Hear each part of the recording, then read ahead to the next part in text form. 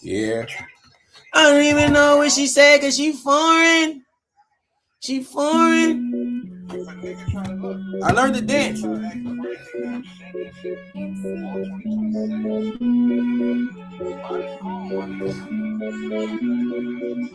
He said, I don't even know what she said because she foreign.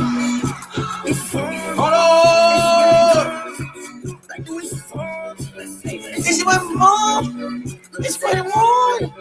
Where we going? I don't even know what she said, but this is what I hear in my head.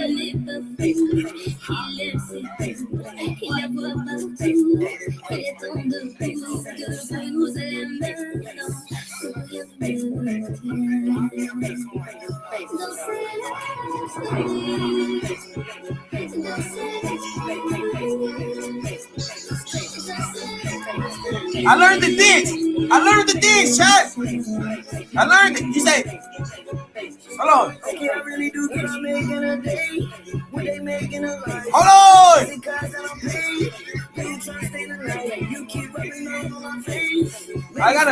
I learned the dance. Hold on. He said,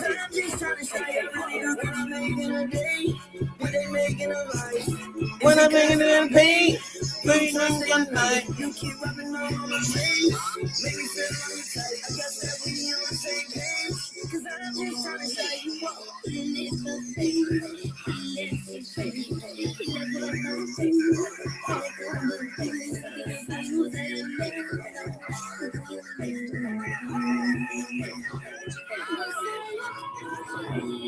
Hold on, chat.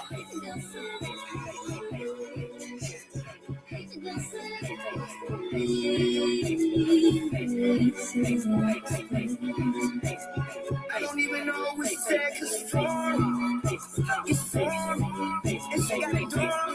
Like we form. She don't form. Look us in the morning. She'll stop keep going. I don't even know what she said, but this is what I hear in my head.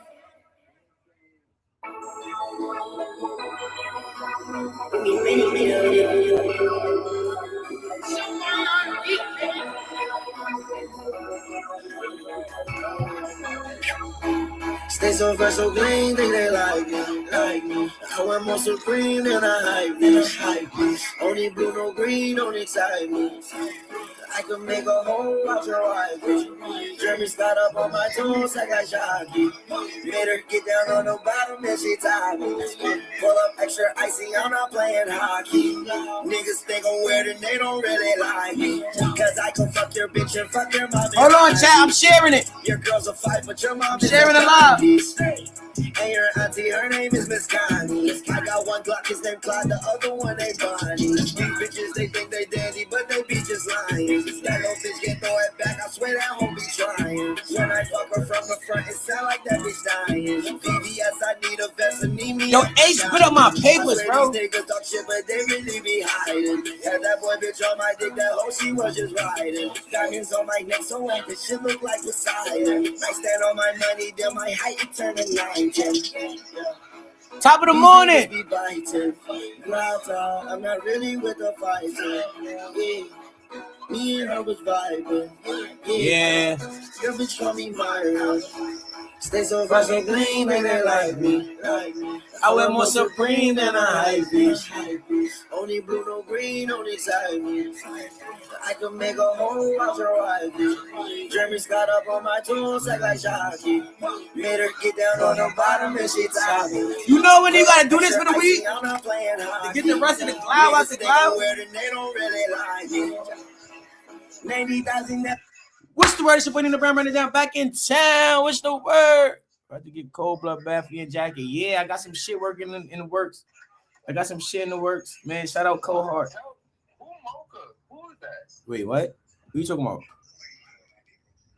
Top of the morning, everybody. Yo, that's Snorlax TV. That's your new shit. How y'all niggas feeling? What's the word? I just did that. Gangsta, it's hot. I'm hot now, chat. I ain't gonna fry. I've been feeling sick these past few days. Not sick, but like, I've been feeling like I ain't been feeling myself these past few days. That's why I ain't been on live like that. I ain't had the energy to do a lot of shit, bro. I'm back now, though. I'm energized. Hold on. I gotta go take. Hold on. Yo, you know what I do every morning, chat? This shit work for me. I'm not no pharmacist. I can't tell you, bro. I take vinegar shots every morning, bro. That shit be helping me with like digestion and bloating and shit in my stomach and shit. That shit really work. Shit give me energy too. Man, I'm a type of nigga, yo. My type of lifestyle, I get you. What you yeah, like, come on. Not apple cider vinegar. Regular vinegar shots. Like this type of vinegar shots. This nigga drinking vinegar. Oh my God. Oh, you gotta. That's not good, bro. Nah, that's pain. That's pain. That on a jacket, on a varsity or some shit. Yo, look. Let me show y'all. This is what the blood bath fan just made. Pain. Pain. This is why I jack. This is why I love my blood bath fans. Look, pain. This about to go on everything. You see these shits in the back? Well, I got my background fake blurred. I got the heat pressing machine. I got the embroidery patch machine. I got all that. Oh no, you bug. That shit is nasty. Word of my dad is nasty. I get all that shit out of you, all that phlegm and all that. Because I got to sleep with the window open, gang. I was rolling the split. It is nasty. Ginger shots is nasty too, nigga. You don't do, nigga, you couldn't even drink a nutriment, bro. Nah, I'm not alive.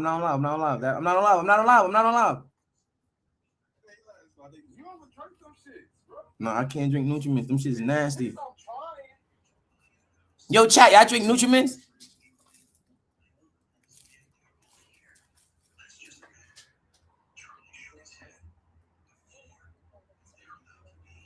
Yo, what's the difference?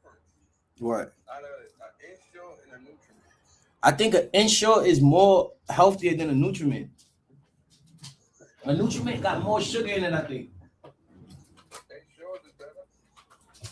Yo, Ace, get the fuck away from me, bro. Every day you around me, gang. Now, no cap. That shit get annoying, bro. Like, what you want, a bone? Here, sit. Good boy. Huh? That nigga annoying. Yeah, I feel like milk is general nasty to me. All the nasty shit good for you. Get you right. Garlic, blend up. Now, garlic is tough. I'm big on the home remedies. You heard, bro? I'm big on that. Garlic is tough. Nutriment is like. Then that shit made me feel woozy just now. I ain't gonna lie. I gotta take this hoodie off. I'm hot. What I made in the day, and I made in life. When I carry on the pain, I'm trying to flick your wife. Just cause you don't think that type of shit I like. Woo! It was bacon, chat. I had to take off this hoodie. I ain't gonna lie. These hoodies is like, these blood bathfield hoodies is thick as shit, bro. That shit like a coat, like wearing a jacket. Now I gotta turn the fan off, cause if I don't turn the fan off, nigga gonna get sick, bro.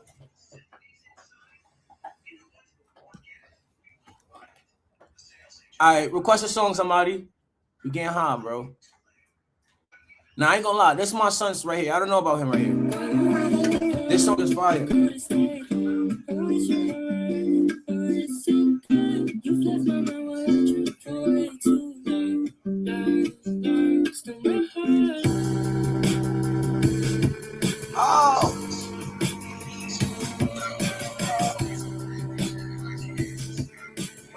Oh yeah, that's fire. Gangster.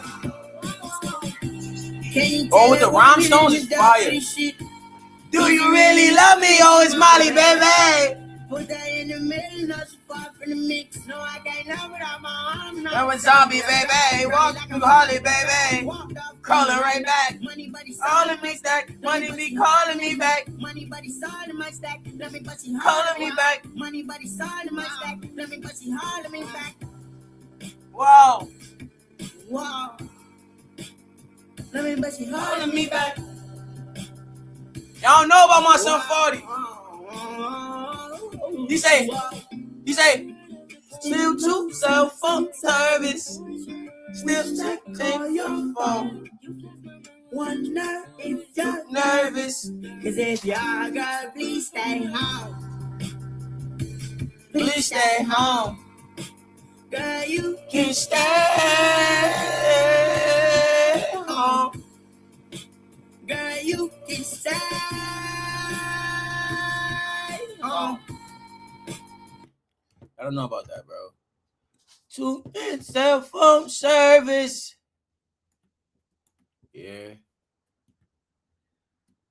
Yeah.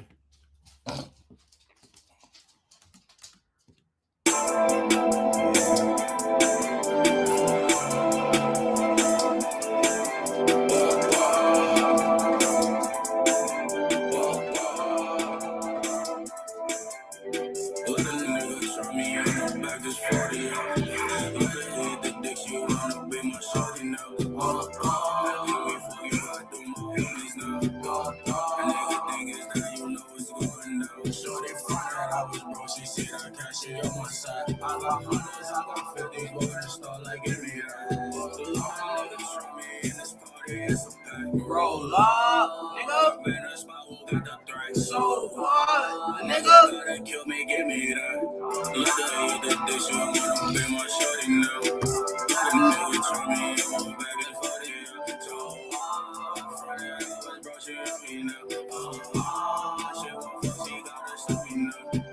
I ain't gonna front. Today I turn in the market, Shaq.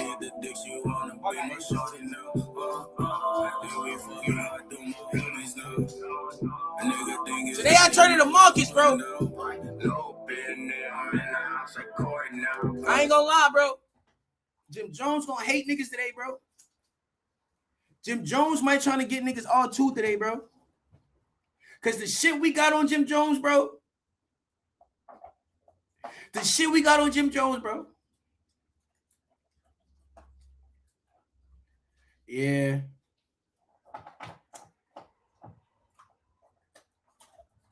Yeah. Yeah. Hold on.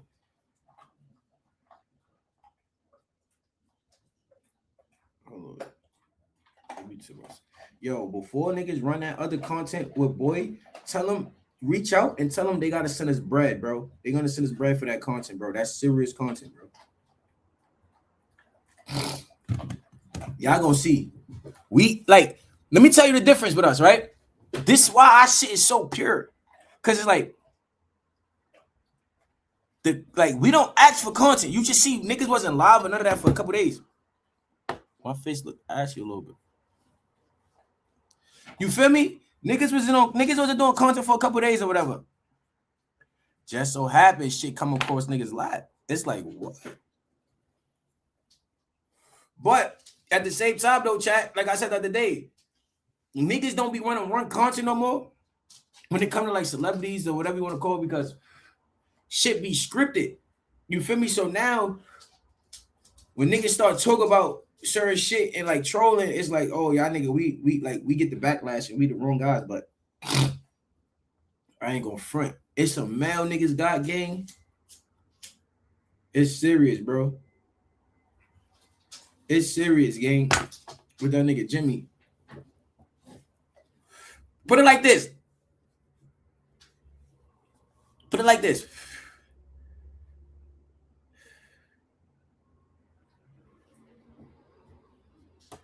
Your family be that. It be your family. Just put it like this. It be your own family, gang. It be your own family.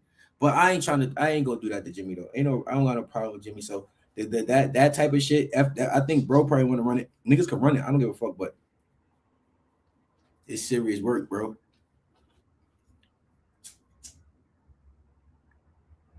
Gangster. Serious work, bro.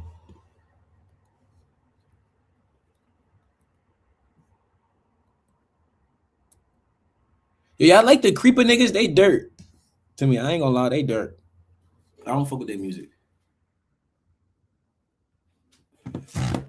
I can't fuck with their music right now.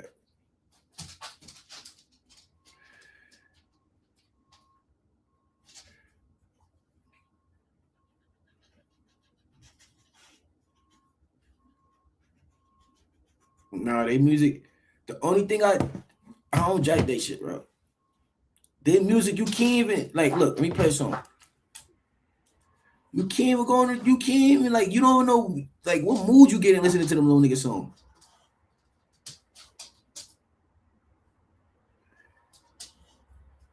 What's them niggas' name? Pop Creep.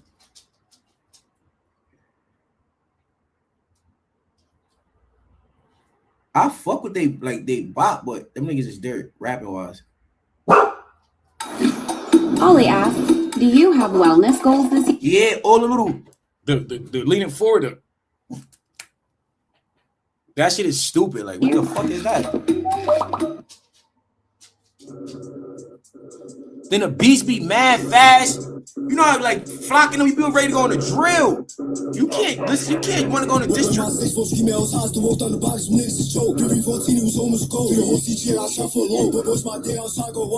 Oh, you want to do is this. They be like this, the Hawaiians be like this now.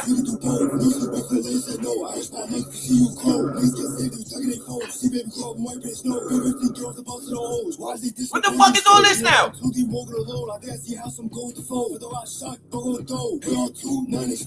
be like, what?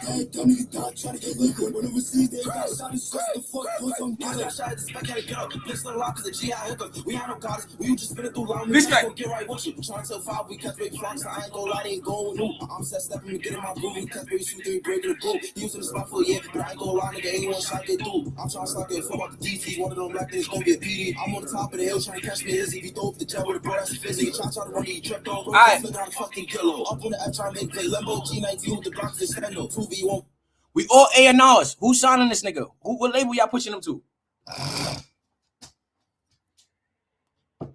That nigga said a bunch of nothing mad fast. Limbo. That's all you heard. They dirt.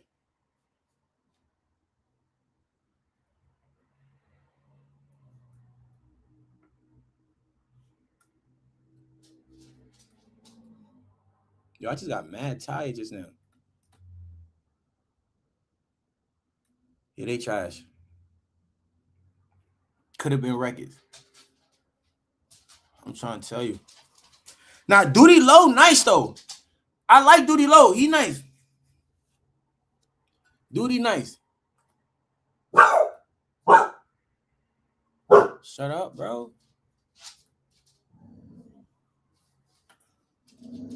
Yeah, they running from the beat. I never. The only nigga that can run from the beat that's nice, no Diddy, is this little nigga right here. Word of my mother. He's different. This his sound. That fast beat, fast flow, but he know how he masters it. He say, if she talk about my sissy, I wanna beat her. Cow on the creep, KOD on the creep, but she said that we'll hate on the cheese. The teacher Gianni for what you want, you really need her. Get on my way, we do it for Zelly, so if you don't throw for the job, we don't need her. Following the deuce, I want to deuce, like a merch with a bro, I always throw a feet, bitch on my way, but shit going on, she get on my way right now, but I hate you, I don't want no bitch, cause I start locking, I start to feel like you bitches is ran through sides, but you got a top of your chest and just pop with the jeans and dicks, well I don't give a fuck, if I'm with the chow, run into the chow, like I'm a lady, show them my Lulu, fuck it the 8-0, with the jump with the walk with the Leo, show the lean niggas did it on face, don't start with the grip, and get it on pesos just don't hit now down like a snake on sweet back to the bed in his face though I saw the max all in no fuego shoulder lean fat boy belly all even sweetie just quarters a leggy in back of the city my show my lefty, hold on. I don't fucking want Joe bro killers got kicked but after that vid niggas flicking on blitz like I used to post it was almost a Vic I know what I said that fast got hit Drew got low thought he got beat glitching the silence you get a new feet blow that pop I can show you the G I can show you the C when I fucking show B well you mentioning me I just step to the south side step with my G hold on so we at the D that was crying no turning for heat like ain't nobody started, just niggas crying and check can't see. Bitch, he lying, we don't fuck there and sorry. Boy, you still working on feet. And when feet bucks, you want to tell me now what the fuck do for me? My bitch off limits, but you could keep trying. Niggas is dying, playing with sheep. Like front on the back. Feed the pros, you shoot with a stack. Feed EK, 2 shots, the showers on face. I'm a pro and I'm doing the Mac. Fuck on the rock, on another tag. Shooting out air, going on in the brack. Cody said 6, I say you better last niggas better now. Ask if I'm smoking the Mac. Don't ask me if I'm smoking a Mac, bro. Don't ask me if I'm smoking a Mac, bro. Don't ask me if I'm smoking a Mac, bro. No, I'm not smoking nobody. That's just a song. Oh.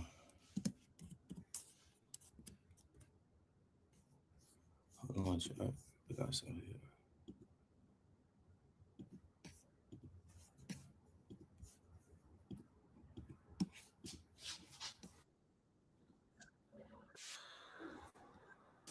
On base 44. Describe it. I hate niggas like I'm racist. Rapping 5th grade with tech, hoping that we make it. She said I'm ugly, but since I'm Envy King, she rather pull up naked. Switching up when I show love, they should be happy I embrace it. I was good with Coach Crossy, but I was happy that he made it. A thin line between divine, just keep in mind it all be hatred. Making paper, duplicating faces, profit or persuasion. Coke shaving, serving out of vacant houses on occasion. Seen a chance to share my spot, took my time and let them chase it. Utilizing resources, hustle right back to the bases. Said you love me and when I die, you gon' be happy I ain't make it. But I'm they favorite cause of how I played it. Ask them, they gon' fake it. Spend your money, build relations, never ask a nigga. He dropped the price, I got my weight up, started taxing niggas. See, when I play, I score the most, it's hard to match a nigga. And God gon' tell you I don't play in phone, I'm whacking niggas. Sidekick days, aim, I was clapping niggas. Stop lying if you don't need it, then why you asking, nigga? Shorty was there the whole time when I ain't had my niggas. I'm outstanding, ask the nation, I'm a factor, nigga. Traffic and Dolo one that want the bus, beat they prices, I sold enough. Taking Cuba links with Link, we wear it, then we pawn for bucks. Bitches building bonds with us, stepping cars, got my garment of finesse. It made it hard to trust, crack flowing from dawn to dusk. They favor all my rivals, statistically it's proven they don't like that we decide. Stuck in a worldwide curse, on the race to beat the cycle. Profit, it kept it solid, and shorties wanna be just like you. I wonder why I can't get on many lands, selling grants. When they hate, I understand. I get Gucci on demand. Disrespect, we change your plans. I'm gon' shoot you for a band. Use the slide doors and jump out minivans to kill a friend. Free all my tuggies out the can. Fighting trauma from the cage. Rocket chains feel like a slave. If you ain't hear them cries or wipe them tears, you can't relate to pain. I've been trying to change my way, battling fire with this flame. Drinking blood with bro, the work they claim, we take it to the grave. Just don't ever stop, we'll keep going. Let's G for it. What y'all get at, chat? What y'all get at, chat? What y'all get at, chat?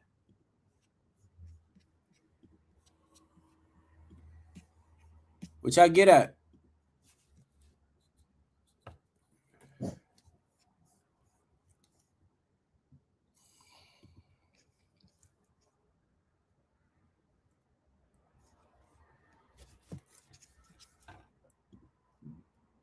Seven, not bad. That's cool. That's cool.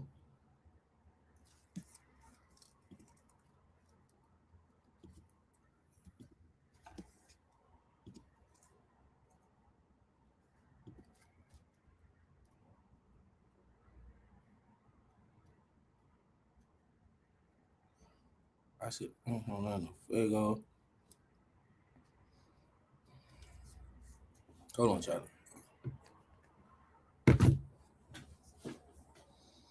Hold on, chat.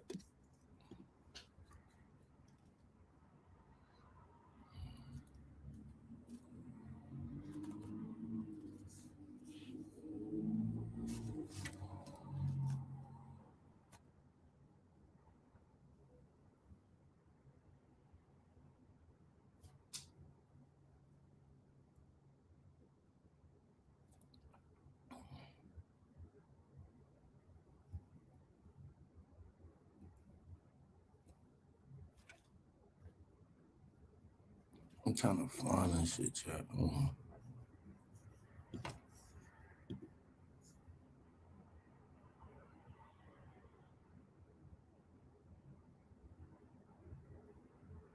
Yeah, bro, nice. Bro be rapping.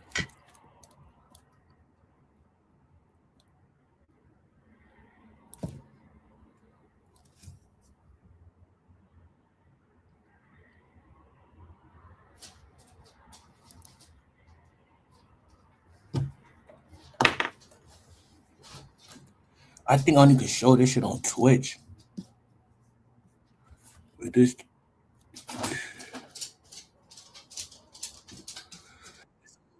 Let's see what these YNs talk about.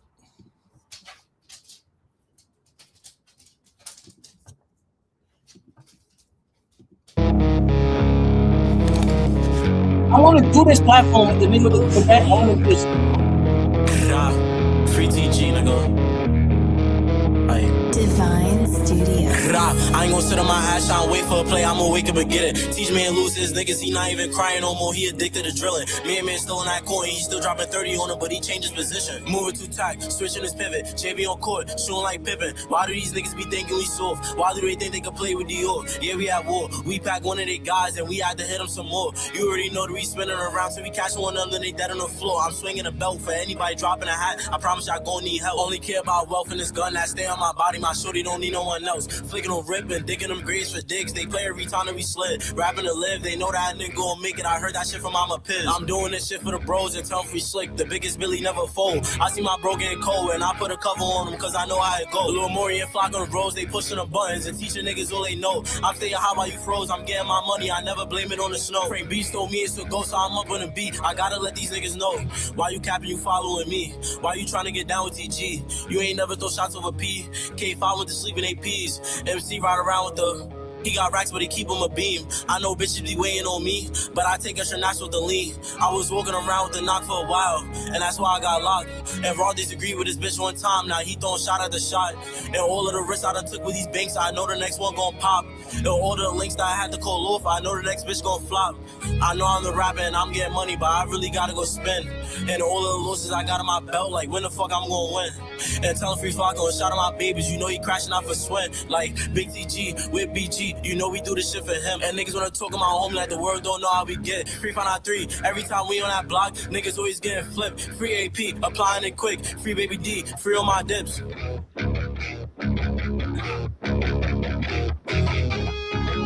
That shit was horrible, chat. I ain't gonna lie.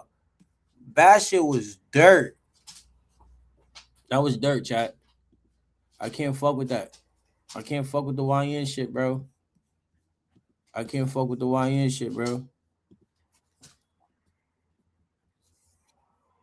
No. Now we gotta go. I ain't gonna front. That shit was so dirt, chat. I was mad I even watched that shit. Now we go to...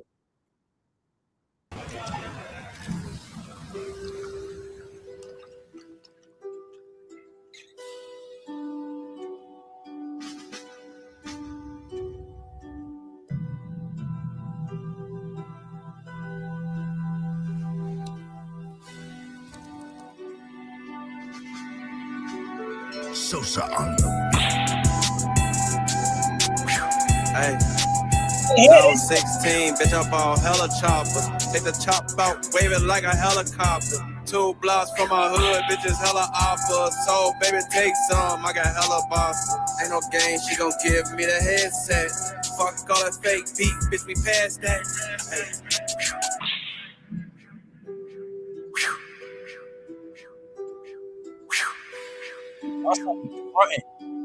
Everybody stole my son's swag, bro. Steady buying new chains, ain't even drop shit. Oh, you with the ops now, still don't stop shit. I'm half Asian, that's how I learned how to use chopsticks. Pull my Hellcats out and make them do cat tricks. I had a 20-minute session with my ex bitch. I had my white bitch kissing on the back bitch. My mama told him that she had him when her taxes hit.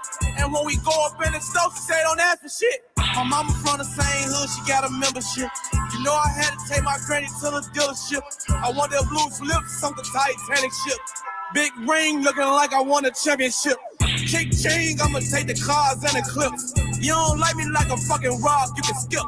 When it was time to shoot the fucking clock, you was stiff. Granny caught me with a gun and said you a trip. Born in it, I ain't have to feel a lot of slips.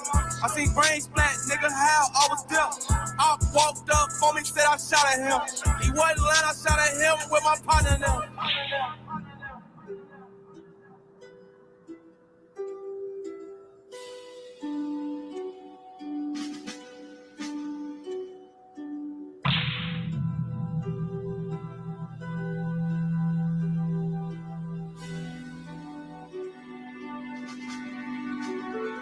Spend so many hoes, they gon' think I'm nigga a catfish. And I be high like a nigga head catnip. Fuck you and your dog, nigga, come and get your shit snipped. I'ma need bigger arms for this fucking 10 mil. Whoa, so the sign, nigga, I'ma need 10 bills. Slam dunk in the jury store, hit the windmill. Big Let me truck, tell you turn something. the fuck. It's not about the music, bro. It's about your aura. It's about what you wearing. It's not about even what you saying, bro. Oh, nigga, come and get your shit snipped. Cameraman play a big part. Your edits, your accessories. It's not about the music, bro. It's not about the music, bro. I'ma need My bigger son arms over for this it, fucking that, 10 bro. mil. Wall saw the sign, nigga. I'ma need 10 bills. Slam dunk in a What's your serious aura? goal, hit the windmill. Big truck, turn a fuck nigga ass to roadkill. Know I'm up when I'm about a fucking Trump hotel. What you do when you get G's, you make rotel. What I spent on the truck, could've bought a motel. I'm a boss, so I took a loss and said, oh well. Granny said, tie the bread up before it goes stale. Looking for me, I'm probably somewhere past telling you, stale. look how All fire white, this never scene get is, it, bro, nigga. right How here. you can it up Look. before it goes stale. Looking for me, I'm This scene right here is pain. said, tie the bread up before it goes stale. Looking This scene right here is pain. Look, this is aura. This is aura right here, bro. This little scene right here is pain. This is a fire ass scene right here, bro. It's like they in Tokyo somewhere. for me, I'm probably somewhere pastel. All white Lamborghini, nigga, how you can't tell? Off the eggshell, she gon' make it shake, make it wiggle like a fish tail. I got shot, tell that fuck nigga to get well. Tell me I changed, throw your ass in the wish well. With a white girl, but I call baby fish scale. I used to be in a nigga windows, intel. Had to take the liquor from baby, cause she lit as hell. Bring them racks out, stack them bitches up till they fail. If we had the feet, I would've went to the NFL. Boy, to the cops, before I have to get them bitches bail. If we had the feet, I would've went to the NFL. If we had the feet, I would've went to the NFL.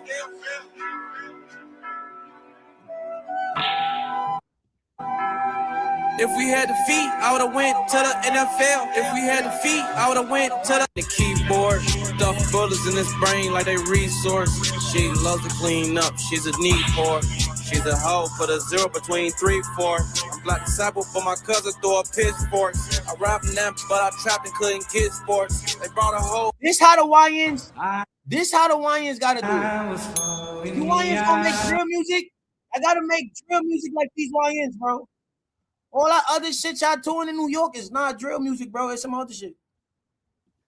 You gotta drill like these little YNs, bro. These little YNs is really making drill music, bro.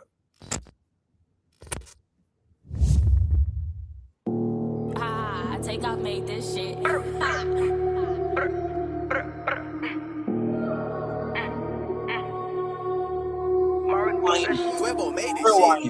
Lil Mari Glock, that shit was weak. We knocked DP off his feet. But came in now with ARP. We got some shit up in this Jeep. Look at the bus, I see Lil D. Drop the curb out on feet. This is why these YNs is crazy. Look how he came on the song.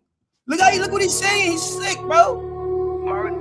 Quavo made this shit, bang. Lil Mari Glock, that shit was weak. We knocked DP off his feet. But came in now with ARP. We got some shit up in this Jeep. Look at the bus, I see Lil D. Drop the curb. Little nigga could be my kid, bro. This nigga's he could be my kid. Imagine your kid is out making music, rapping like this, talking like this, bro. Shorty fast up on his feet. We chased his ass right up Sealy.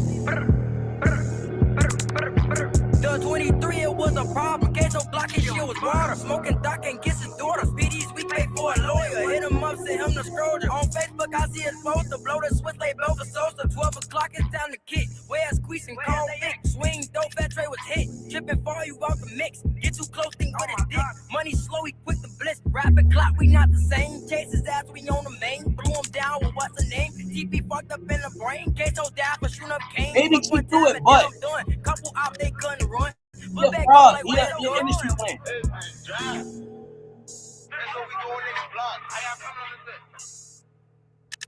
Well, I'm gonna show you some shit.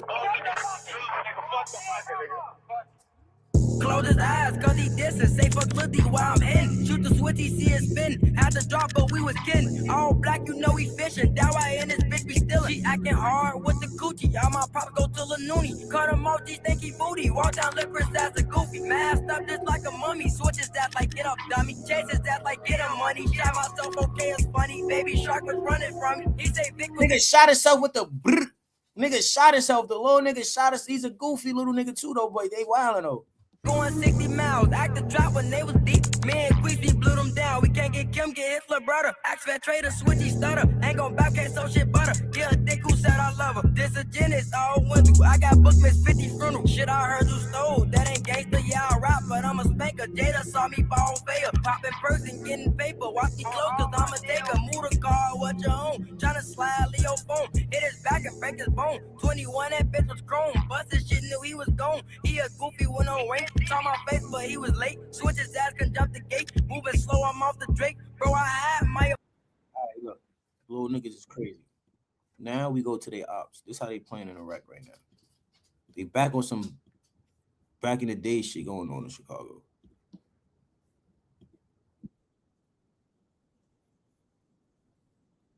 Hey, which house is fully chopped house so I can blow that up, y'all? All right, this the nigga beefing with the little nigga that was rapping, but listen what the little nigga said in his song. Really risky. Broke my heart, I miss you, 50. Lost 3 Michaels in a mini. Hey, which house is fully chopped house so I can blow that up, y'all? Let's crash. Let's crash, fully chopped. Let's crash. As I'm all through y'all hood. This the school of PGF got blew down on laugh. Stop playing with me. Come on, we finna spin that. Come on. Everybody get in the car. We finna spin this. Come on that car. On that. Tear it down. Hey, stop going on live. So, what's good, YouTube? It's welcome back to y'all with another video. Today we got M-Block Dawa spinning fully chopped hood on IG Live. So let's get right into it.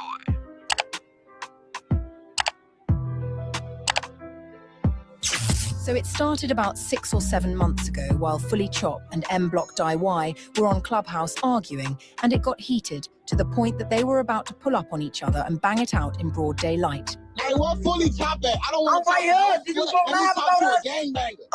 Don't do that. What's wrong with y'all? What's up? What's going on? Get outside right here. Get outside. You can get outside. What the Fuck on Sosa, the boat right now. man? Sosa, you who the No. fuck Sosa, though? Hey, I don't get no. What you talking about? Joseph, Sosa, Brad.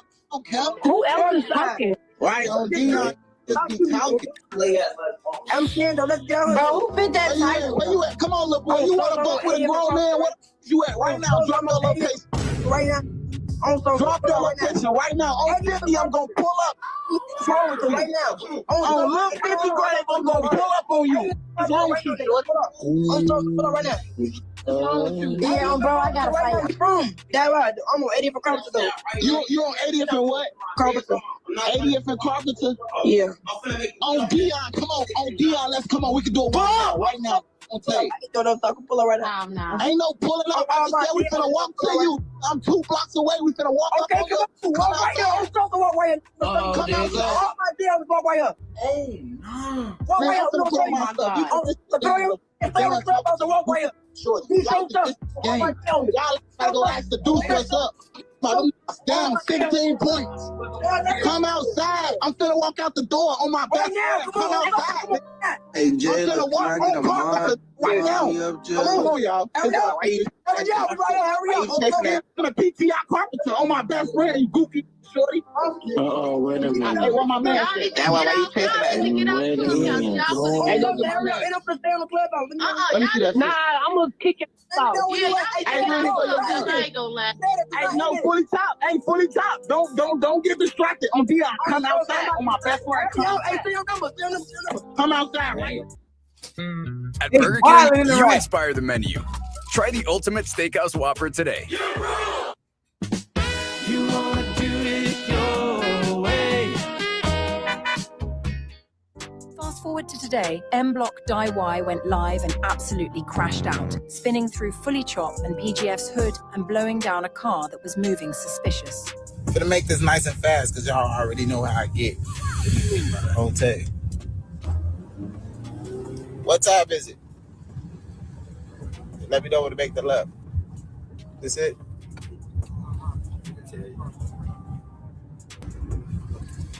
3 more blocks. Not too loud. I see. Right now, go out. Go out. Go out. Go out.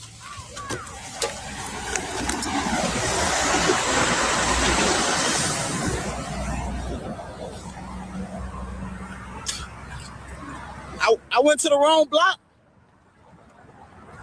I went to the wrong block, right? I went to the wrong block, right?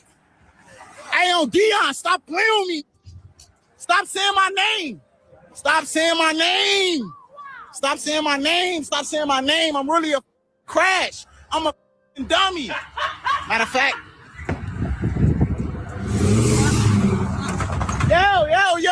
This what I do on 59. Somebody screen record this. Somebody screen record this. Stop traffic. Somebody screen. Yo, slow down. Come on now, dog. This what I do on 59. This what I do on 59. I don't tell you this what I do on 59. Come on, we finna spin that. Come on. Yo, slow down. This what I do on 59. This what I do on 59. I don't tell you this what I do on 59. Come on, we finna spin that. Come on. Everybody get in the car. We finna spin this. Come on, hurry up. Get in the car. Don't raise up no window. Every window down except you, boy. You talking about, y'all think this game? I'll tell you, we ready. Let's crash. Fully chopped. Let's crash. Wow. Who is that? Oh, that's the UPS man. Don't kill him. Hey, which house is fully chopped house so I can blow that up, y'all? Come on, man. I don't tell you, I'm done playing with. Stop saying my name, little boy. Yo, not out here in these trenches. You know who you playing with? On my cousin. I ain't got no mask on my cousin. This what you want me to come back to? You want me to treat you like TJ? All right, cool. This what you want. Oh, yeah, y'all. This the block. Hold on, I got to get off of this one, too. Get on my bounce out. This the block we did our video on, y'all. This the block we did our video. One block down from they. Has I'm all through y'all hood. This the school of PGF got blew down on live. Stop playing with me. Come on, on that car. That speed up, beat it down. I don't tell you that speed up, beat it down. Come on. We don't play with nigga. Y'all tweaking with all that cross-western talk on Dion. Stop talking about cross-western. On that car. On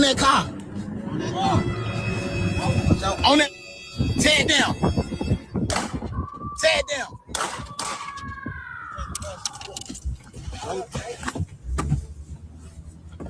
Yo, bro, that could have been civilians in there, bro. Nah, boy. A couple of hours after that crash out, he went to his IG again and posted showing that he had Dunkin' Donuts for breakfast. What? Then he posted a video sending a bone-chilling message to his ops. It's New Year's. Don't wait till later to shoot that weekend gun. Don't get outside. Oh, my brother, get outside. You don't be getting outside. Get outside. Do not shoot that gun in the air today. I do not want to hear that. Do not shoot no gun around me in the air if you ain't blowing at somebody. Bro. Police. What's wrong with y'all? I'm from Chicago, bro. I can't about no none of that. Y'all made it to see another year, but that don't mean waste your shells because you will die today. I swear to God. If you're gonna be a YN crash out and just do what they doing, bro. I need to be entertained, bro. I want to see all the YNs that just don't want to push peace and just want to be crazy, bro. Just do what they doing. Just watch look at their YouTube and just act like just crash out. Just go crazy. This is beef. This is drama. This is real beef right here. Don't wait till the day to do it. You should have been shot that damn gun, boy. You had 365 days. What the you waiting on today for? What's going on? Y'all don't know what I go through on my son. I don't give a fudge what y'all think about me, and I hope y'all don't think I care about someone liking me. Stay away from me if you feel some type of way. So yeah, man, let me know what y'all think about the situation down in the comments. That's all I got for y'all today. Get the fuck away from me.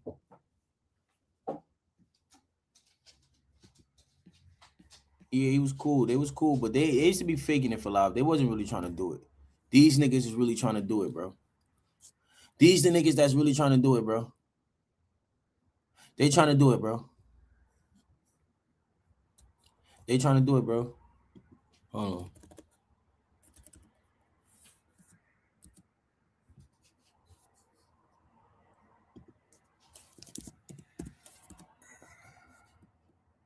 They trying to do it, bro.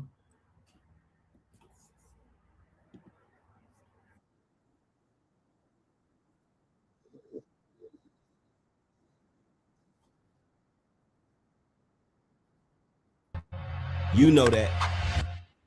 How y'all coming, baby bleeds? M Block, I ain't gonna lie, M Block did fall off ever since TJ passed. The fans saying, "Jeez, that's why you couldn't find." I was smoking Doocy, man. She got for her own. Gonna sweep through this before I not come back outside. So nobody can put me in a song, say nothing about me, because nigga, you didn't want to link. Let's just leave it at that. That's all I want to do. And we can leave it alone. Let's out of here, that cross-question, sticky, this cross-question, hey, look, all that M Block that, why this, and M Block that, why that. Hey, look, on social, you dug me before I got booked. On my brother grave, you told me to come, and I did. It's like, that should stop. You come on, stop. You bluffing now, bro. You bluffing, man. Come on, bro. Don't do me like that now. Don't do me like that now. That's one thing I've never, and my mother like did, was duck no nigga. I don't give no fuck. How many, what you did, how many cats, laps, raps you did, nigga. I never ducked nobody on my right hand up to God on a man on my arm, man. You tweaking.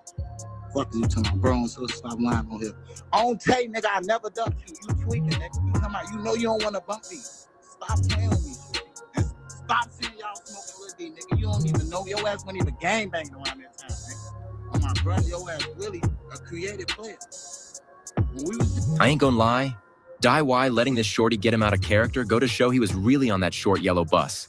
Cause me, I'm like 3 years older than Fully Chop, and I'm not even letting him get me mad. Die Y pushing like 25 and letting a shorty make him crash out on live, no mask on and all. Just with PZF, nigga, you know what was going on. I never seen so look ass, nigga. Stop playing with me, nigga. On my brother grave. On 50, you ducked me on Clubhouse. You ain't just hit it. I just made a song about that. You was shaking on my brother. Hey, stop playing with me, Chop. You on this bitch back. Fully chipped. Stop playing with me, little boy, before I still ass. On take what? Where you at right now, nigga? Where you at right now, nigga? You think this shit be for, like, y'all do this, them people up there. You know who, like, come on, man. 773-678-6209. Hurry up, nigga. ASAP, call me.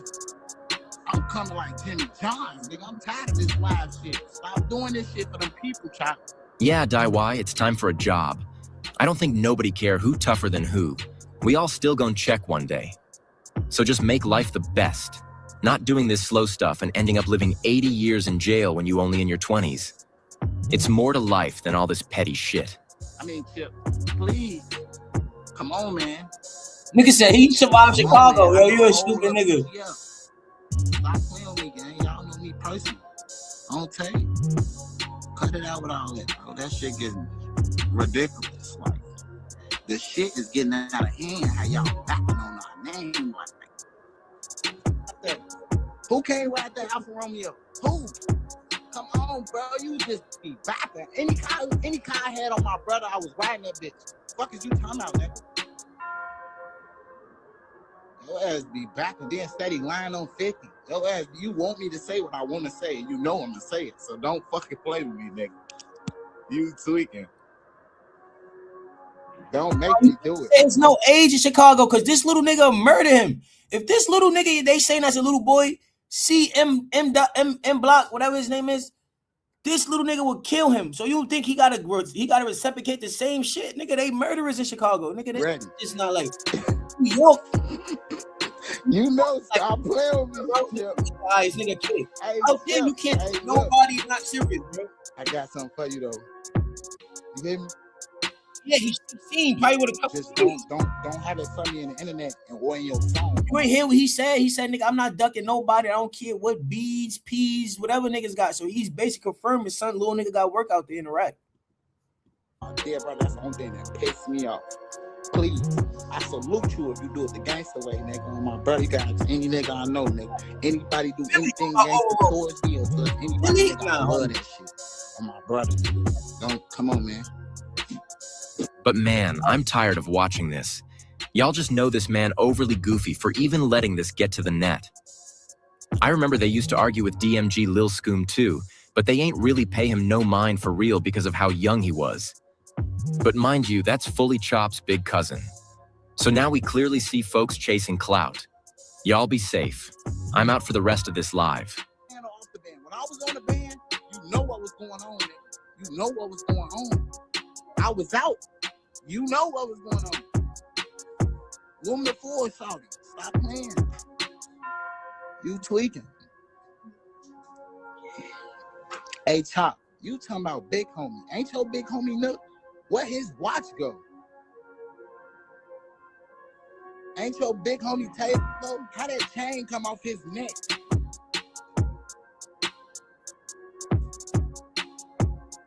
One Muda with us in the car, why he ain't do shit?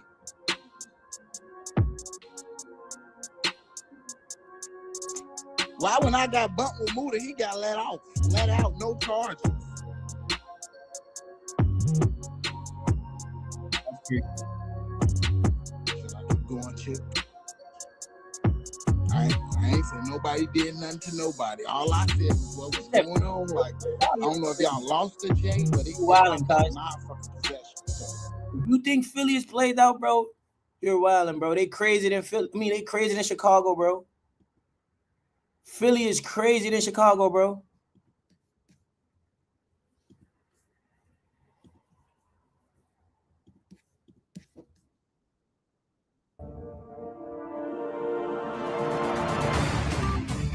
You don't think so, bro? It's better. Who you got? It's better. Nigga. Hold on, I'm not finished. Why you listen? Who you got? Listen. Hold on. I'm not finished. I'm not finished. Home City too. What do you want to do? You live in You want Philly, your that's niggas? why. My niggas. Nigga, you know what? You know where I live at. You know where I live at. Put my dick in your mouth, nigga. It's up, nigga. It's been up. It's been up. It's been up. Who you got? It's been up, nigga. It's been up, nigga. Who you got? Yo, listen, man. Who you got, pussy? You know where I live at. I don't know who you live at. Niggas. You know that. Nigga, go shoot yourself again. Don't shoot yourself again. Nigga. Go shoot yourself again, nigga. Go shoot yourself again. You pussy, nigga. You know that bomb ass nigga. You shot yourself. You hiding. Nigga, give me back my Ruger, bitch ass nigga. I got this nigga. Give me back my Ruger, bitch ass nigga. I don't know what you talk about, officer. Do I look like you scared of? Do I look like I'm scared of you? I don't know where I live at. I don't know where you live at. He said give him back his grabber? Yo, what? Yo, bro, that's kind of crazy. Imagine arguing with a nigga. You don't want to argue on live, but you argue. Nigga say, give me back my grabber. It's like, whoa, you can't have a response. You don't even say, I don't know what you talk about. You just lead a glove. All right, so there ain't nothing else to talk about. You already know what's up. Stop talking. So log out. Talking, pussy. So log out. So log out. Talking. So log out. Nigga, you bust the window out my car, you bitch, nigga. You scratched my car. Cortland, nigga, for my young boys come through there and keep y'all niggas off the block. Do it. I dare you. I dare you. Pussy, nigga. I dare you. Body, nigga. I'll be on Soundview too. I dare you. Yeah, I know. I bet you. Right. Go right. I'll be on Soundview too. None of them niggas tell me nothing, nigga. When I say it's go time, it's go time. Nigga, I'll slap the shit out of you. I'll slap the shit out of you. Been had niggas run through. I'll slap the shit out of you. I could have had niggas run through. Oh, Fraggle Rock looking ass niggas. Take them funny ass glasses off. Shut the fuck up. Shut up. Could have been had. Do what you do. Do what you do. Pussy. Do it. Niggas just touch your car, pussy, and you got scared going to the police. Right. Did you see a police report? Did you see a police report? Every time you ain't got no body, bitch ass nigga. You lying. You a pussy. Who seen Five Guard ever do something? You pussy. Who seen you do it? All right, so why we talking? Yeah, you never see me. That you ain't supposed to. All right, so why are we talking? Why are we talking? All right, so let's not blow it up. Nigga, when you go to jail, don't drop the soap, you lying ass nigga. Hurry up and go to jail. Hurry up and go to jail, you bitch ass nigga. That's what you do. You sorry ass nigga. You a love that pussy. You a love that. I know. Nigga, go make another song with my voice on it. Go make another song with my voice on it. You's a miserable motherfucker. You's a miserable motherfucker. And I'm sorry I ever met you. I swear to God, I wish I never met you. You are the ultimate snake. You are the ultimate snake. But I'm gonna tell you something, son. I want you to understand something, right? I heard you've been dropping my address. Niggas can call it dry snitching. I don't give a fuck. You know where to find me at. I heard you gave out my address. That's cool. Because I put enough money up to make sure I got security. But I'm going to tell you something. Security. Whatever happens to me You on your way to jail. You can't protect yours in the penitentiary. If anything, if I sneeze and a booger come out my nose, son, it's gonna get real ugly. I already invested in my life insurance from the grave.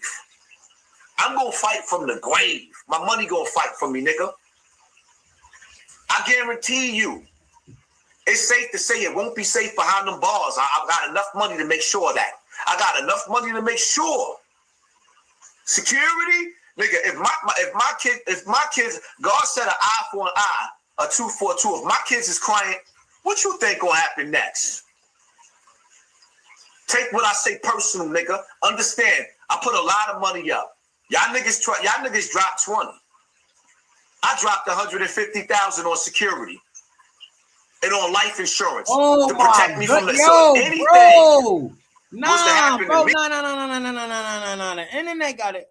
Bro, do you hear with this capping niggas? I don't even want to go back and forth. I'm not saying this nigga name. Allegedly, this person. I don't know who this person is. I just seen the random YouTube video. I just clicked it. He just said he paid all that money for security, bro. I don't like where at, bro. Come on, bro. They just let people say anything, bro. Niggas say anything out here.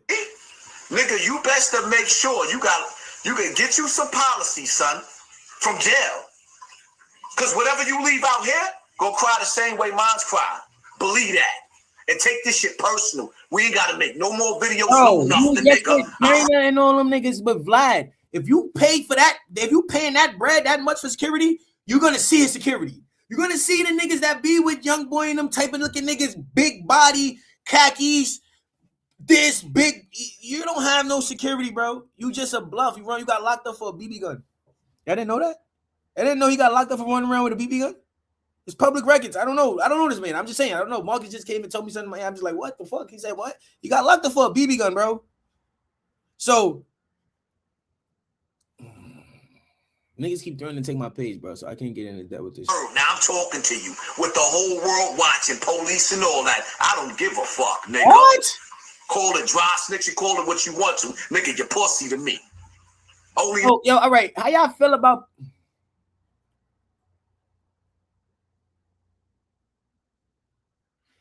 How you trying to rage bait somebody to do something to you, but you still throwing police in the middle of it? That's not fair, bro.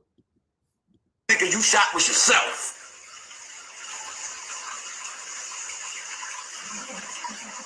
You hate a nigga that tried to help you, you bitch ass nigga.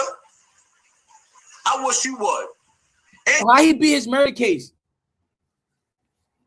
How he be his case? I'm about to call China later, and I'm gonna ask China. I want to ask China, like, yo, gang, like, how bro beat his? Like, I want to see his discovery if it's possible.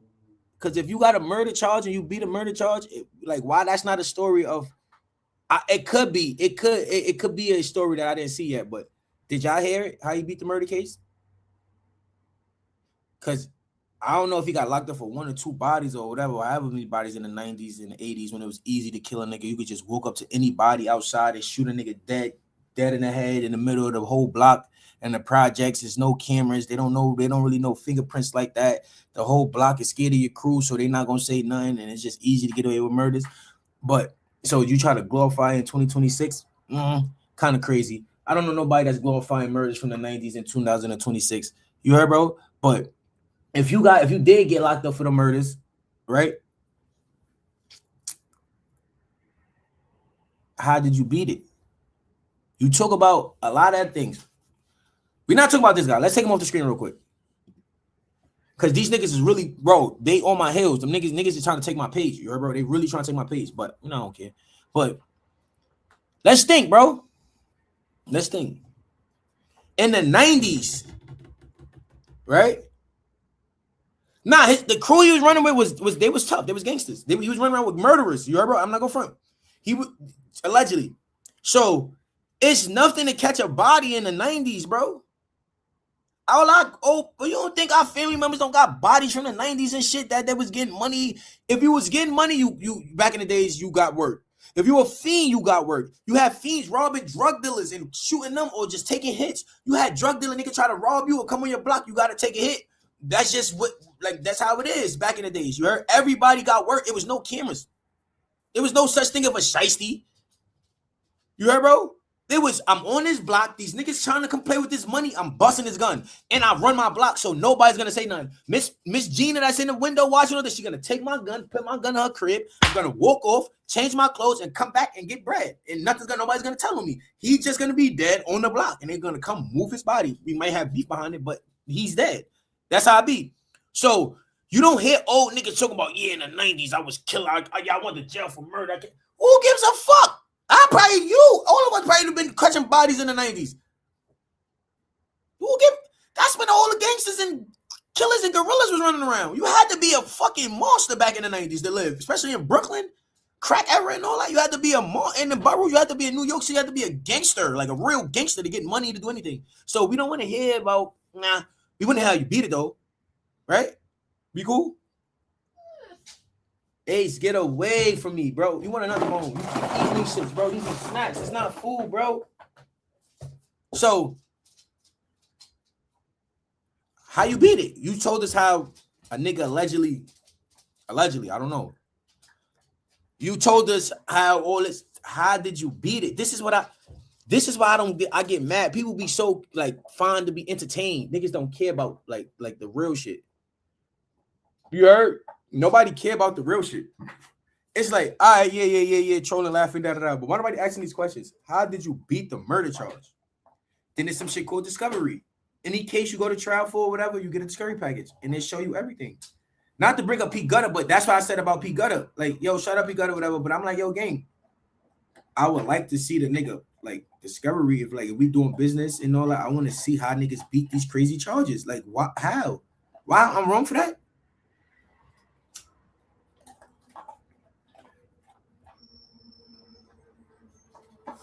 Then there's no statute of limitation. He talking about on one of them on the podcast, like on one of the murders I was on, someone was with me, and I'm like, either he lying or he just, because you talk about him. I don't give a fuck how long ago it is. There's no statute of limitation, bro. Rape and murder, scrape and murder. There's no statute of limitations, bro. You got a body in the 80s and the 90s. Nobody give a fuck about that. These little niggas will cook you. You think you care about that? You think if a nigga like Wayne Perry was to come home and go to any inner city and a little nigga don't know it, they be like, oh, that's Wayne Perry. He's a murderer. You think these little niggas don't give a fuck, bro? You think these little niggas gonna care? You think older niggas gonna care? Our age? No. Who the fuck is this nigga? He played, belted. You heard, bro?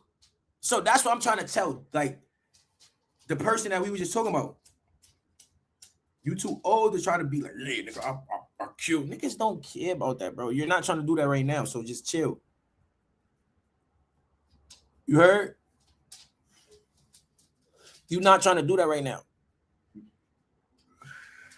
gotta chill. I see what he doing. Niggas is so evil, they trying to make niggas crash or some 48 laws of power shit.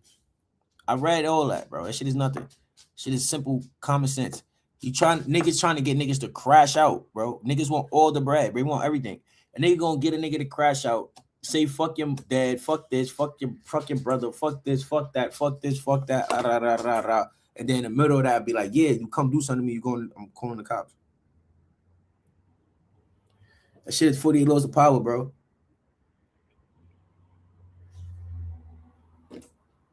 That's what's going on.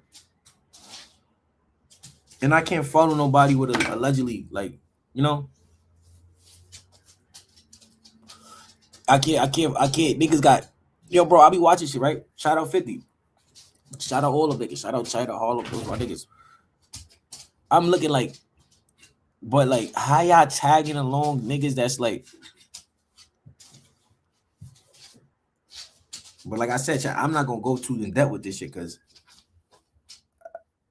I'm not gonna be the only nigga that care or fellow. I don't really care. I care for kids, but I don't care about other shit. But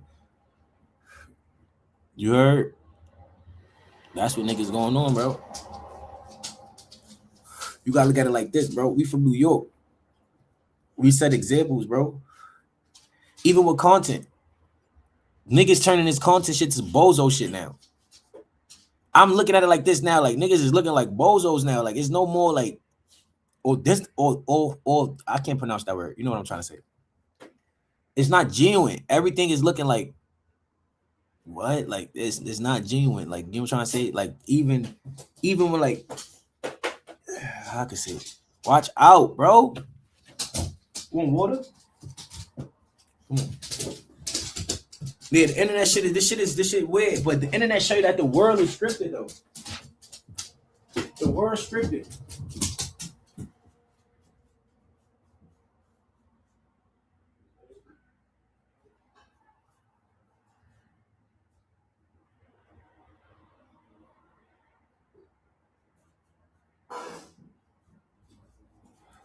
Rock, just get you water. Get out. Go. Nah, AI was put here because we had galactic war right now, bro. The Anunnakis and everybody is here, bro.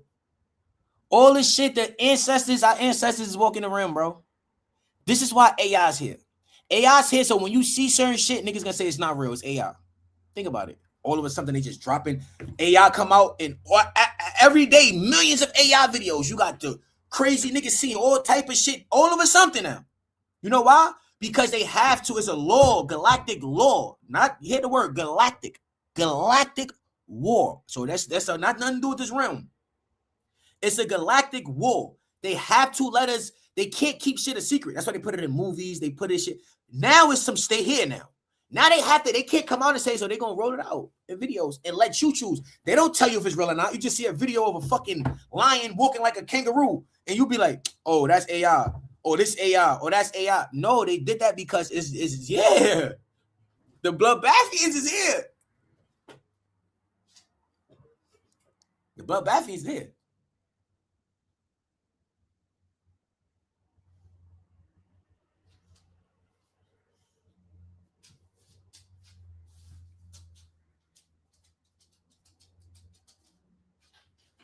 You keep trying to say?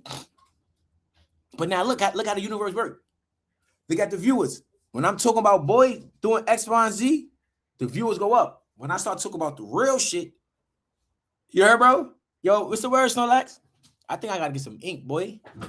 Gangster, but fucking but yeah, that's why life is the way it is. Yeah. The AI is to confuse people, bro. The AI is to confuse people. Think about it. AI came out. All these AI apps is free, right? It's free. Out of nowhere. Why do you think they gave us these free AI? I can make anything on AI for free, right? Why do you think they rushed and just gave it to us? Like, oh, take the AI.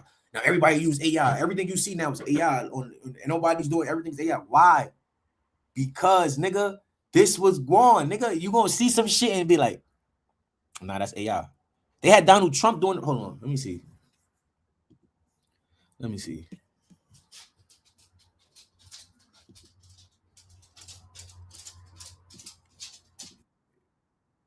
Commercial break. Top find it. Let me find this shit real quick. Commercial break.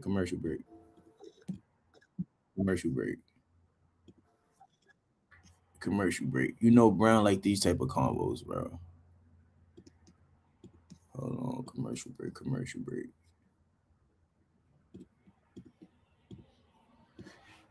I'm gonna break some shit down to y'all niggas, bro. If they get me for that, we gonna run this real quick till I find it.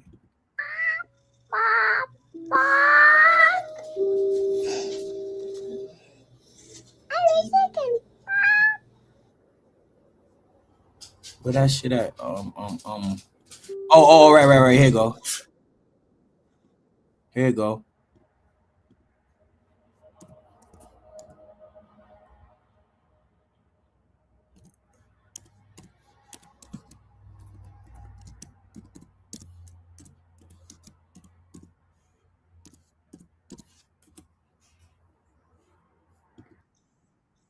All right, look how crazy AI is, cat.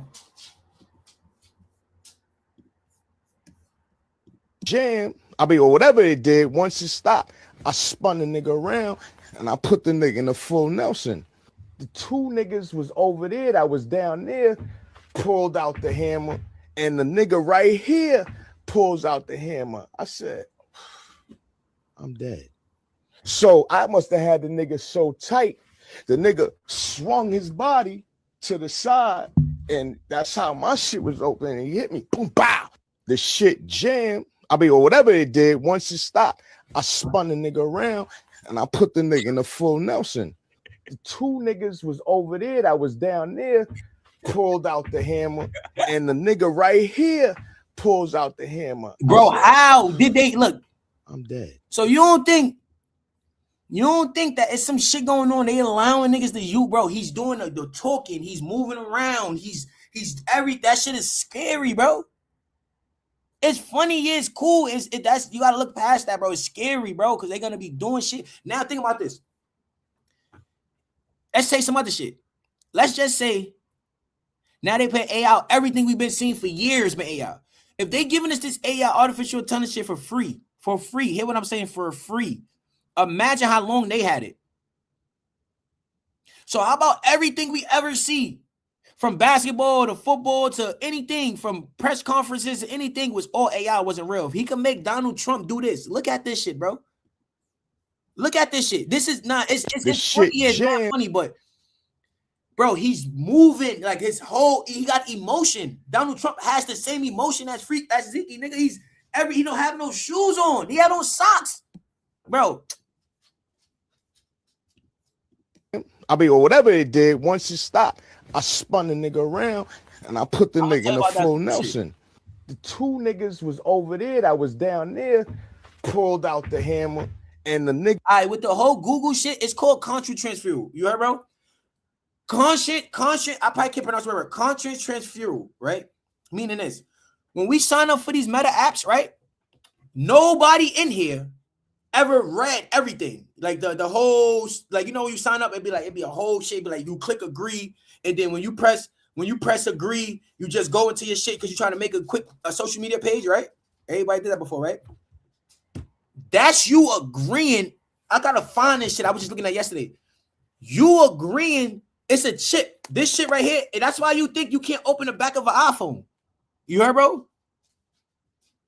You can't open the back of the iPhone. It's a chip in here that you is and like I said, it's a galactic war. You have to give okay to a lot of shit. They can't just do shit to you. So when you see all these fucking shits that they writing and you just pressing agree, that's what I do all the time. Agree. On some bullshit, agree. You agreeing. That's why when you think of something, think about it. You'll think of something, you go on Instagram, you'll see it. You'll go on any other website, you'll see it. Google, you'll see it. They playing with your conscience. They reading. It's a whole. It's a war going. It's a big thing about this right now because they're saying it's like a security breach, right? You reading my mind. It's not no algorithm. It's not none of that. I could think about fucking a speaker. It's all fucking frequencies, bro. They drawing a frequency. If they could do AI like this, you think they can't take what you thinking, nigga? You think they can? It's a frequency, vibrations.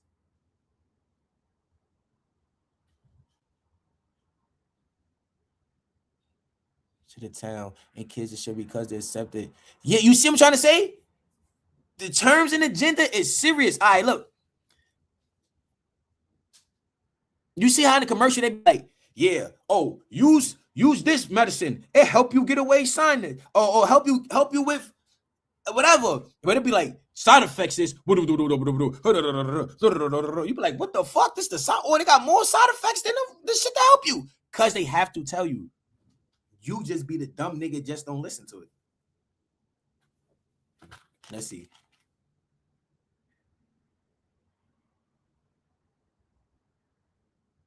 All right, now look. This Pepto-Bismol, right? The shit this for kids, right? It's supposed to help you when you can't move your bowels and soften your stool and all that shit, right? But look at the warnings. Warnings. Children and teenagers who have or are recovering from chickenpox or flu-like symptoms should not use this product, right? Now, say they didn't tell you this and you had chickenpox, right? They have to tell you this shit. Like, yeah, we could give you some shit to help you, but this might could happen, gang.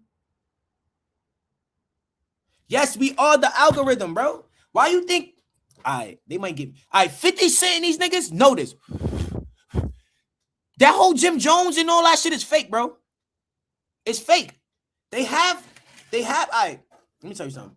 It's no more music industry. It's no more Hollywood. It's no more none of that.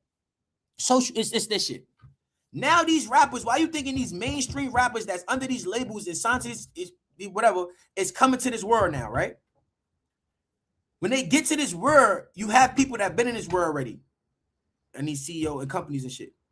So they breaking shit down to these niggas about trolling, about this, how this work. You create the algorithm, you create that, right? 50 see it, 50 know this shit already. He studied this shit.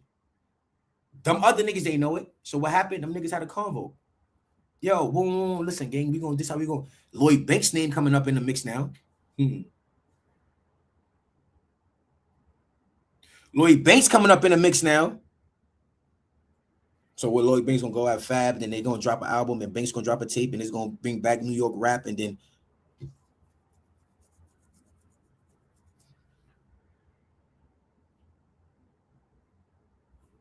shit is all scripted, bro. Shit is all fake. Me and bro had all the from the Max B the backstage shit. How remember the nigga Jim Jones was writing me talking about how the fuck I get footage inside they place. The money with Shorty, that's me and bro. The inside the spot, that's me and bro. Boxing ball shit, that's me and bro. Let me keep going. We got all the content. We getting all the real content that was going crazy. That's through me and bro. Why you think niggas ain't trying to reach out to niggas no more? How niggas use you got to see what's going on, because they looking at like, oh, nah, these niggas is really like TMZ Illuminati. But we doing it as bloggers because we thinking like this what bloggers do, like TMZ. But we not calling niggas for shit. Our phone will ring and be like, yo, bro, just like the shit I said we just had. We got some crazy ass shit, right? Nigga call randomly. We just shit, smoking, chilling. Me and the bros, we chilling. Nigga call nigga's phone like, yo, bro, I want yo, boom, what? Word? But niggas could have ran the content yesterday, but niggas like, you know, it'll go crazy on the internet. Gangsta, bro. I'm trying to tell you, bro. That's what they gonna try to kill me, bro. Allegedly. I don't care. You know why? I don't care because I know this shit is nothing. Life is nothing. This shit is nothing here, bro. And I don't want to be one of them niggas, God forbid, that be talking like this and something happen to him and be like, yo, he was saying, no. I'm good. Trust me, I'm Gucci. I'm protected. I'm just saying this. It's nothing here. This shit don't mean nothing. Nothing you do in this realm means shit, bro. I don't give a fuck if you got all the money, all the bitches, all the murders, all the anything, nothing you do. Yeah, it's cool to make history or be history in life. Yeah, cool. But that history shit don't mean nothing. You think these kids in 2030 give a fuck about Martin Luther King? Give a fuck about Malcolm X? All these niggas in the generation don't even care about them. You heard? So no matter what you do, it don't matter. Just live your life. That's all you have to do, bro. Just live your life how you want to live your life. Happy, eat what you want, drink what you want, smoke what you want, do what you want. That's it. This is how you get caught up in the matrix. When you start thinking it's more than what it is, it's not. It's really not, gang. When you start thinking like that, you just live that and you see the world in illusion, bro. Watch how much you accomplish in life, gang, because you don't care. Because the emotion of caring is the shit that holds you back. Is the anchor to a lot of people in life is caring. I care what this person think. I care how they feel. I care about this. Or I'm afraid of this. Bro, nothing matter, bro. King Von is dead. Nobody care about King Von. I'm just using names that like everybody could just, I always use my son Von. King Von dead. Kobe dead. Michael Jackson is dead. Michael Jackson. Get the fuck away from me. Michael Jackson. Nobody cares about Michael. Not to say that, but nobody. Nipsey. What's the doctor nigga name again? That was giving all the cures. Dr. CB. Whatever his name is. He's dead. Nobody cares about him. Not to say that though. Like, it's fucked up to say it like that, but it don't matter, bro. Nothing matter in life, bro. Nothing matter in life, bro. It's sad to say nothing matter in life, gang. And when you think like that, why you think billionaires? Yo, brother.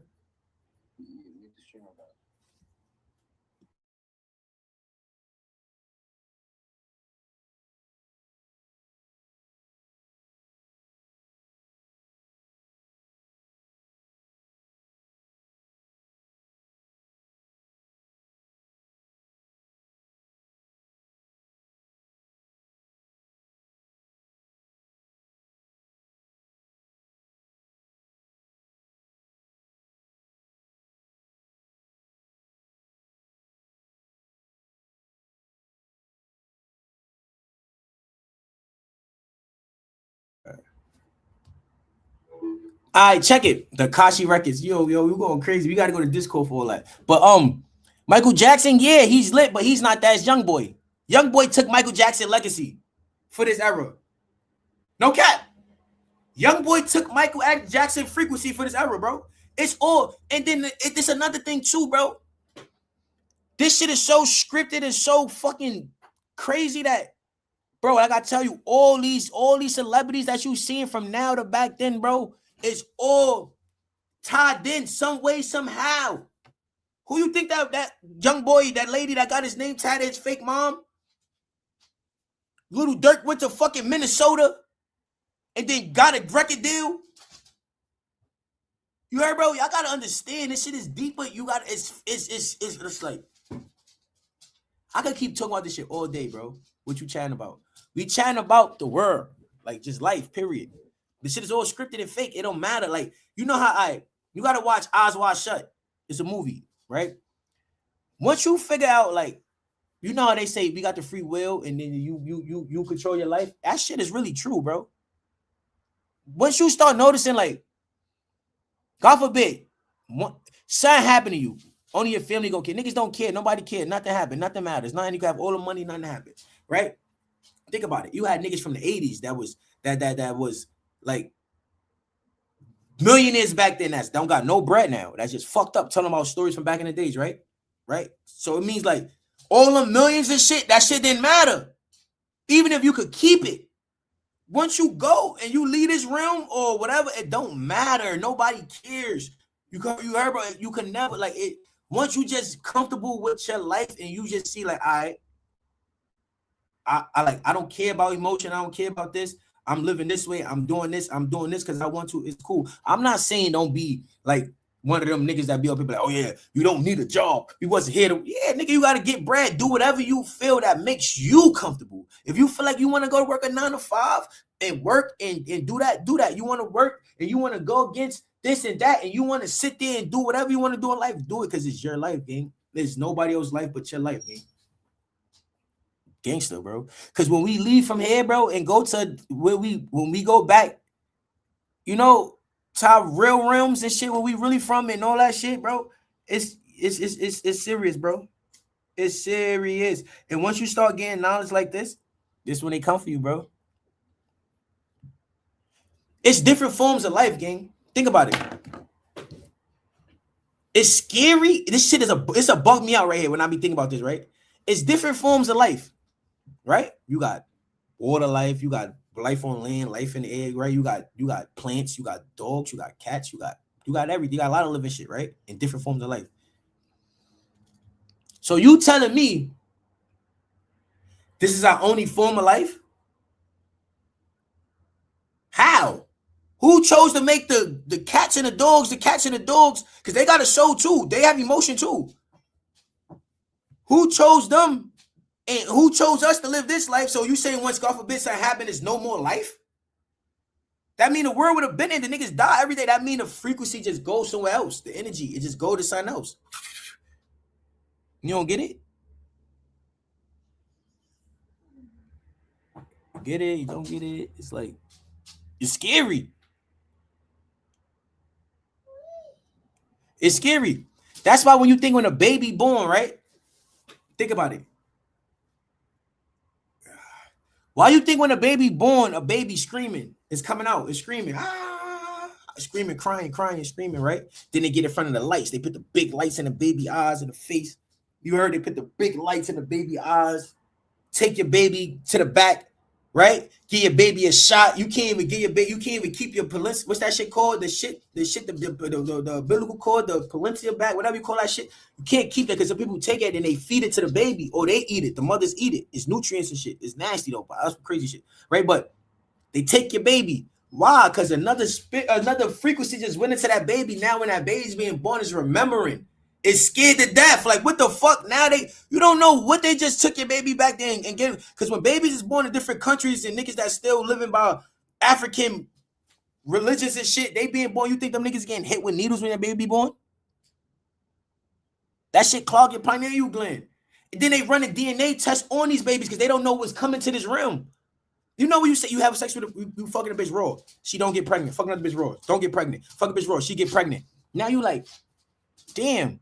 It's like you can't choose when you want to have a kid. It just happens, right? So you can't choose if you want a boy or girl. It just happens, right? You can't choose if you want twins or not. It just happens. You can't choose if you want a baby, light skin, dark skin, whatever. It's just gonna happen, right? So where the fuck is this frequency coming from?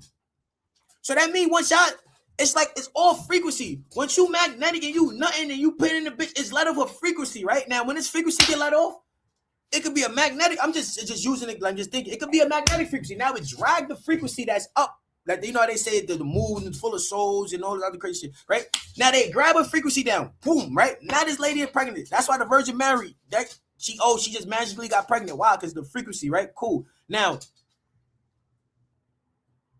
you telling me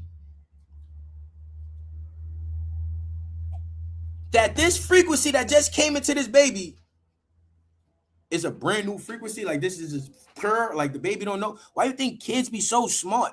Or you be like, oh, he got an old soul. Oh, he got, or a kid is, and sometimes a kid start remembering shit. Like I seen it before. Nigga, my little cousin. He's saying shit that we looking like, what the fuck? How the fuck? That's when the blue crystal babies and all that shit you heard, bro?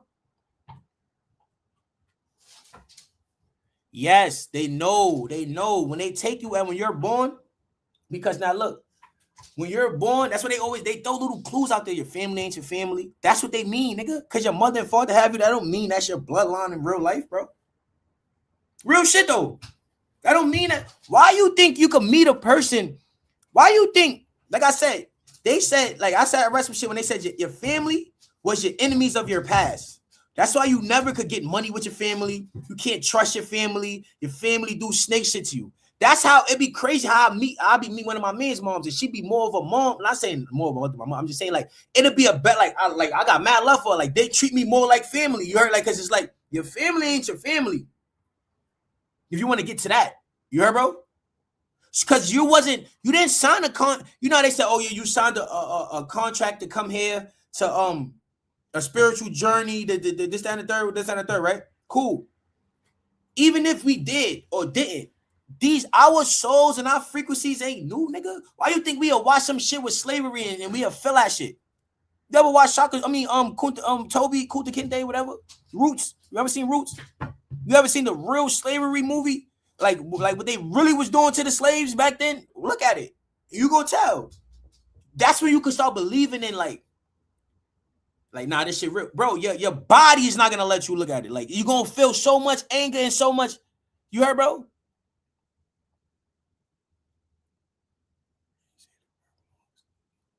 Yes, they said the birthmarks definitely was the way he was killed. And it's crazy. I got a birthmark on the bottom of my foot when that shit happened with me, right? And I could have died. And that's how crazy the world is, but I'm just protected, bro. It's a different type of different type of word.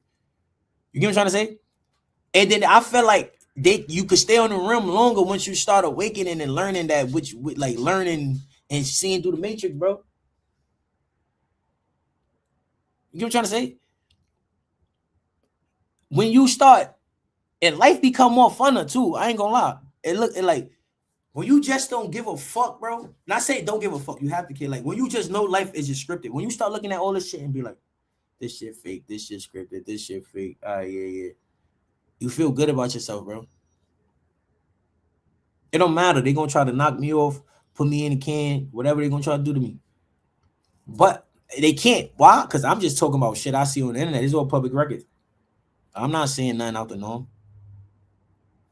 You heard? Ace, get away from me. That's how that shit be, gang. That's exactly how that shit be, bro.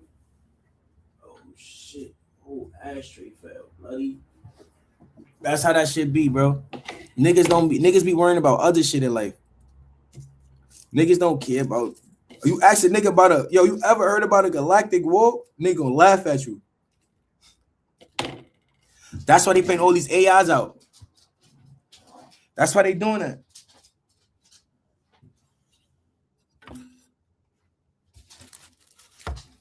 Damn, I ain't got no more weed.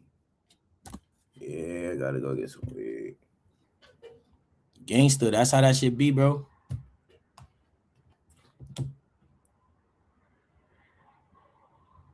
Nah, yeah, niggas ain't trying.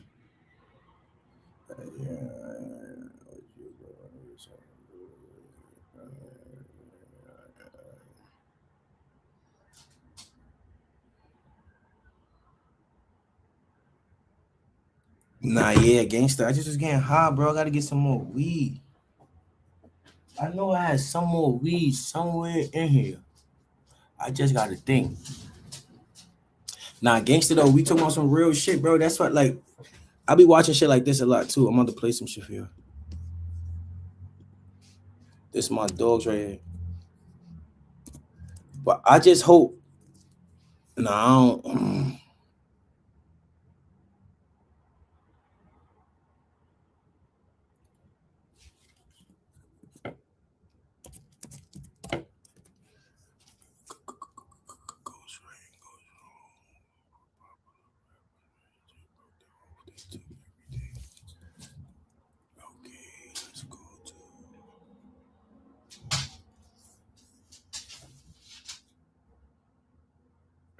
Shit like this.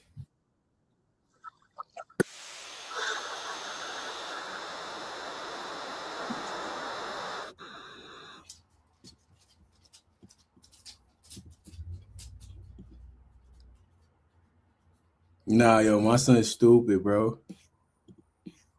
Nah, gangster, the earth is the greatest show.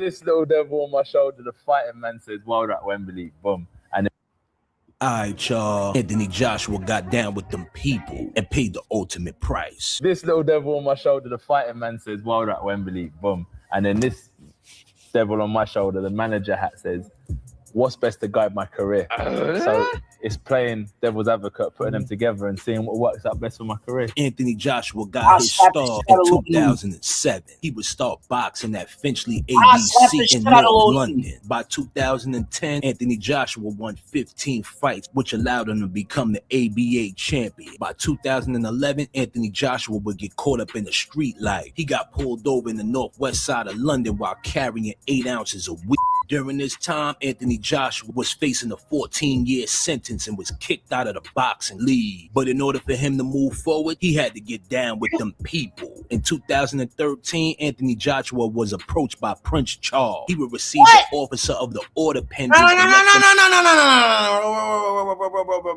Bro. He ripping Jada, bro. You're wilding. Yo, bro. He was with Prince Charles, bro.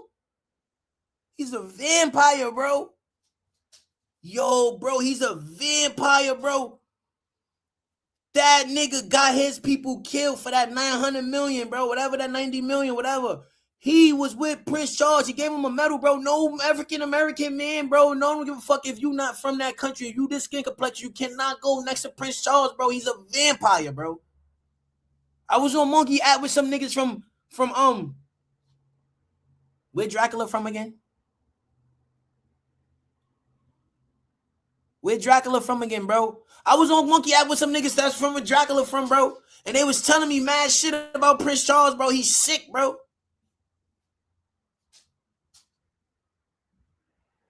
Serious, bro. Transylvania, bro. Yes. Transylvania, bro. I was talking to some weird niggas on Monkey app from Transylvania, bro. I don't watch stuff like that, bro. I be in the crib by myself a lot, bro. I can't watch scary movies. I'm gonna keep it a bean, chat. I'm a real nigga. I could watch movies when it comes to like let's see. I could watch by myself. I could watch shit like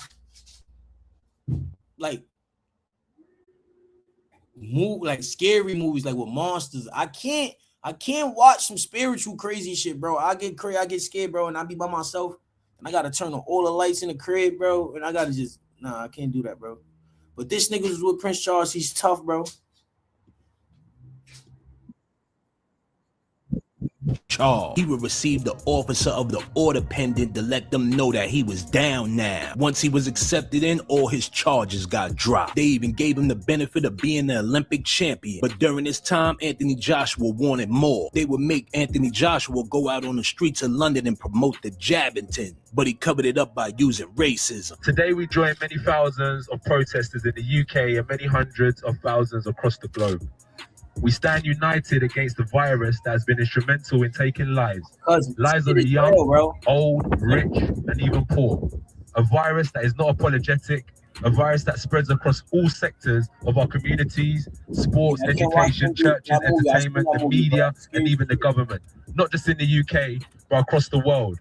The virus. If you think my mind is the way it is, right? Imagine when no Diddy, right? Imagine when I'm asleep, bro. Imagine the dreams I be having. If I could think like this, awoke and speak in like the regular shit. Imagine I have crazy dreams, bro. So I don't be having times to. I already be having crazy ass dreams. So when it comes to scary shit like that, bro, and they playing with your dream, like Freddy Krueger, I'm scared of Freddy Krueger to this day. I don't play with Freddy Krueger, bro. I'm gonna keep it a bean. I can't fuck with Freddy Krueger.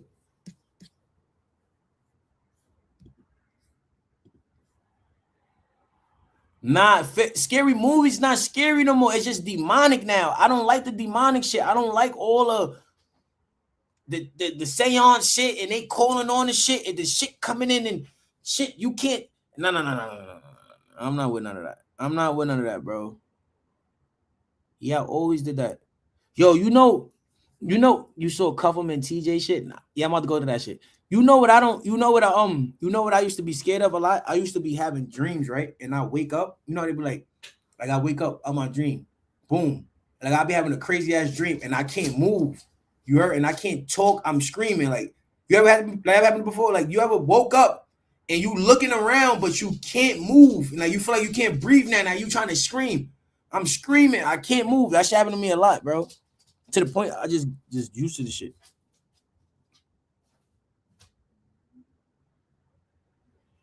This UK. Yo, you know Prince Charles, bro? I think Prince Charles ripped his buns, bro. Nobody go to Prince Charles if he don't go suckle your neck, no Diddy like a vampire or rip your buns. It's one or the other, bro. I don't know, bro. You can't just go to Prince Charles, bro. That's not Barack Obama. That's not Donald Trump. That's Prince Charles, bro. He's tough, bro. He's from Transylvania, bro.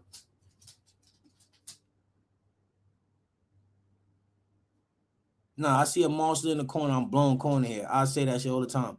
I'm good, nigga. You crazy? I see anything out the norm. I'm blowing corn, bro.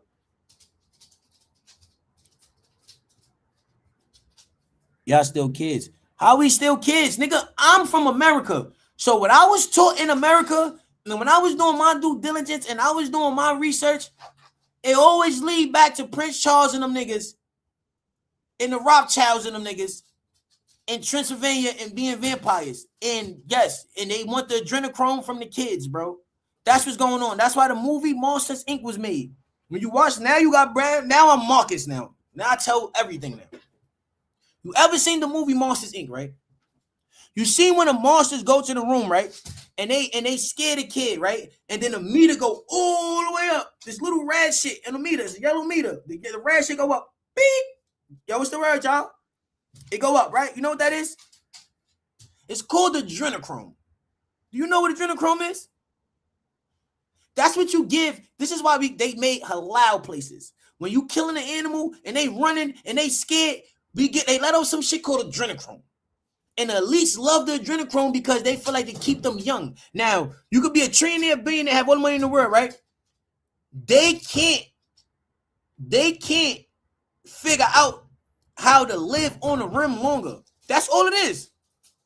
So they eating kids, eat humans, but kids, especially kids, because they produce more adrenochrome. Because when you scared, why you always think a kid be like, oh, mom, there's a monster in my closet. There's a monster under my bed. This is real shit, bro. They want these kids to produce adrenochrome, bro. That's why they beat them. They torture them. They do shit, bro. Why you think the movie Monster Inc. is that? Like, think about it. What the fuck was the reason why they was going scaring the kid and seeing the scariest kid was this is why. That's why I'm glad we have YouTube now. Now we can pull up these videos and break it down to you kids, right? I gotta ask how to spell adrenochrome. I don't know how to spell adrenochrome. I ain't gonna lie. None of y'all probably know how to spell adrenochrome. Hold on. Adrenochrome. Hold on. I got it. It's right here. Damn, this is a good little. I'm gonna keep that that nigga on this shit, but I'm about to go to the Let me show you some shit.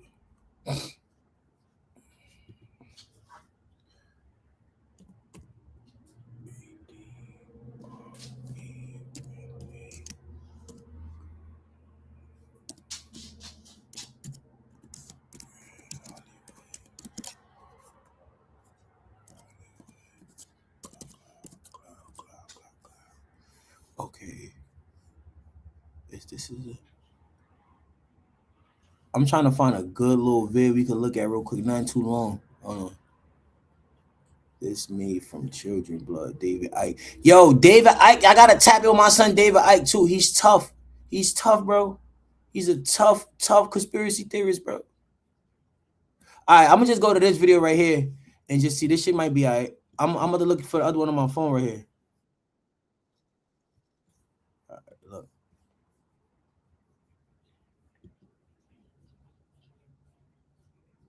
Yeah, that's all the kids we going missing, bro.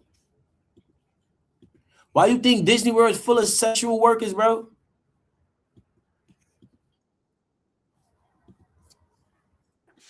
Are you wanting to feel young and alive again? We have the solution for you. Not gangster. Since I've been taking adrenochrome, I've never felt more youthful and ready to start the day. Your favorite Hollywood elite can't get enough of it. And neither will you once you get a taste. Waited what? Fly out to Hollywood and try some today.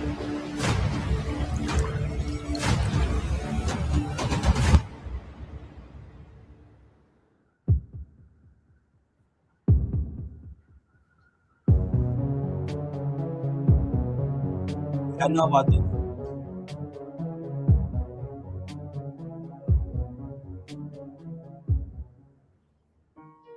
The world is a strange place. People wake up, make coffee, scroll, post.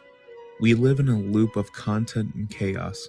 1 second you're watching a funny video that you found online, then a celebrity ad, maybe even a true crime podcaster or two. Maybe you'll even see one of those Nespresso commercials with George Clooney. And it's all harmless, right? But what if it wasn't? What if you started to see patterns? Red shoes, occult symbols, weird interviews. Interviews where celebrities talk about selling their souls. That's when it stops feeling like entertainment. It starts to feel like something more. And then you hear a word. A word so strange it sounds made up. A word that feels like it doesn't belong anywhere near reality. Adrenochrome. That's when things get disturbing. Whoa. Let's back this up a bit. What exactly is adrenochrome? Well, on the record, adrenochrome is a chemical that is actually based in reality and has the evidence to prove it. That part's real. It's produced by the oxidation of adrenaline. Scientists studied it in the 30s and again in the 50s, thinking it might be linked to schizophrenia or other hallucinations. Bro, this nigga crazy. But eventually, interest faded.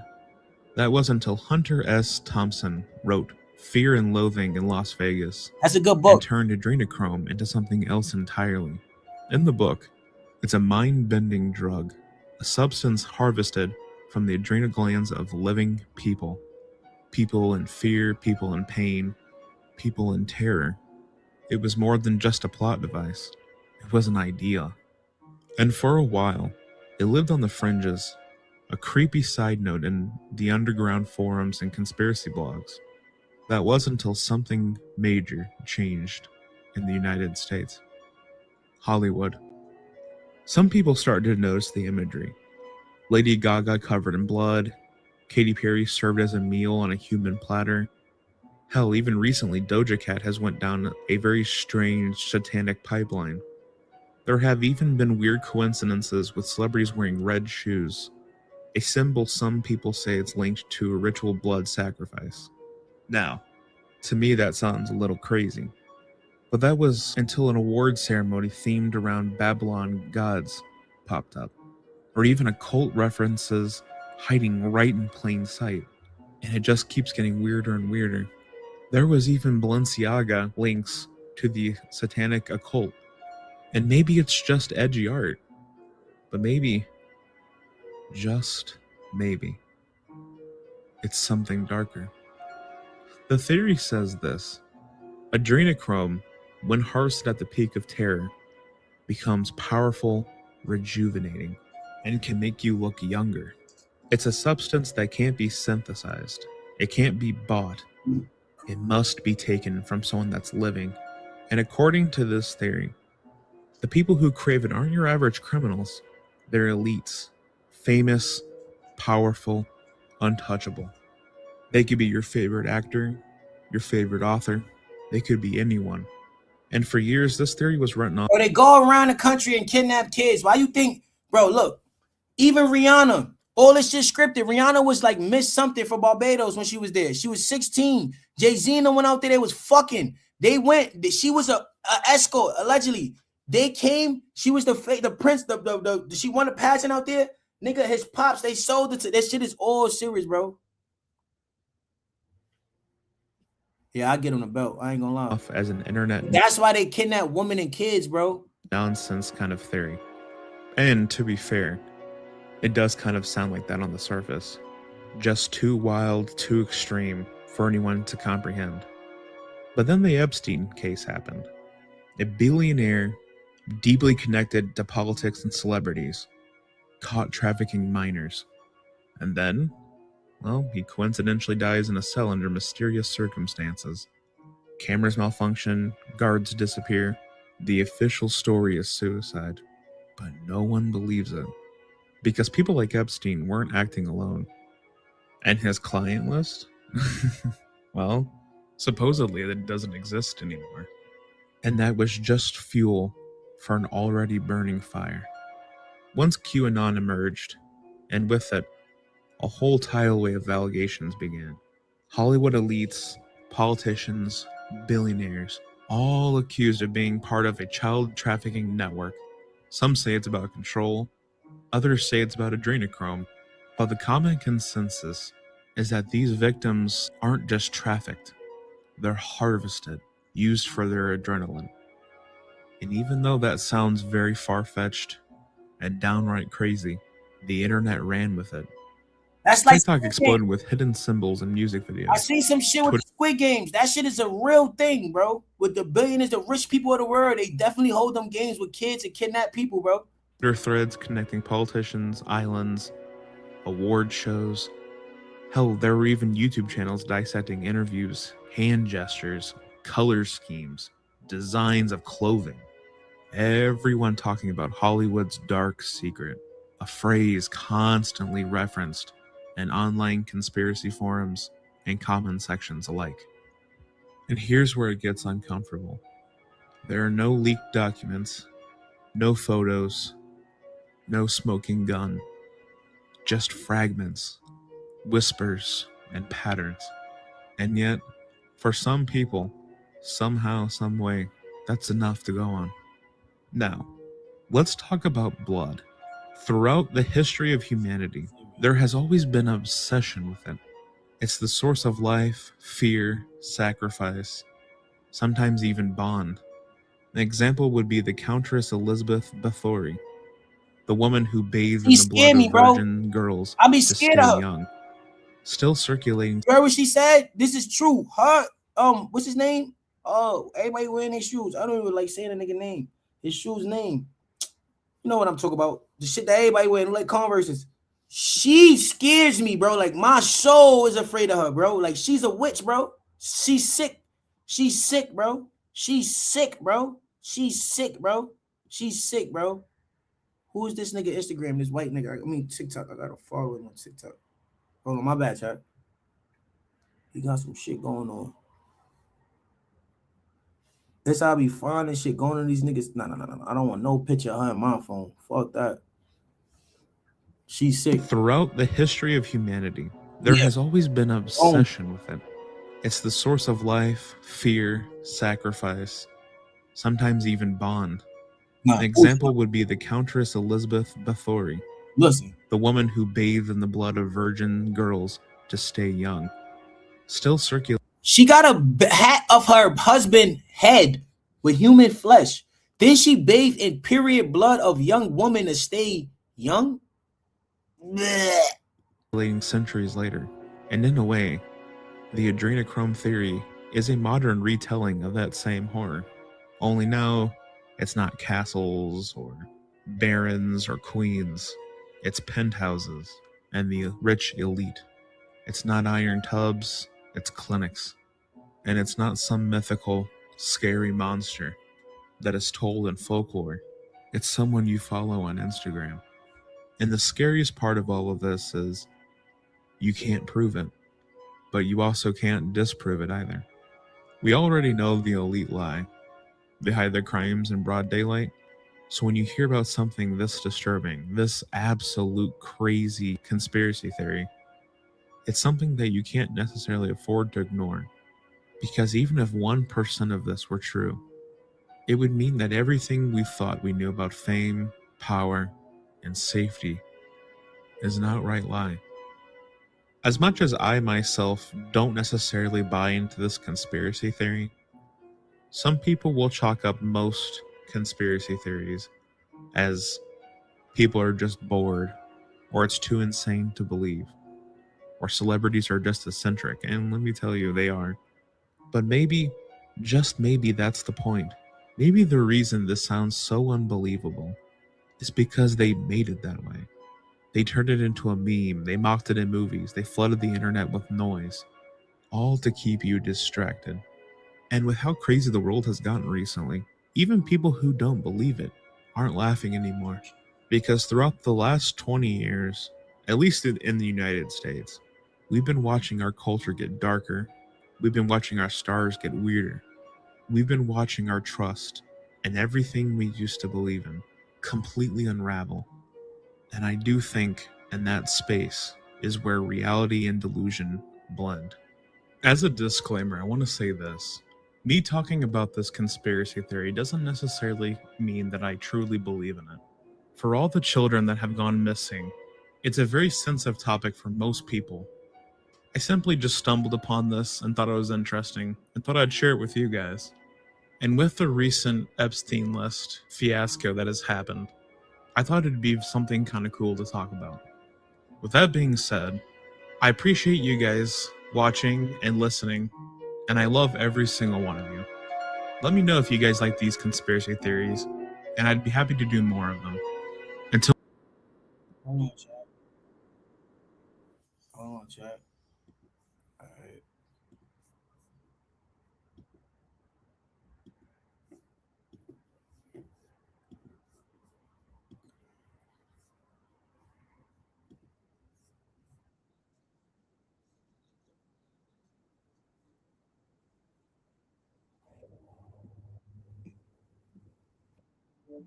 Like and subscribe, join the Discord, the Minecraft server, and the Patreon. Now let's dive. I spent the last 3 weeks of my life digging up the real, unknown information about Jeffrey Epstein. You know him, the beloved financier and philanthropist, and his esteemed girlfriend Ghislaine Maxwell, the heiress and Redditor. And in that time, I noticed that there was a hole in the market for Epstein information, that being any reasonable proof he actually met his end by his own hand in August of 2019 in the jail cell. And from my research, there's only one conclusion from what I've uncovered. Not only did Epstein not take his own life, he never even died at all. And so that's what I've set out to do for you here today. Bring all this information together that I have gleaned from the internet and first prove that Epstein did not kill himself. And second of all, prove that he is still alive. And third of all, give some plausible theories about where he might be today. One would assume that guarding Epstein was a battalion of Navy SEALs, perhaps prepared to perish to preserve and ensure that Epstein would be forced into revealing everyone implicated in his ways. But no, we actually had the opposite. And for us, that's where this story really begins. At 6:30 a.m., Jeffrey Epstein is discovered by the two guards who had been posted outside of his cell named Tova Noel and Michael Thomas. And they are reason number one that Epstein did not kill himself.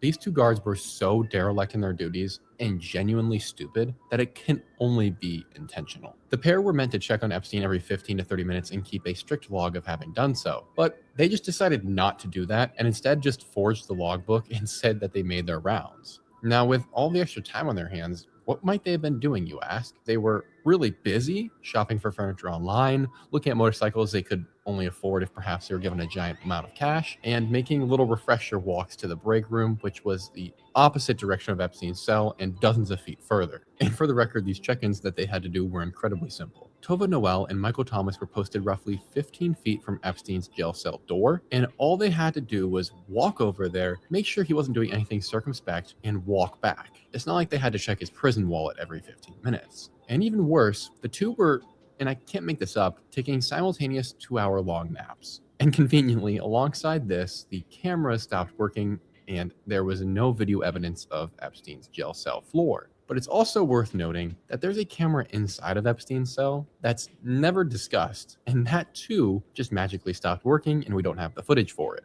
Now, I won't get into the math of how all these cameras can stop operating at the same time, because it's not possible, but it's just one of the many reasons why Epstein certainly did not kill himself. Reason 2 Epstein did not kill himself is that the same night the guards were sleeping and shopping, the inmates were most certainly not. I presume there was a unique dynamic in the cell block, as the special housing unit where Epstein was filled with murderers, and an international pedophile being just feet away from them, well, he was very likely to have his life ended by somebody. As it's commonly known that pedophiles are the first to die in prison, and according to the most conservative statistics, they are at least twice as likely to die as any other inmate. Thus, I presume many inmates wondered who had gotten to Epstein when they began hearing shrieking and shouting in their own words from Epstein's cell the night of his alleged demise. Not to state the obvious, but you don't scream while hanging yourself in prison. It sort of defeats the purpose. On your end, I'm sure you're wondering, like I was when I read this, why weren't we told that there'd been screaming from Epstein's cell the night of his death?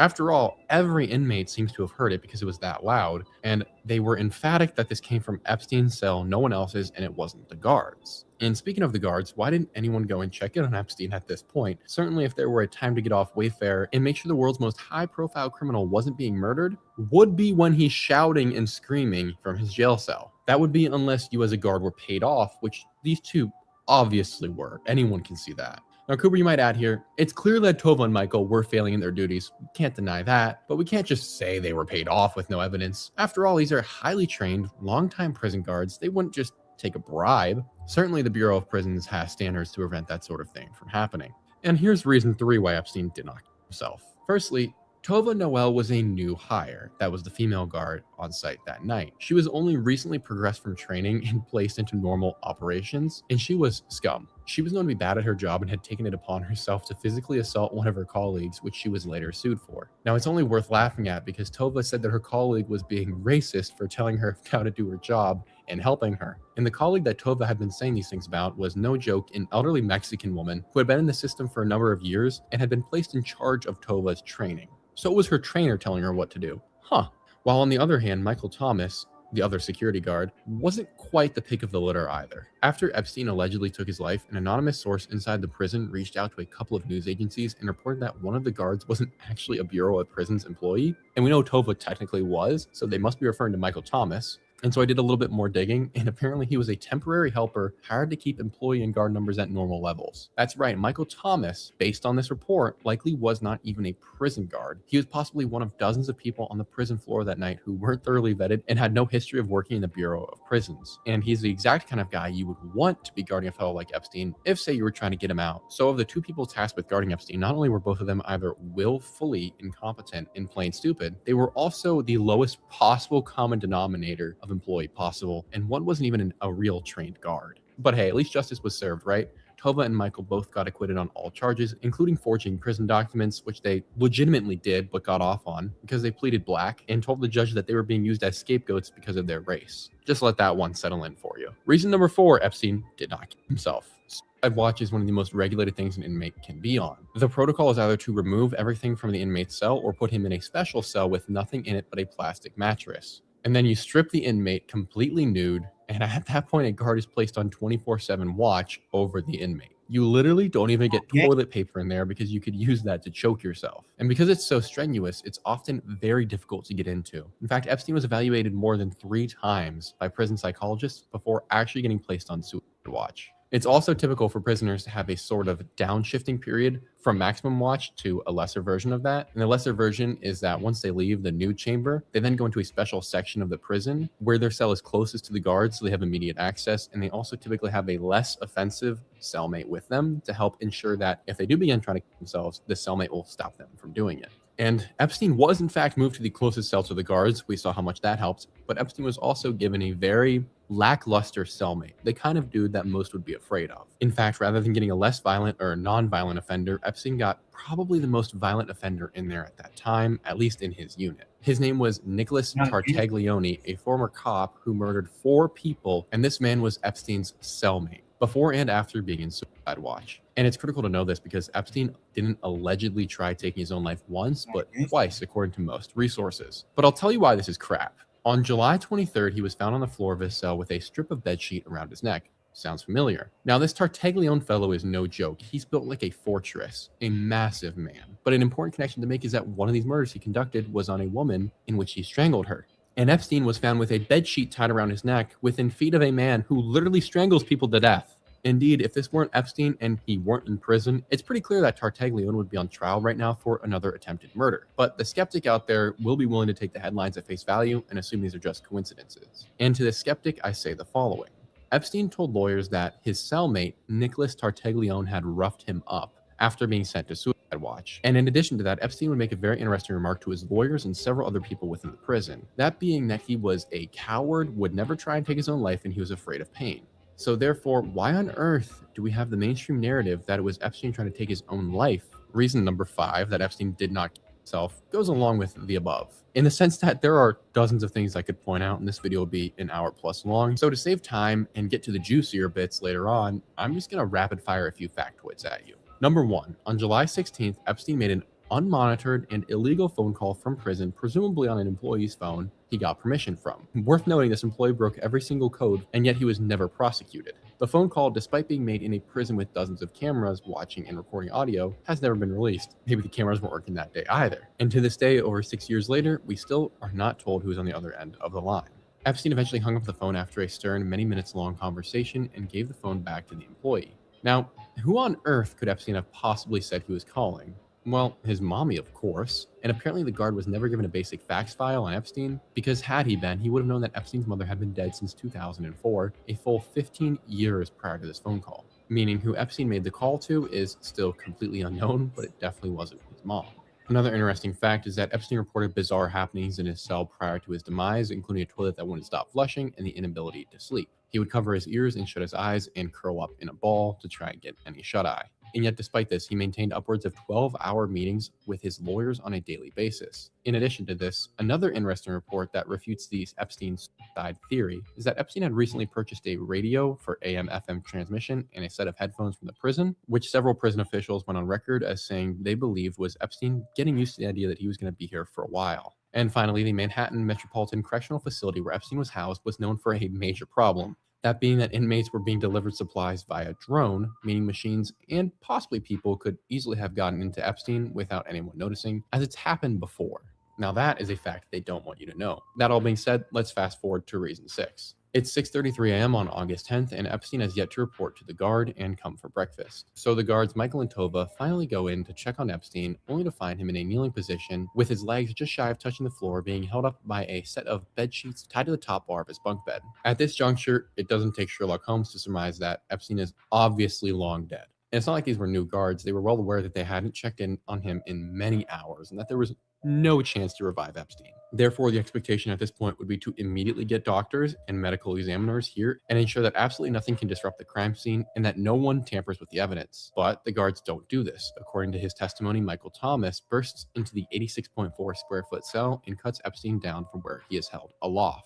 He then proceeds to attempt resuscitating the lifeless husk, shouting, "Breathe, Epstein, breathe," followed up with, "We're going to be in so much trouble." Certainly Thomas was correct. He should have been in so much trouble. And it's worth noting, this body is so dead at this point, he has the same chance of breathing life into it as he does my stuffed horse. And based on Michael Thomas's words and own account, he was well aware of that. He was just doing this to cover his butt. The two prison guards then proceed to use a defibrillator on Epstein, all the while continuing to disturb the crime scene. Completely destroyed all available evidence in the cell. If there were any other DNA present at one point in this room, it certainly isn't there any longer. Everything in the cell is manhandled, covered in their DNA, and thrown around. Even Epstein's mattress ends up on the floor, which makes zero sense. At this juncture, it's surpassed the point where stupidity is no longer an acceptable excuse. These two were not only derelict in their duties, they then entered a crime scene and destroyed all of the evidence. Eventually, the medical professionals on site got wind of what happened to Epstein and come to remove the body and photograph the evidence. Once again, breaking protocol though, because they should have left the body in the cell and then taken photos as the scene stood, which to my knowledge, and based on all the photos online that I could find, did not happen. They removed his body and then took photos of what was left inside. So now we're left with a completely unusable crime scene, two further guilty guards, and questionable medical examiners who didn't even take the right kind of photos. Which leads us into reason number 7 why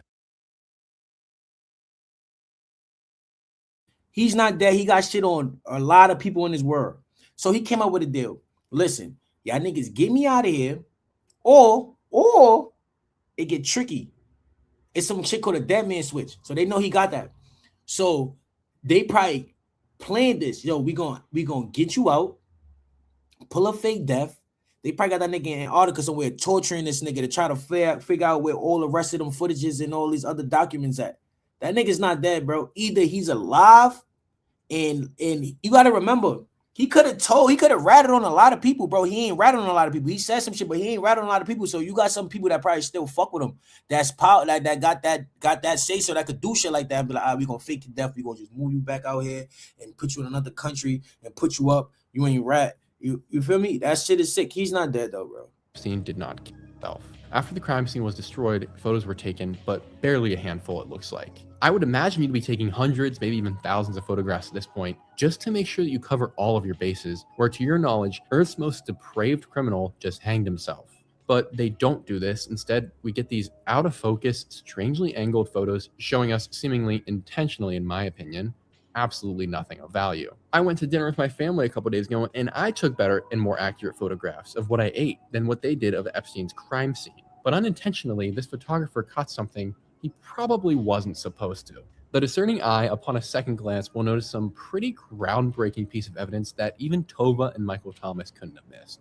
First is the alleged noose, which was made either from bed sheets or bits of clothing. The facts are a bit murky there. In either case, the material given to the prisoners for clothing and sheets is designed in a manner to prevent just this Epstein situation from happening. Also, as far as I can tell online, the color of uniform for the Manhattan Metropolitan Correctional Center is blue, not orange. At least that's what all the MCC prisoners I could find online were depicted as wearing, but hey, I mean, that's just a bit odd to me. But it could be that they changed uniform colors by the time Epstein got there. I think that's doubtful, but I'll grant the skeptic the benefit of the doubt there. What, however, is even stranger is that if we refer to Michael Thomas's own testimony, when he states that he had noticed Epstein dangling from the top of his bed. And so he runs in, pulls out a blade, and cuts Epstein down. But wait a minute there, buddy. There is not a single sign of this fabric having been cut with a knife.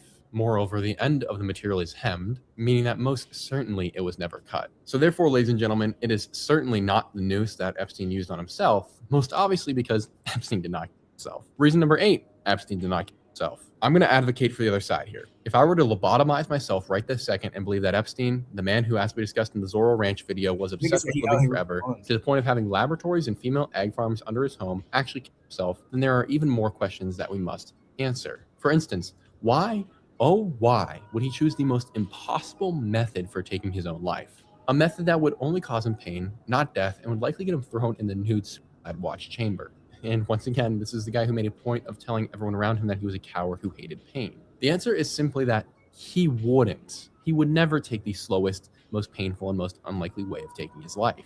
Instead, he would choose a much more guaranteed method for ending his life. Something sturdy and reliable, built Ford tough, my bad. Not an ad read right now. You know, like a large swath of thick plastic tubing. Or, if I had my pick of the litter, I might choose a strong, black, unbreakable power cord. Now, obviously, Epstein didn't have his pick of the litter and couldn't have chosen either of these, so why are you telling me this, Cooper? Well, because Epstein actually could have chosen either of these things instead of the bed sheets. And that's because Epstein had sleep apnea. What a weird diversion, Cooper. I know. Why do I care? Just trust me here. I have a thing.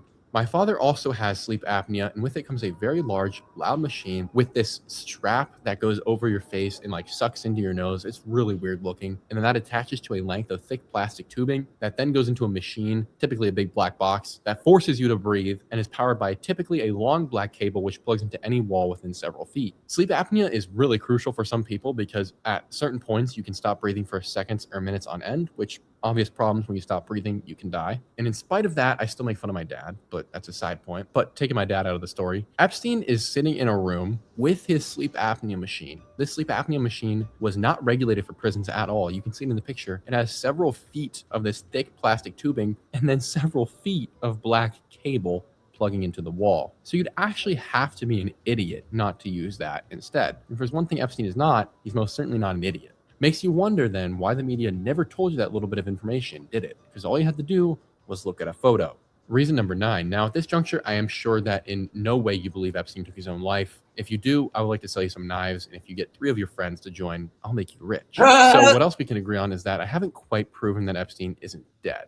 Fair, so let's move our attention to the photos of his body after it's taken away from the prison. The first thing you may notice is that none of these autopsy photos look like Epstein. And it's convenient that there are no photos that are direct on angles of his face, which means we can't run any facial recognition software or clearly discern if it's him or not. That being said, we can disprove this being Epstein's body well before the autopsy photos. There is a photo that reveals more to us than any direct on shot of his face could. And it's this skeezy little angle we get of Epstein's ear, or very clearly not Epstein's ear because they don't even remotely match one another. So unless Epstein got new ears while in prison, this is not his body, which leaves us to wonder whose it is then. I've seen and read many theories, including a body double for who this could be, which is possible considering Epstein's countless millions of dollars he poured into his foray into human cloning, which, no joke, check out the Zorro Ranch video if you haven't seen that. My personal theory, though, is that this body looks a ton like the brother of Hillary Clinton named Tony Rodham, who died just a handful of weeks prior to Epstein. And here's a photo of what he looks like. And no, I'm not lying to you. The man on screen is not Jeffrey Epstein. That's actually Hillary's brother, and you are not mistaken. Nah, that ass. That's that body that was in it. In fact, here's a side profile of him playing golf with Bill Clinton. The resemblance is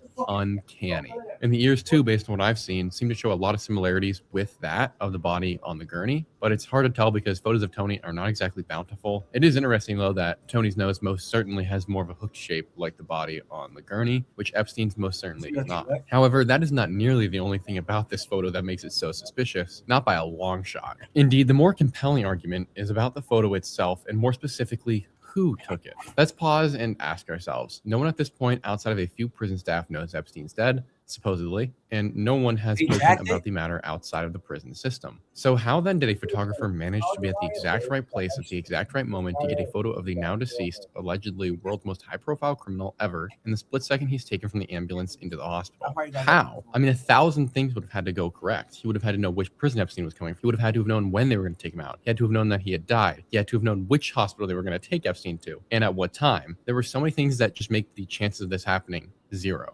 And no, there wasn't a tip-off either. It wasn't leaked to the press, and no one was made aware that Epstein was going to be there. And this is the only photographer who shows up to see Epstein. So I can't believe that. And therefore, I decided to look into who this photographer is. After all, he does seem to have the most fortunate timing ever and the best connections ever. He must have an illustrious career, correct? And you'd be incorrect because he doesn't actually exist. The name of this photographer is William Farrington, who happens to share the same last name and likeness of the infamous photographer Roger Farrington. Roger was famous for working with the CIA in the 1970s and being one of those guys who always got the exclusive shots of the most atrocious criminals. And the Epstein photos are nowhere near the first time he got an extremely well-timed photo, not even by a long shot. One example is he was one of the last people to get photos of John Lennon before his likely government-ended demise in the 1980s. Okay, Roger Farrington was also...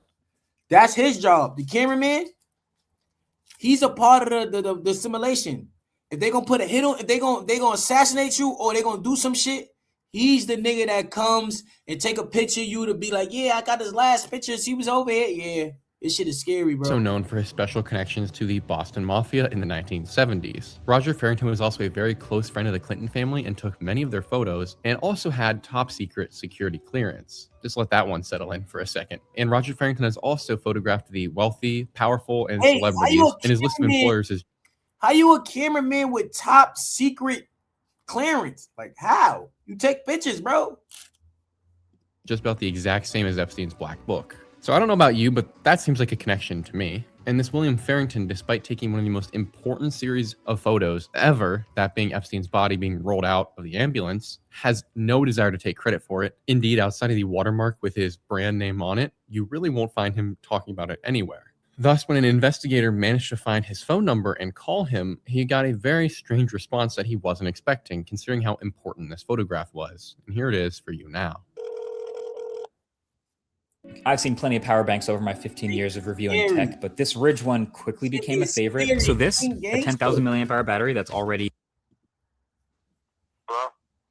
Hi, is this Bill Farrington?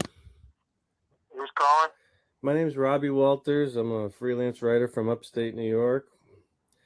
What's going on? I wanted to see if you had like a minute or so to talk about that Epstein photo you took on Saturday. I don't really care to talk about it. Well, it's like a worldwide photo now. It's like probably the photo of the year. I just was, you know. I don't think. I think that's not. Thanks, Robbie. I appreciate your time. Okay. All right. Bye. Combine everything I've told you with this record. Yo, Epstein not dead, bro. The nigga who took the picture of the nigga body not trying to take like ownership up to this shit. None of that. He don't want nothing to do with that. Nigga said, man, that's not gangster. Yo, gangster. And the fact that there's zero social media presence for Will online, except for LinkedIn with no posts and a few followers, there's really no reason to believe this guy is anything other than Roger Farrington, using another name. And I might add that it is very convenient William also works for the New York Post, which is owned by a man named Rupert Murdoch, another vile fellow and friend of Epstein and Ghislaine's. And once again, I'm sure that's just a coincidence, but I doubt that this reason number 10 is, because if we were to look into Rupert Murdoch, we're going to notice some interesting things. His history of faking photographs does not begin with Epstein's. So let's switch to another photograph, that being Ghislaine's infamous In-N-Out Burger photo shoot. For context, 2 days after Epstein perished, allegedly, Ghislaine Maxwell was caught out at random at an In-N-Out Burger just reading a book and eating some munchies. This was the first public appearance of Ghislaine in over 3 years, and understandably, everyone was a bit shocked to just see her there, sitting and eating. After all, this is the demon spawn and accomplice of Jeffrey Epstein, the international pedophile trafficker murderer, and she's just sitting there munching on her meal and reading a book. What gives? And there's a lot to unravel here, so let's run it from the top to the bottom. First of all, the book Ghislaine is reading is entitled The Book of Honor, The Secret Lives and Deaths of CIA Operatives, which is a little on the nose considering her father, Robert Maxwell, herself, and Epstein were all intelligence assets. But that is by no means the strangest thing in this photo. Expanding into the photo itself, there are some things that are clearly off. According to the story, the photographer was a random passerby who noticed Ghislaine and asked if she was actually Ghislaine Maxwell, and then took the photo. Except that's definitely a lie. Firstly, there are 2 drinks, 2 phones, and 2 trays of food, as well as an ID badge sitting on the table. Ghislaine is clearly not alone, as the whole news media was telling us. Secondly, reviewing the metadata for the photo shows that it wasn't taken on some random phone camera, but a high-quality photography camera, which is convenient. Someone just had that with them while at In-N-Out Burger. Thirdly, the copyright for the image is owned by a company named Meadowgate Media, and a basic search for business filings shows us that Meadowgate Media has 5 directors or officers, and the agent for the company who filed the paperwork is a woman named Leah Staphian. And Leah, as we are told, is not some random passerby, but actually the Maxwell family lawyer and was with Ghislaine all the way through her show trial. The dog in the In-N-Out image is not Ghislaine's dog, as I imagine she eats puppy souls for breakfast, but is actually her lawyer Leah Staphian's dog, and you can see that on her archived social media profiles from the time. Thus, the photograph was clearly staged, but to really bring it home, Meadowgate Media is also the name of a company owned by Rupert Murdoch, the same fellow who owns the company that got the impossibly well-timed photos of Epstein being rolled out of the ambulance, or well, I shouldn't say Epstein because we all know without a doubt that's not his body, which is just another clear sign that Rupert Murdoch is involved in this and stages photos. But if you thought I was done there, no. One more detail must be added to this whole thing. The Ghislaine photo was manipulated like all get out. When you remove the mosaic blurs from the faces in the background, you would quickly notice that the blurring was premature because these people don't even have faces. For instance, the man in the back seems to have 4 sets of eyes that pop out of his face, in addition to a completely disjointed set of cheeks that don't really match his face. And he too, despite eating alone, has 2 drinks on the table, which is weird. The woman on the left of Ghislaine has an eye that is being overgrown by a random piece of flesh on her face, and the same seems to be happening for the other 2 old men at the table. Thus, either something horrible and undefinable happened to these folks, or this photo was horribly photoshopped, making it more clear this was staged. While we're at it though, knowing old Rupert Murdoch, Epstein's buddy, likes to falsify photos, let's point out what's wrong with the Epstein ambulance photo. Besides the fact the body's in Epstein's. One, the oxygenator isn't even in Epstein's mouth. You can tell by the angle. What am I saying? This whole thing is a lie. Let's not even belabor the point. No EMT ever pretends a body's alive and gives it oxygen and puts the neck in a brace. The whole thing's ridiculous. Epstein's been dead for like 6 hours at this point. This entire thing was a clever piece of propaganda. By the time Epstein made it to the ambulance, he was long dead. Unless your point is to make people think that, oh my goodness, they had rushed him to the hospital and he passed away there, and that Epstein had just taken his own life. It's clearly not what happened, and it's just ridiculous that they're trying to sell it at this point. This next section is just going to be a series of reasons why Epstein is very clearly alive. We'll try and go rapid fire because this video is already very long. The first reason I believe Epstein is not dead is simple. In 2014, 5 years before his death, Epstein masterminded the establishment of an unmonitored account that he reported to the authorities in the Virgin Islands that it would be used for establishing an international bank. In reality, this account was basically a really fancy entity that was separate from Epstein himself and would go unnoticed by almost everybody. And Epstein could run money in and out of it. Even Epstein's legal team didn't know about it until well after his alleged death. Just get this though, when Epstein supposedly dies in prison, the account has roughly $700,000 sitting in it. Within 5 months of his demise, the Epstein estate, which he sets up 2 weeks prior to his death while in prison, sends an automatic wire transfer of $15.5 million to the account. And I want to remind you, the only person who had access to this account or knew it existed and could have unilaterally made the transfer was Epstein, meaning that in December, the total amount of money in the account was roughly $16.2 million-ish.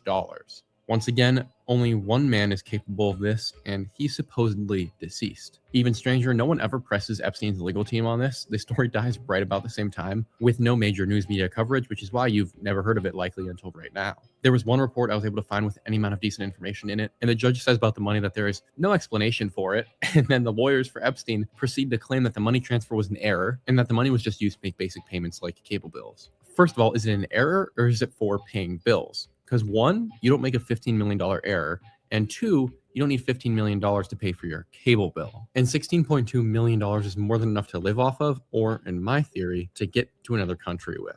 And I don't want to leave out that within a few weeks of Epstein's account receiving this $15 million transfer, all the money was liquidated, and before the new year, it was gone. No one knew where it went. On that note, there is an interview from an Epstein source claiming to be a Mossad agent. The agent goes on to claim that Epstein is alive and continuing his evil ring from the deserts of Israel, where he is being protected, and that Epstein has also continued the cloning operations we uncovered previously. The Mossad agent says he, along with many of his friends, were tasked with guarding Epstein, but are disgusted. Epstein is taking children from the streets of Israel and doing unimaginable things with them. And whether you take him at his word or not is up to you, but we do know that Epstein and Ghislaine's dad and Ghislaine herself were all Mossad agents based on the last video. And there is a picture of Epstein wearing an IDF or Israeli Defense Force shirt on a private jet with another individual. And finally, former Prime Minister of Israel, Ehud Barak, was one of Epstein's best friends visiting his home in New York over 30 times after Epstein was convicted of sex trafficking children. It is also known that girls would walk into Epstein's home that very same time that Ehud was visiting.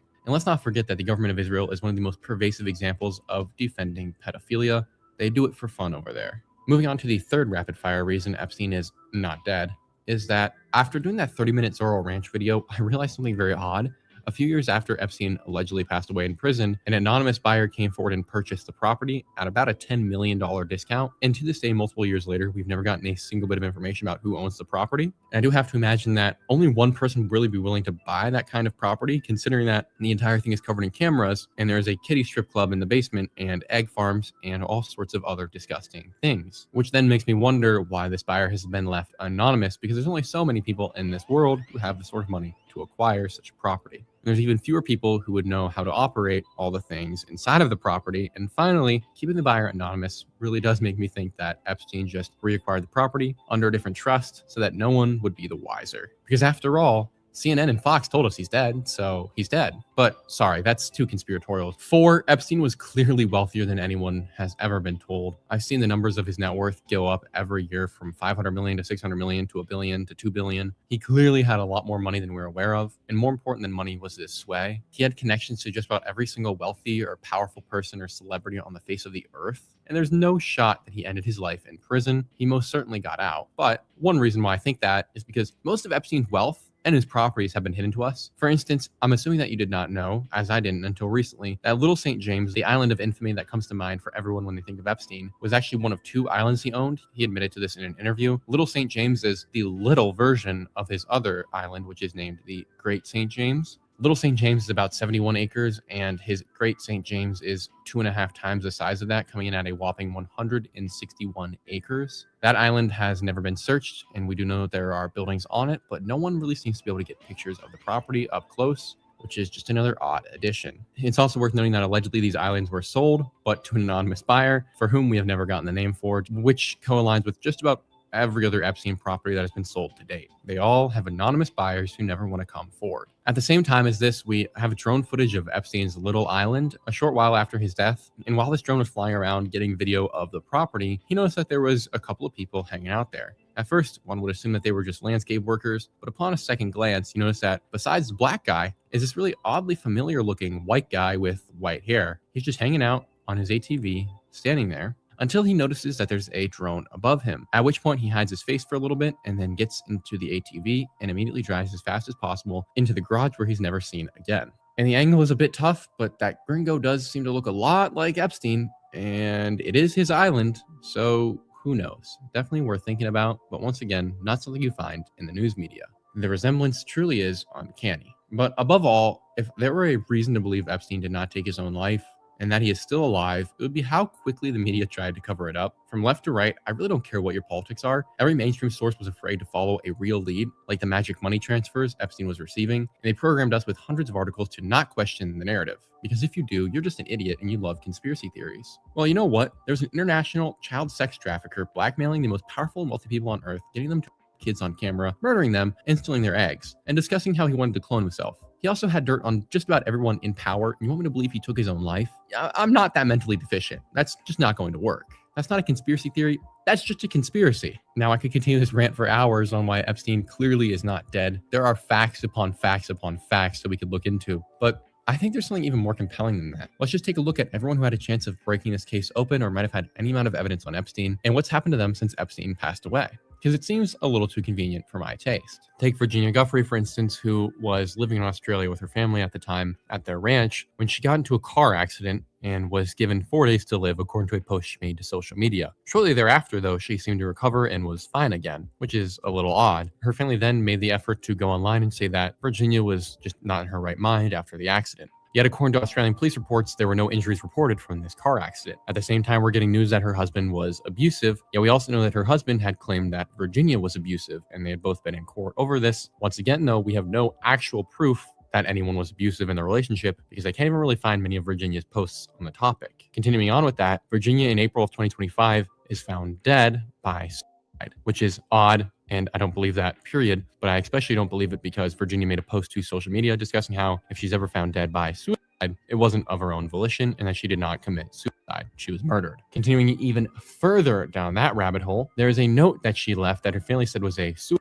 note. Except we've only gotten a very tiny part of that note, and it reads as follows. Mothers, fathers, sisters, and brothers need to show the battle lines are drawn and stand together to fight for the future of victims. Is protesting the answer? I don't know, but we've got to start somewhere. They kind of tried to phrase this as a side note, or like something was going on with Virginia and she took her life over this, but this is clearly not a side note. It's saying that you want to continue the fight, which she obviously did by putting on blast Epstein and Ghislaine and everything that they had done. And looking at the letter itself, you can see that there are bullet points, meaning that these are just a few of many points she had listed out for us to know, yet only this small section has ever been released to my knowledge. So very odd and too much mystery surrounding her death for me to believe it's just a Continuing on, we have Mark Middleton, who served as a special assistant to President Bill Clinton during the first term of his presidency. Mark Middleton had admitted Epstein into the White House at least 7 of his 17 times visiting during that first term, meaning Mark had access and knowledge of everything that went down between the two, and yet Mark dies by suicide in May of 2022. He was 59 years old, and his body was found in a car at the Heifer Ranch, which is owned by an anti-poverty nonprofit in Arkansas, an hour west of Little Rock. Middleton was also known to have flown on Epstein's jet several times, the Lolita Express. Middleton was forced out of the White House in 1995 after being accused of setting himself up as an international deal maker. In 1996, there was an investigation by the White House, which found Middleton had abused his access to impress business clients, and he was barred from the executive mansion without senior approval. And then we have Jean-Luc Brunel, Jeffrey Epstein's French modeling attaché, friend, whatever you want to call him, Jean-Luc, was found dead in his Paris prison cell in February of 2020, where he had been since December of 2020 on charges of raping children. Brunel, much like Epstein, was allegedly caught multiple times after having tried to take his own life, but was not successful until February 19th of 2022, when guards entered his cell to find him hanging, and I can't make this up, via bed sheets from the top shelf of his bunk. And I imagine it was darn near identical to how Epstein had met his end as well. I think the similarities to how Epstein met his end in this case speak for themselves. Naturally, French investigators researched the topic and came to the conclusion that there was definitely no connection to Epstein, and Brunel took his own life. Virginia Giuffre said that Brunel had used her as a sex slave and forced her to have sex with well-known politicians and businessmen. And if this doesn't make you sick, Brunel's lawyers state that he was not guided by guilt, but by a profound sense of injustice, meaning that he was the one that was being done injustice after raping kids, and that he was innocent on all charges. Well, the holidays have come and gone once again, but if you've forgotten to get that special someone in your life a gift, well, Mint Mobile is extending their holiday offer of half off unlimited wireless. So here's the idea. You get it now. You call it an early present for next year, like 11 months early, which takes you from the worst ever to the best. Thomas Bowers, a former Deutsche Bank executive, hanged himself at his Malibu home in November 2019 at the age of 55. Bowers was the head of the Deutsche Bank's wealth management division until 2015. Deutsche's relationship with Epstein, which lasted for 5 years from 2013 to 2018, was the focus of many of the lawsuits after his death. In 2020, Deutsche Bank agreed to pay over $150 million to New York regulators to settle allegations that they had overlooked suspicious transactions linked to Epstein. Now, I'm going to add a little color here. They did not overlook. It is well known that Deutsche Bank knew exactly what this money was being traded for. And I think that this fellow's life, allegedly having been taken in his own hand, is even further evidence that Deutsche Bank and many of the people who worked there knew what Epstein was doing well in advance of it becoming mainstream media. And they absolutely could have stopped it or slowed it down, but chose not to. Deutsche Bank made a statement that says, "We acknowledge our error in onboarding Epstein in 2013 and the weaknesses in our processes, and have learned from our mistakes and shortcomings," a Deutsche Bank spokesman said at that time. The bank has also reached a $75 million settlement with victims of Epstein in 2023. They did not acknowledge any wrongdoing, though, as part of the settlement, and it does continue to get worse. Bowers had 3 children who are not only fatherless, but also motherless after she randomly and mysteriously perished in April of 2017. Now, I feel as though we can fill in what the random might have been in that, and that is not so mysterious, considering that Epstein and Co. would have ensured that anyone who wanted to talk about what was going on would have been silenced. And I also imagine that Bowers might have tried to come out with this too, racked with guilt over the death of his wife, and he too had himself hanged. You know what? I'm a little angry about all of this, that he's gotten away with it. So let's continue down this list of all the other people who are linked to Epstein and his money, or knew him very well personally, who are now dead, allegedly by their own hand. Stephen Hoffenberger, Epstein's mentor, who served 18 years in prison for running a massive Ponzi scheme that stole over $500 million worth of people's money, had a huge conversion to Christianity during his time in prison. God bless. And following his release, he claimed to be seeking amends with all the victims of Epstein. And he was the guy who would have known more about Epstein than possibly anybody, having trained him in his methods for scamming people, although he, as far as we're aware, was not involved in the child trafficking process. Hoffenberger was serious about this, and he began reaching out to victims of Epstein and was trying to make amends with them seriously as hard as he could, including giving money and helping them get back on their feet. One such woman was Maria Farmer, who reported that she and Hoffenberg had become friends of all things. Intriguingly, though, Hoffenberger was found dead at his apartment in Derby, Connecticut on August the 23rd of 2022 at the age of 77. And of all people, Maria Farmer was the one who called in to the police to check on Hoffenberger after she couldn't get on the phone with him for the week before. In many ways, it's sweet that he was able to make a positive impact on these women's lives, but it does not change the fact that his body was in an advanced state of decomposition, according to the police, and it was estimated that he'd been dead for about a week at that point. In addition to Virginia Giuffre, there were 2 other sex slaves of Epstein's named Carolyn Andriano, who was 36 years old, and Leigh Skye Patrick, who was 29. And they both died of alleged drug overdoses, one in May of 2023 and the other also in May of 2017. And once again,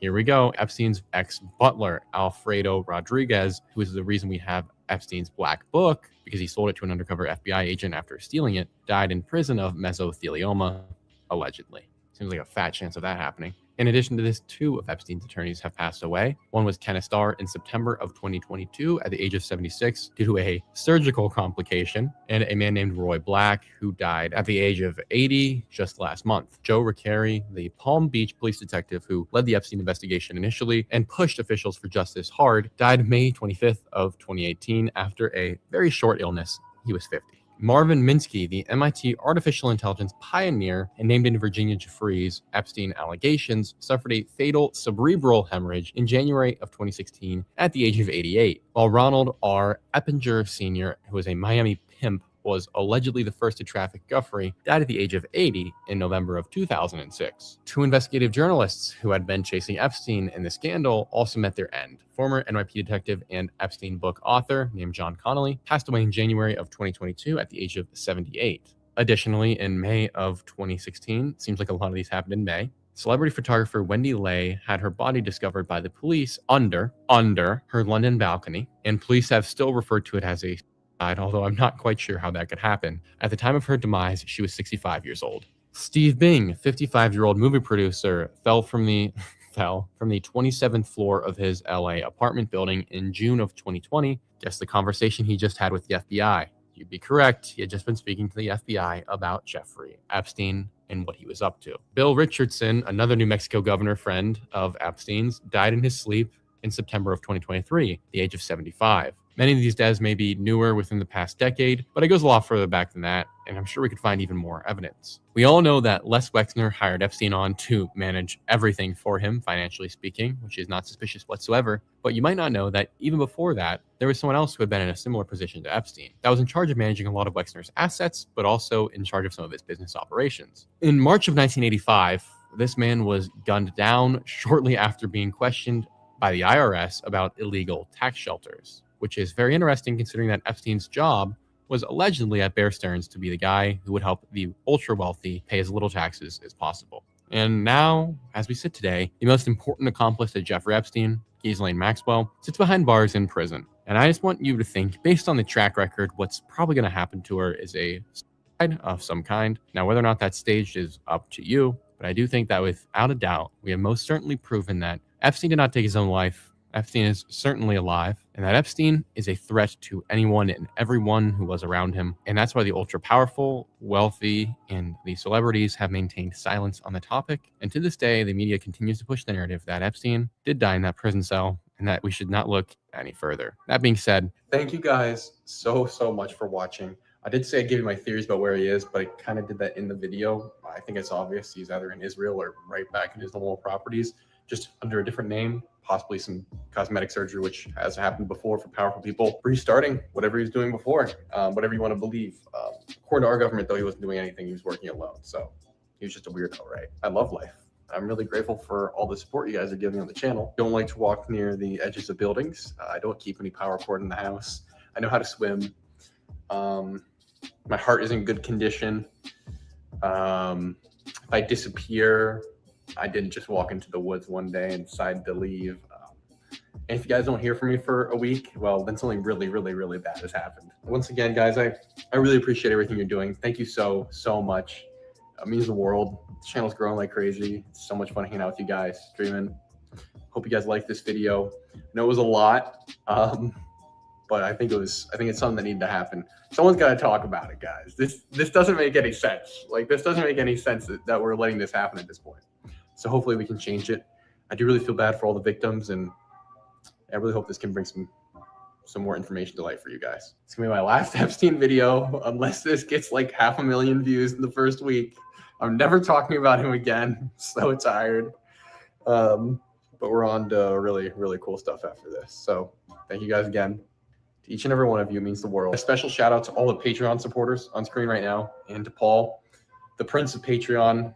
He carries over there. He's a huge supporter of the channel. So thank you to Paul.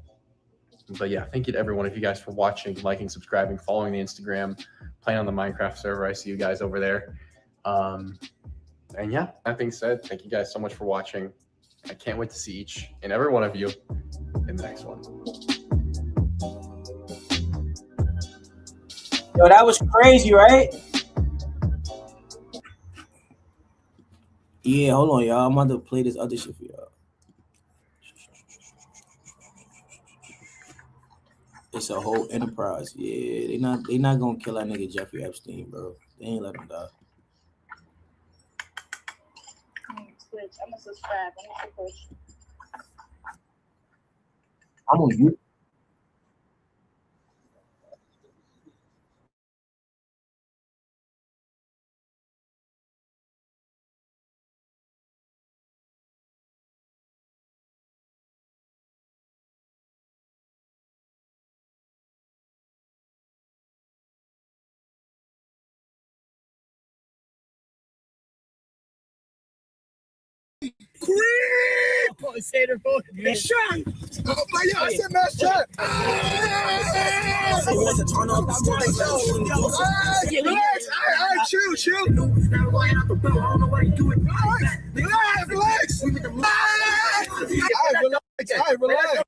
I'm not gonna play it. I'm not gonna play it again. Like I'm tired of the cash. You know my max, so now I can't told you. I ain't gonna stop till this creep shit is global. Screenshot the mess when I rolled you. I ain't even take that I'm fucking the post. Now we back in the pants. Yes. Both keep flicking again. Nigga keep trying to flick and go up on his friend. Nigga shoot sweet catch him going for. Yo, tell this nigga back the fuck up, bro. My nigga PUBG!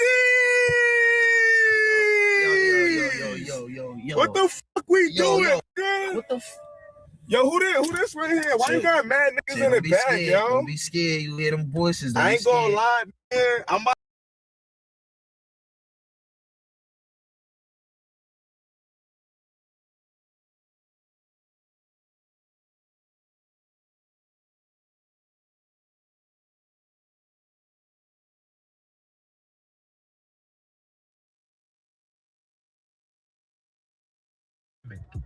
It is out of control.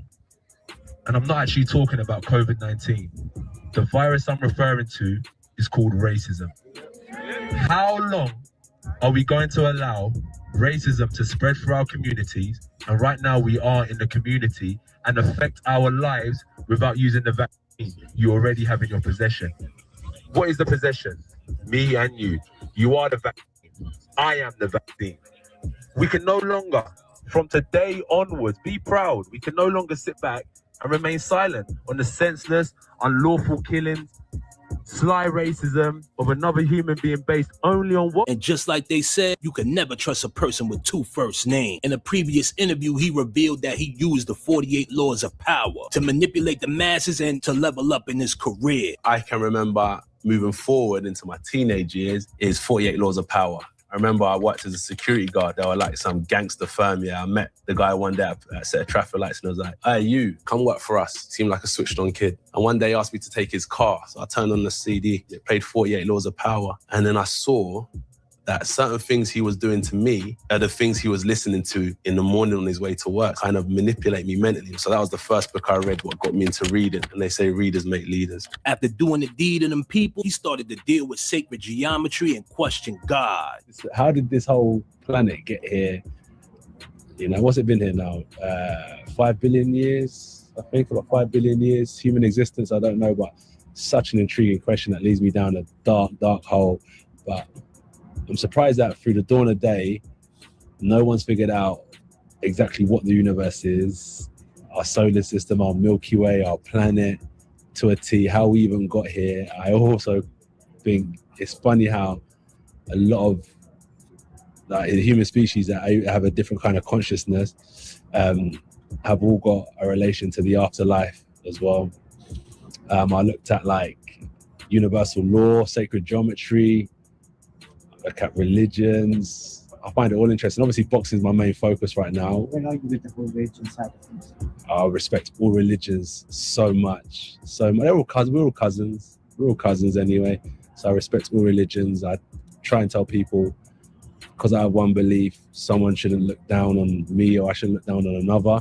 I think that we should all sit in harmony and discuss and see how we can grow from it. And that's what I think religion needs more of, in my opinion. So yeah, I respect all religions, man. Honestly, that's why I don't talk about it too much, because it's a very sensitive subject. But from you sitting here, I would say, if I'm a Hindu and you're Muslim, I would just say, it's amazing that you're Muslim. Teach me about your religion and how I can use your religion to get closer to God, because I use my religion to get closer to God. But you can teach me about ways I can get closer, and I can teach you ways of my religion, how you can get closer to God. We can all learn from each other and get better. That's what I'm trying to do. That's like boxing, trying to get better.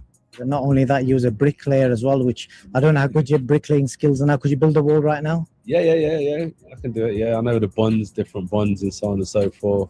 Joinery, painting work. I know all of it. Yeah, I probably could do. Yeah.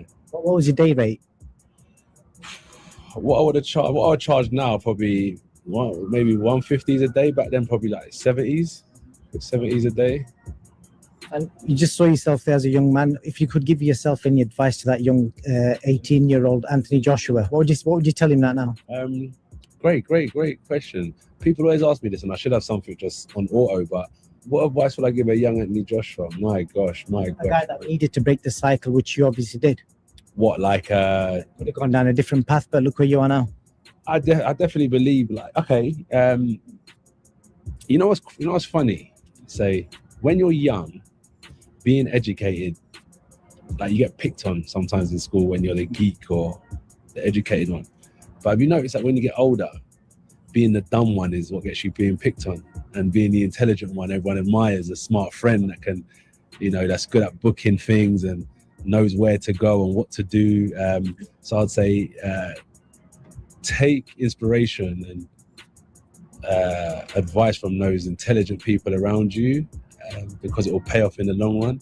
And then secondly, I'll just say anything you do for the long term, that has a long-term vision, will always pay off in the long run. So always have a long-term mindset, not today, always think long-term. A YouTuber by the name of Jake Paul had came up with the idea to jump in the boxing league. He started off by doing circus matches by boxing people like Nate Robinson and Mike Tyson. Everybody and their grandmother know that these fights was fake. He tried to persuade Javante Tank Davis, but Tank wasn't trying to sell his soul. And then Anthony Joshua stepped up to the plate. You know what it is? If I become a billionaire, basically put like this, that just means I can help more people. So yeah, I would like to become a billionaire because I'll be able to help more people. Money, that's just greed.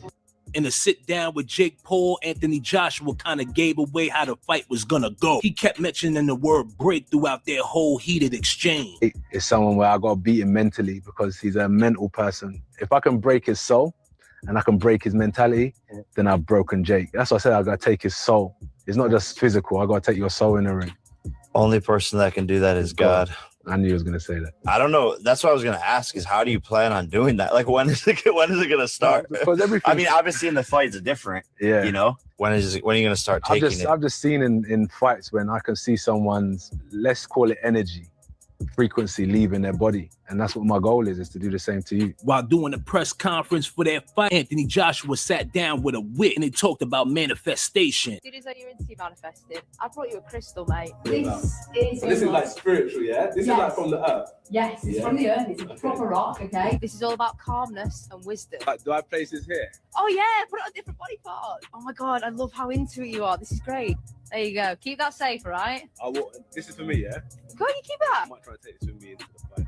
Please do. After Anthony Joshua won the fight against Jake Paul, he had to pay the ultimate price. While visiting his hometown in Nigeria, both his friends ended up meeting their demise in a car crash. Some people say that Anthony Joshua didn't follow the script, but many others believe he was down with the program. Let me know what y'all think. Did Anthony Joshua sell his soul for $90 million, or did he have to pay the ultimate price? Leave your comments below. We have got to the point where literally anybody can build a fully working app without knowing how to code. This is Base 44. This is a first look at the current industry-leading AI app builder, and you wouldn't. I have to be believable in the role. How about turning on the comedy? You know, you do some really wild, outrageous stuff. Do you have to kind of get into that zone a little bit and then kind of go there, or can you just turn it on real quick? I can turn it on. I can turn it on if I have to. It depends on how I'm being talked to, the director and the writers and all that. So it's not a hard place for you to get to? Not if I think about it. And if we see each other again in 60 years across, you going to still be an actor? I hope to be, yes. I will be. We'll both be in our rockers and wheelchairs. Peace, y'all. Peace, peace, peace. So in this video, I'm going to be discussing the comedian Martin Lawrence. Now, I'm a huge fan of Martin Lawrence, man. Huge fan of Martin Lawrence, from his TV shows to, a few of his stand-ups. Martin is all around like the old uncle, you know what I'm saying, that we all know. But I want to point out some things in his career that stood out to me. All right. And I'm going to discuss it with y'all today. Now, Martin Lawrence was born April 16th, 1965. He was born in Frankfurt, Germany, but moved to Washington, D.C., along with his 5 siblings. Now, when Martin was young, he enrolled in boxing classes because he was short and had to protect himself from the kids in the neighborhood. All right, so this is where you get that whole idea of Martin Lawrence, always wanting to fight and being aggressive, because he actually took up boxing classes when he was young. All right, now, by the time he was 16, he started performing at local nightclubs in D.C., all right, along with people like Dave Chappelle and also Rich Scheidner. All right. Now, Rich Scheidner, who was also a comedian, convinced Martin to move to New York to network in comedy. And he began doing stand-up out in New York at the Improv. All right. Now, Martin began doing odd jobs in comedy. And, this is how he actually met Herbie Lovebug, and also Salt and Pepper and Kid and Play. All right. They all worked at Sears in a place called Green Acres Mall. Martin Lawrence and Kid and Play worked there, and our original producer, Herbie. Wait, so Herbie Lovebug, Martin Lawrence, Kid and Play, we all worked there. All you guys worked at Sears? Yes. Isn't that crazy? That's a crazy. Y'all making me scared to go shop at Sears ever again. If they had that many maniacs working there. Yeah. All right, so they was out there in Queens, New York. They had a little jobs and all of that stuff, but this is how they became close. It was like they was in a small clique. All right, now he performed at Star Search and got offered a role on What's Happening Now. All right, shortly after doing such a good job on the show, all right, Spike Lee reached out to him for him to be in the movie Do the Right Thing. All right, now he played in many movies. You know what I'm saying? A lot of movies early on in his career. Like, it took off pretty fast. And like I always say, when a person takes off really quick, it's usually some stuff that goes on behind the scenes that we are all aware of, right? Because it just doesn't make any sense. You know what I'm saying? Like, don't get me wrong, Martin Lawrence is very talented, but at the same time, his career took off extremely fast, and it seems way easier than anybody else. All right, now for movies like House Party, Boomerang, Talking Dirty After Dark, which was also like a spinoff of his TV show, he was then sought out by Russell Simmons to host Def Comedy Jam. And then, he was given the opportunity to do his own show for HBO. All right, now, here's what I want to point out, right? Because a lot of people aren't familiar with this, but early on in the early 90s, Martin Lawrence did an interview with Arsenio Hall. And he said some very interesting things in this clip that I think the higher ups got mad at. Came on here because Arsenio ain't do my show. And I was mad at him. So I got Tommy Davis, and I was like, man, play a talk show host. I'm a dog, Arsenio. Then I started thinking, wait a minute, brother, you on TV, man. You make millions of people laugh. We can't afford to be dogging each other and not tuning in to you and supporting each other, because back in the old Hollywood, I saw black people in movie theaters damn near every week. Now I gotta wait for Denzel to do a movie, Wesley Snipes. It's like that's the only ones out here. We gotta put our heads together to do projects to give the consumer, people, what they want, and stop letting the government tell us what to give them. Give them laughs, give them entertainment, because that's what your dollar pays for. Yeah. Stop juking them, dog. Yeah. What I'm saying is the powers that be know that you can make it all right for people in America. We don't have to have all these homeless shelters. Why? Because you can stop building bombs and build apartment complexes and places for people to live, you know?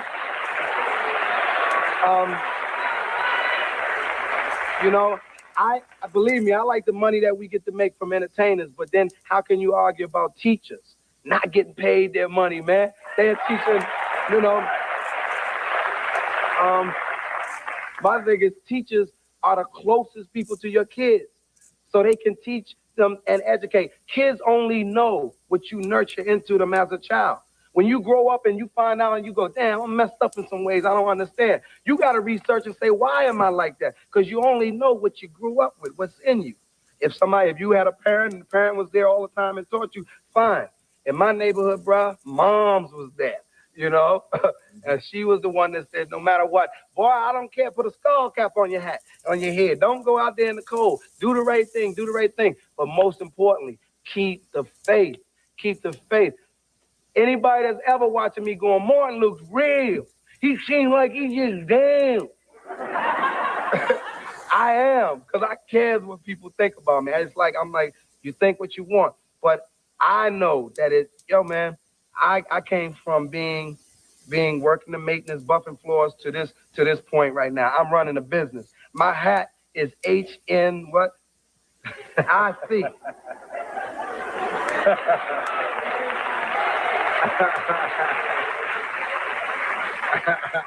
You follow me?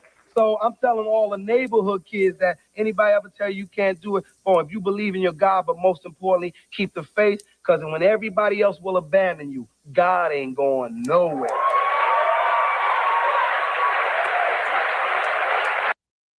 Never sue the other driver after a car accident. There's a better way to get paid a way bigger check without.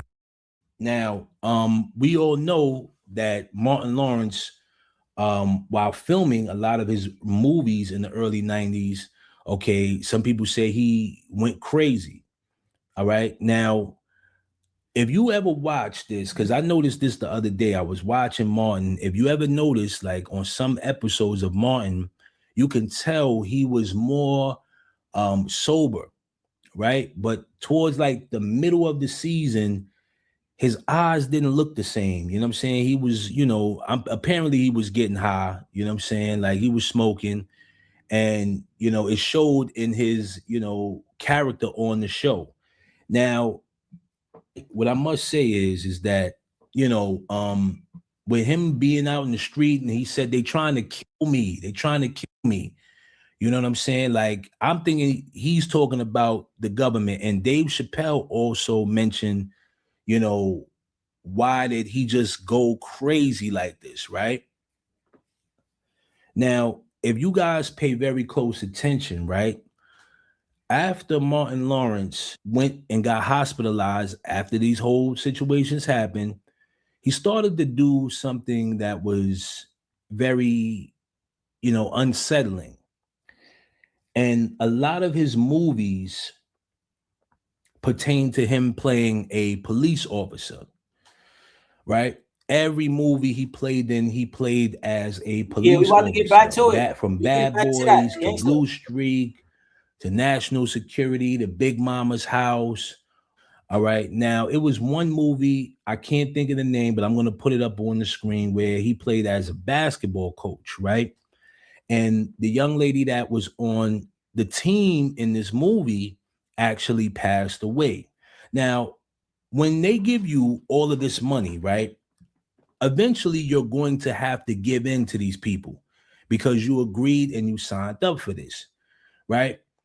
I find this to be very interesting, about the story of this young lady, because, it didn't sit right with me. But the fact that she lost her life right after filming this movie with Martin Lawrence, it just showed me like there was something, more sinister going on behind the scenes. It just didn't seem right.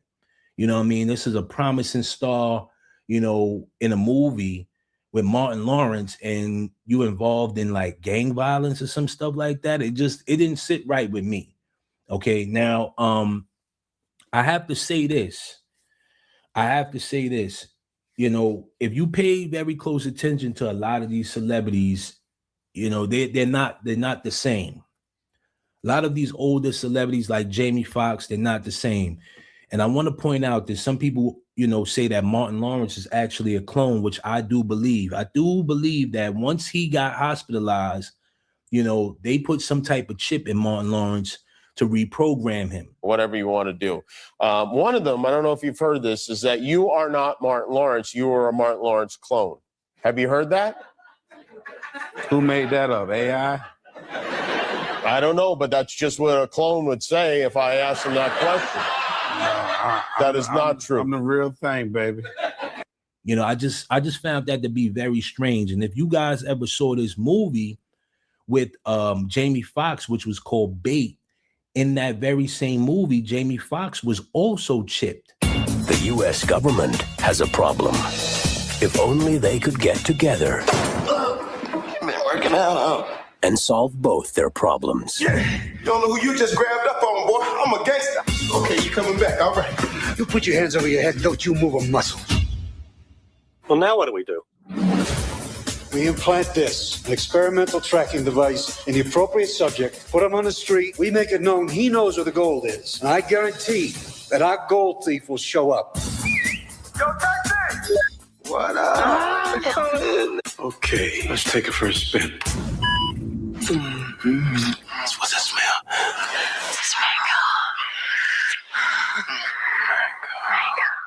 Now, what I want to say is the reason why a lot of these celebrities, in my opinion, get chipped is because these individuals in power, the, you know, mass media, whatever you want to call them, they want total control over these individuals.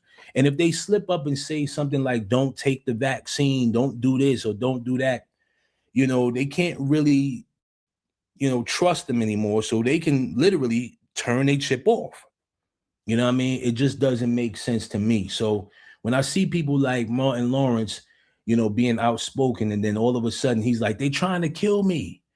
You know, they trying to kill me. And then all of a sudden now, you know, he's doing cop movies and all of this stuff. That's programming. You know what I'm saying? He's now a part of the CIA.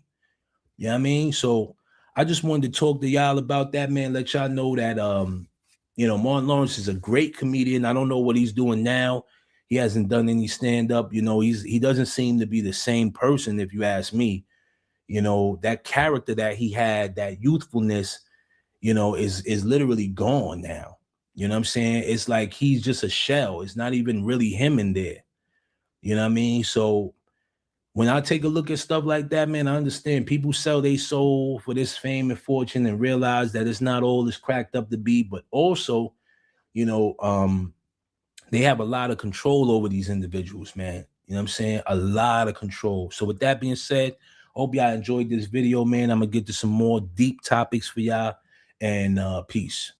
Should these transforming glasses be made illegal in the US? Nobody believed me at first, but now everybody wants a pair. My friends roasted me for buying Wonder glasses online. They said I threw my money away, but then I showed them what they could do. Now they're all begging me to send them the link. They're called Clarity Blue glasses and are nothing like regular glasses. The lenses auto-adjust to adapt to your vision. Even my neighbor was stunned when he tried them, and he's an optometrist. Inside the lenses, there's this unique dual lens technology that automatically adjusts to whatever I'm looking at. If I'm reading a recipe up close or glancing across the yard, they just shift on their own. I can see far, I can see near. No switching glasses, no hunting around the house for the right pair. It's like having a bunch of different glasses in one set of frames. The first time I put them on, I couldn't help but smile. Everything looked sharper, clearer, brighter. I felt calmer too. No more squinting or rubbing my eyes all day. I've even gotten back into reading, which I'd stopped for a while because it was just too tiring on my eyes. It doesn't matter if you're farsighted, nearsighted, or both. They adapt to your specific eyesight,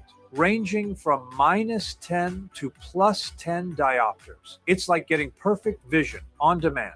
And the best part? No doctor visits, no eye tests, no swapping glasses all the time. And what's even better is that they protect my eyes from harmful blue light and UV rays. Whether I'm looking at a screen or when I'm out in the sun, my eyes are protected. My eye strain is gone and I don't have to squint in bright daylight. Clarity Blue glasses have a simple, modern look to them. They sit comfortably on my nose and are so light I forget I'm even wearing them. What I love most is how they just fit into my day without me thinking about it. When I'm on my tablet, the blue light filter protects my eyes. When I step outside, the lenses darken like sunglasses. Basically, it's two pairs of glasses in one, but lighter, safer, and a whole lot smarter. 3 of my neighbors have already noticed my new glasses and asked me where I got them. That's how impressive these lenses are. I used to have 3 pairs of glasses on me at all times, my prescription glasses, my reading glasses, and a pair of sunglasses. Switching pairs all the time was a hassle, and I often forgot where I put them.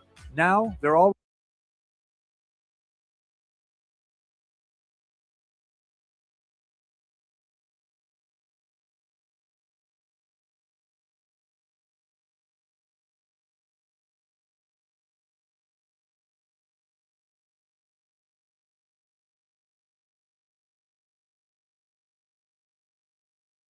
Alright, y'all. Adrian Broner went against them people and paid the ultimate price. I'm good. I beat. A gruesome story leads off our newscast. Milwaukee police found body parts in a North Side apartment, and now they wonder if they've uncovered some kind of death. That shit went on. You say in your Hold on, I'm about to play some other shit. Lionel, you This say Jeffrey I come to Dahmer. believe that some of the compulsions that Alright, y'all. Adrian Broner went against them people and paid the ultimate price. I'm good. I beat Polly. I left with his belt and his girl. Don't brag about taking my side piece. Don't brag about taking my side piece. He said, "Oh, brag." I'm trying to find this shit for y'all, chat. Give me a second. All right, fuck it. Fuck it.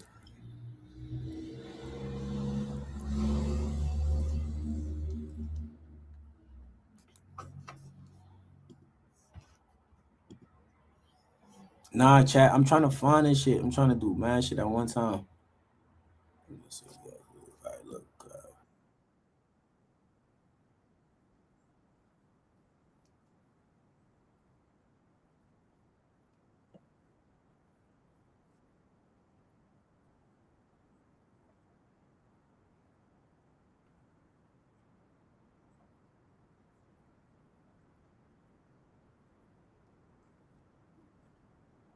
A ton is if you guys could subscribe, and I promise to do my very best to make the best videos I can for you guys. I'm Visual Venture, and you are awesome.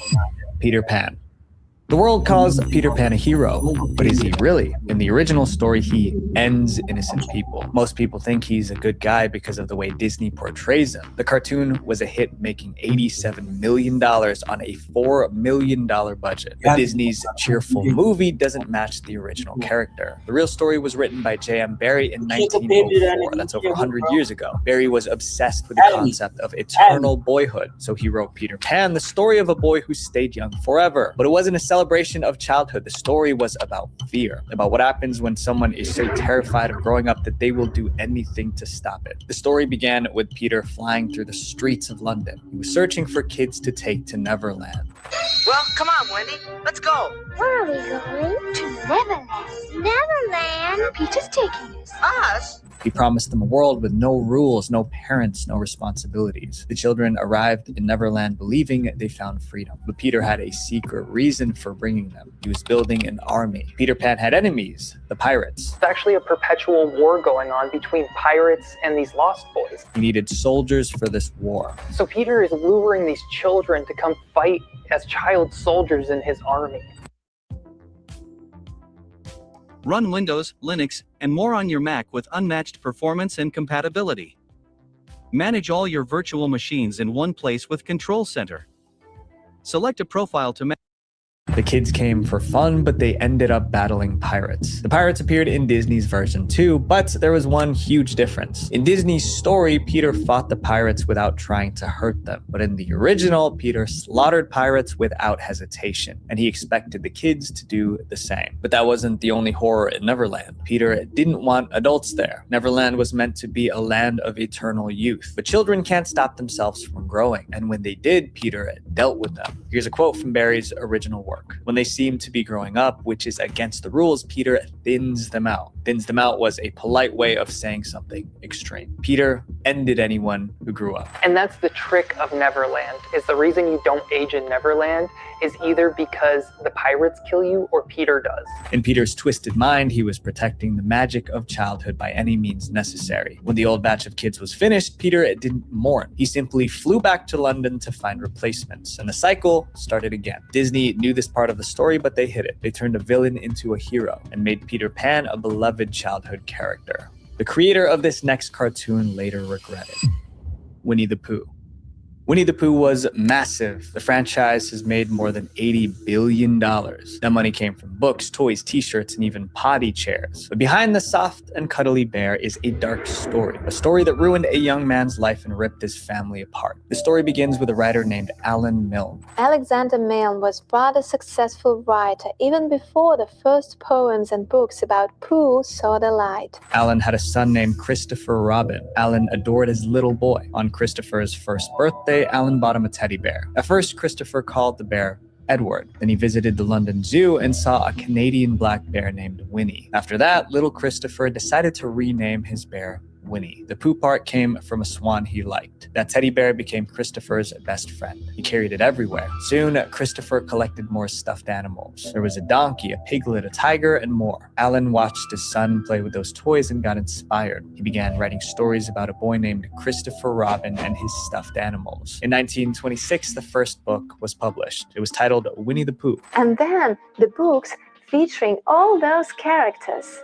There was Winnie the Pooh and Piglet and Eeyore and Tigger. The book was an instant hit. Kids wanted more. So in 1928, Alan released a second book, The House at Pooh Corner. Alan thought his son would be proud to see himself in the stories, but the reality was very different. Winnie the Pooh became a curse for Christopher. Christopher was 8 when the second book came out. The stories made him famous, but not in a good way. Kids at school mocked him. They sang poems from the books. They teased him for playing with stuffed animals. They called him a baby. Christopher was miserable. Soon he hated his own name. It was so easy to connect him to Christopher Robin from the books. By the time he turned 18, he blamed his dad for his horrible childhood. Christopher felt used, like his father stole his childhood for profit. He felt that his father got to where he was by climbing on top of his infant shoulders, by exploiting his childhood. Christopher joined the military. He thought serving his country would make people see him differently. But even in the army, soldiers mocked him because of Winnie the Pooh. After the war, Christopher tried to live a quiet life. He gave up all rights to the money from Winnie the Pooh. He married, moved to the countryside, and opened up a small bookshop. But even there, people connected him to Winnie. Soon, people weren't visiting his bookshop to buy books. They wanted to meet the real Christopher Robin. The worst part was his relationship with his parents. They barely spoke. In 1956, his father Alan passed away. Christopher did not attend the funeral. But even before Alan passed, he admitted his regret. He wished he never created Winnie the Pooh.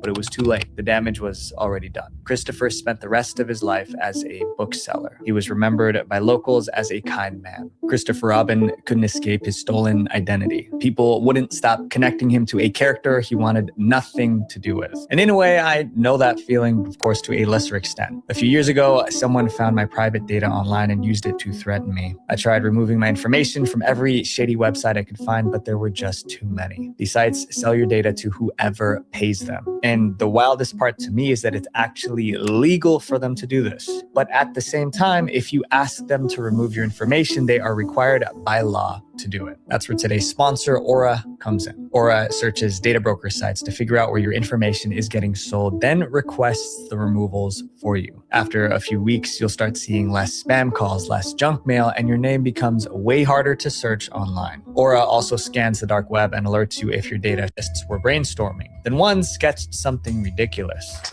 Eastman whips up a sketch to try and make Laird laugh. It's a turtle with nunchucks strapped to his arms. Laird grabs a piece of paper and does his own rendition. The joke didn't stay a joke. They turned it into a comic book called Teenage Mutant Ninja Turtles. Although the sketches were funny, the comic itself was brutal. From the first issue, the violence was uncomfortable. In Teenage Mutant Ninja Turtles #1, the Turtles were basically hitmen determined to get Shredder. For context, Shredder was their main enemy. In the comic, the Turtles cornered him on a rooftop. Then they proceeded to hurt him really bad. What came next made it even darker. After pummeling Shredder, the Turtles gave him a sword. They told him to finish the job himself, if you get what I mean. Shredder refused, so they threw him off the roof. The gore didn't end there. In another issue, they hurled a blade into a man. Another time, they drowned someone in a fountain. They also used swear words all the time. One reader said they weren't so much heroes as they were a bunch of mutant ninja assassins. How could someone pick up this comic book and go, hey, this would make a great lighthearted Saturday morning cartoon? Is beyond me. And it wasn't just the Turtles. Nearly every major character in the comic was unnecessarily aggressive. There was a robot that chewed rats alive. The artists showed every detail, bones cracking and all. Then there was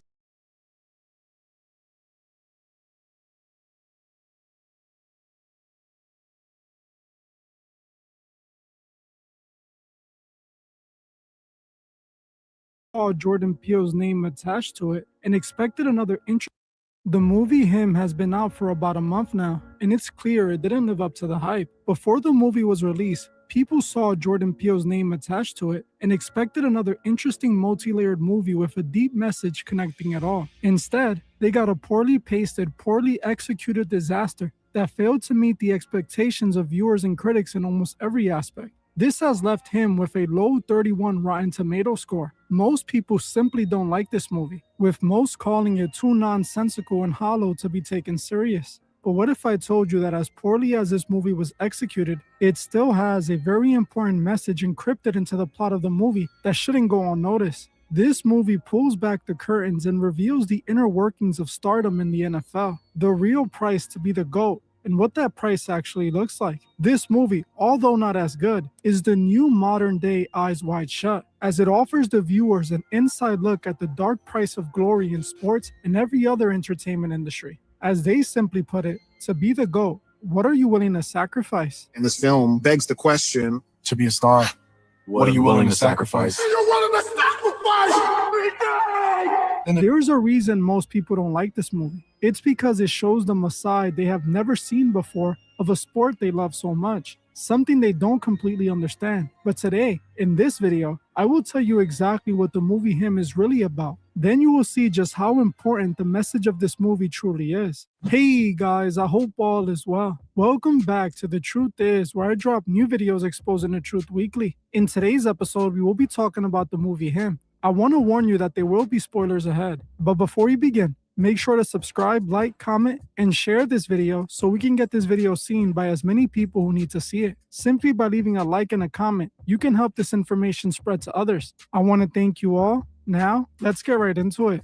Before the movie even officially came out, it had already begun receiving negative reviews, as critics had collectively destroyed expectation for the movie with their early critique of it. I agree that after watching this movie, I can confirm it lacks in a lot of places, specifically in the timing and pacing of the film. It doesn't take its time to properly introduce its concepts to the fans before dropping the entire plot on you in the last 15 minutes. It goes from 0 to 100 real quick until it crashes horribly at the end. But even with that being true, the movie still isn't that bad, and in fact, it has a very important message encrypted into its plot. Sadly, most who watch this movie aren't picking up on it, which then makes the movie seem even worse than it is. Now, I wanted to make this video when the movie initially came out in theaters, but I felt that it would be hard to analyze this film on first watch, so I decided to wait until it became available for rent on streaming platforms, and then I rented it. Now, after seeing this movie, I will say that while I wasn't a fan of the excessive violence or the pacing,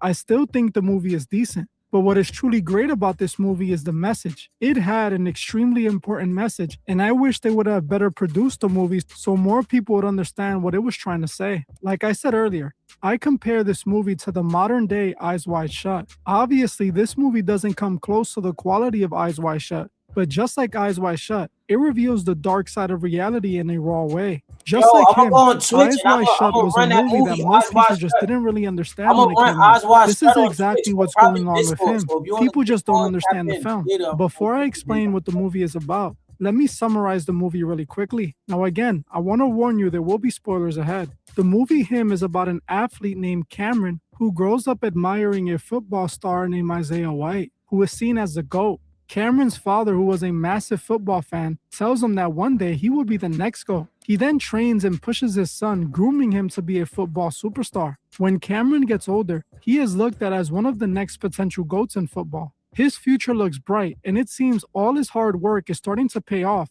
as the league starts showing interest in him. When he starts going through the process of being drafted into the league, things take a dark turn, starting the day before his audition when he was randomly attacked by a man wearing a goat mask. The man hit Cameron over the back of the head, causing him to have a concussion and resulting in brain damage. This forces Cameron to avoid playing during his audition, which he thought destroyed his chances of getting drafted. But luckily for him, his agent Tom managed to get him an opportunity with the NFL team, the Saviors, the same team his idol Isaiah is part of. His agent tells Cameron that he can get him on the team, but he has to agree to train with his idol Isaiah for a week so he can confirm he's the one. Cameron agrees, and he is then driven to Isaiah's compound. The first thing he encounters is a group of superfans who lose their minds when they realize Cameron is not Isaiah. Cameron then meets his idol and begins his training, impressing Isaiah quickly. After practice, Cameron gets into an ice bath while Isaiah is having his blood drawn, and Cameron asks why is he doing that,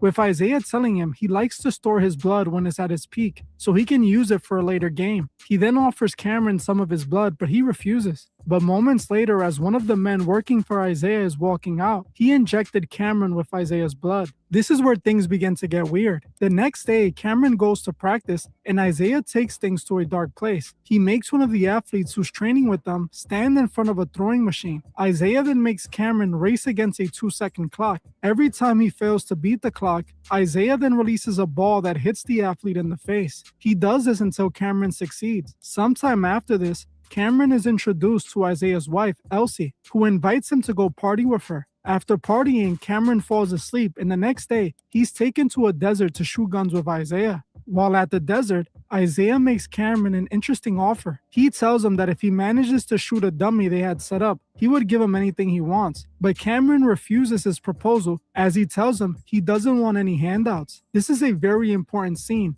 and we will come back to this later. So make sure you watch this video to the end. Imagine being able to build an app with your name on it, just by thinking about it. Meet Base 44. The next day, Cameron is getting interviewed at Isaiah's compound, and he talks about how his father died shortly after he told him he didn't want to be a football player anymore. After the interview, Isaiah's wife invites Cameron to a party, telling him that she managed to get him a deal with the owner of the Saviors, but they want to meet him at this party first. Cameron agrees and is taken over there with Elsie. Before Elsie brings him in, Cameron questions Elsie about the location since it seems sketchy. Elsie tells him they use these discreet locations because they don't want people to know about their strange rituals. When Cameron walks into the club, one of Isaiah's employees tried to warn Cameron about what's going to happen, warning him to run while he still can. Cameron doesn't understand and continues on. He then meets up with his agent, who introduces him to the team's owner. He then sits on a table with all of them, where his agent asked him if he's ready to take the next step, with Cameron nodding yes. He is then given wine to drink that seems to be infused with Isaiah's blood. When he drinks it, Isaiah wakes up on cue, knowing that he had drunk his blood. After drinking the wine, Cameron starts partying as Elsie is seen killing and sacrificing the man that tried to warn him. Cameron then walks into a room and finds a goat mask similar to the one the person who attacked him was wearing at the beginning of the movie. When he lifts the mask up, he finds the decapitated head of the man who tried to warn him. The next day, Cameron wakes up in an ice bath hooked up to an IV of Isaiah's blood. He is lying down being scanned by a machine, while on top of this symbol that we will get into more later. Cameron then removes the IV and goes looking for Isaiah, where he finds him inside of the theater room. Once inside the theater room, the door shuts behind him. And as you can see, the symbol that's on the door was the same symbol that was on the floor in the last scene. While in the room, Isaiah finally tells Cameron what has been going on, telling him why he has been injecting him with his blood and why he was brought out there to begin with. Isaiah reveals that the GOAT isn't just a really good player. The GOAT is chosen by the elite, and there can only be one at a time, telling Cameron that he was chosen after his father made a deal with the owner of the team long ago. Cameron's father was in the military and was somehow connected to the league's owner. He offered his son to be the next GOAT and was grooming him for the league. Isaiah tells Cameron they had been grooming him his entire life, telling him they have been giving him his blood because it's a part of the GOAT ritual, explaining that every GOAT gets blood infusions from the previous GOAT before them. This is how they keep the spirit of the GOAT alive. Those who they choose to receive the GOAT blood become supernaturally talented at the sport. Isaiah then tells Cameron that for him to become the GOAT and take his place, he has to kill him first. Cameron and Isaiah start fighting, and Cameron eventually gets the upper hand and takes out Isaiah. Cameron then walks out of the theater through a tunnel that leads him to a field where the team owners are waiting with Elsie, who is holding his NFL contract. He is told to sign the contract to receive the gift, but Cameron instead refuses. This is when his agent Tom tells him that everything was done for this moment, his father's death and his attack by the guy wearing the GOAT suit. It was all done so that the Savior team would be the only team who could draft him. After hearing this, Cameron refuses to sign the contract, and then the team owners tell him if he doesn't sign, they will kill his family. But Cameron refuses and begins killing all of the team owners there instead. His agent Tom tries to escape, but ends up being dragged by a demonic force that was supposed to possess Cameron after signing the deal, and kills him because Cameron refused to sign. And that's how the movie ends. No explanation or anything. But there is so much jam-packed into this movie that we have to fully unpack. As you can see, the movie isn't just about football, but about the price to be the GOAT in football. As the movie reveals, you can't just become the GOAT by being good. You have to be chosen by the elite, who then groom you and use rituals to make you into the GOAT. It tells us about the secret societies that run the NFL and all pro sports, how they are the ones who choose who will be the GOAT, and how it's all connected to the spiritual world and occult practices. They also reveal that football is just the modern day gladiator games, with the football players being the new gladiators who risk their lives to entertain and distract the people. In the movie, the GOAT is directly connected to the term in alchemy called the Great Work. Alchemy is an ancient spiritual practice that is at the foundation of many secret society teachings. Alchemy is a practice done by people that believe it helps them transform themselves from basic people into transcended human gods. In the movie, the term GOAT refers to a player going through the transformation from a good player to the GOAT player. The GOAT represents completing the great work. The entire movie was about this great work ritual. The great work is a ritual that takes 7 steps to complete. The movie happens over the course of 7 days, with all 7 days being a part of the ritual. In alchemy, Baphomet is a representation of the great work. In the movie, the GOAT is a deity, a demonic force that possesses the player who has the GOAT blood. That's why they were infusing Cameron with Isaiah's blood, or why the man wearing the GOAT mask attacked him from behind. To make this even clearer, they show the symbol of the great work many times throughout the film. The symbol of the great work is this symbol here, a circle within a square within a triangle within a larger circle. When Cameron is sitting in the ice bath receiving Isaiah's blood transfer, he was sitting over the symbol of the great work. Also, when Cameron walks into Isaiah's theater room, the symbol of the great work is once again shown on the door, indicating this was all about alchemy and the great work ritual. From the beginning of the movie, they jam-packed it with references that we need to go over. The most important message was obviously at the end of the movie, where they wanted Cameron to sign the contract and get possessed by demonic spirits in the middle of the pentagram. When Cameron walks out of the theater after killing Isaiah, you can see he walks over a checkered board floor. The same checkered board floor he walks over when he's invited by Elsie to attend the party the day before. This is in reference to the Masonic checkered board floor, a prominent symbol used by Freemasons that could be found at every Masonic lodge. It's clear the movie was implying that the team's owners were a part of the Freemasons. This wouldn't be far-fetched either, because I have exposed football's connections to Masonry countless times. Walter Camp is considered the father of American football. He is credited with laying down the foundation of what went on to become American football. Walter Camp was a part of the secret society, the Skull and Bones, a secret society created by Freemasons that operates at a Yale University. The Freemasons have been behind football since its inception. It's supposed to represent the new gladiator games that is now being used by the elite to distract the masses and keep them occupied. This scene shows us how the sport of football is deeply rooted in the occult. In this scene, they also show a symbol that looks awfully like the Masonic square and compasses inside of the secret club the elite were partying in. From the ritualistic cheering and the disturbing idol worship, and even the idolization of violence, they were showing us is all connected to the occult. The fact that they admit Cameron was chosen as a child shows us how these organizations choose their stars since they're young, grooming them throughout their lives to turn them into their perfect puppet. The last scene was meant to represent Cameron's initiation into the Freemasons that took place after his death and rebirth ritual, how he had to sell his soul to make it big and allow himself to be used by demonic spirits. The scene right before the contract scene was Cameron fighting Isaiah to the death. This scene was meant to represent 2 things. 1, comparing the football players to gladiators who fight to the death for the entertainment of the masses. And 2, to show Cameron's death and rebirth ritual. In the great work, one of the steps is the death and rebirth, when the person kills their old self to be reborn as their new great self. When Cameron killed Isaiah, he was reborn. That's why in the very next scene, he is shown walking through the checkerboard floor covered in blood. This was representing his death and rebirth after completing the great work, as when we're born in blood. Another important scene that ties this all to selling your soul to the devil is when Isaiah takes Cameron to the desert to shoot guns. While he was there, Isaiah offered Cameron to sell his soul for the world. Just like in the Bible, when Satan offered Jesus the world if he bowed down and worshipped him, Isaiah offered Cameron the world if he did as he said. But Cameron refused the offer, just like Jesus refused Satan's. Another important thing they revealed was how the elite sent the woman to honeypot Cameron. In the movie, Isaiah's wife Elsie is the honeypot handler who is sent in to groom Cameron. She is used to bring him in and get him to sign. As even after Cameron had everything he wanted in front of him, he still chose to deny the deal and keep his soul. I believe this message is truly important, and I'm surprised those behind this movie even put this message in there. But this movie obviously shows us in a satanic way with all the violence and blood. But at least Cameron refused the deal and walked away with his soul. Cameron did the right thing, and we know many won't do the right thing when it comes to a situation like this. Many would choose to have the world instead of their soul, and we see this every day. Cameron refused to give up his soul to become the GOAT. Now, in a way, I felt like those behind this movie were hiding the truth in plain sight. This movie was basically a confession, which makes me believe that the movie was purposely trashed by critics and paced wrongly by the studios who edited on purpose to ensure the movie wouldn't be received positively. While the movie was executed poorly, the message is still loud and clear. If you want to be the GOAT, you have to pay a dark price, a price that Cameron learned isn't worth it. Well, I'm gonna end this one here. I want to thank you all for watching, and I'll see you guys in the next one.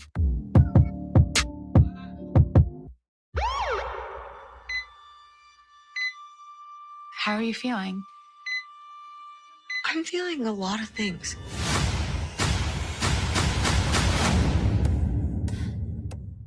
I'm not dead, right? But I'm here, like here.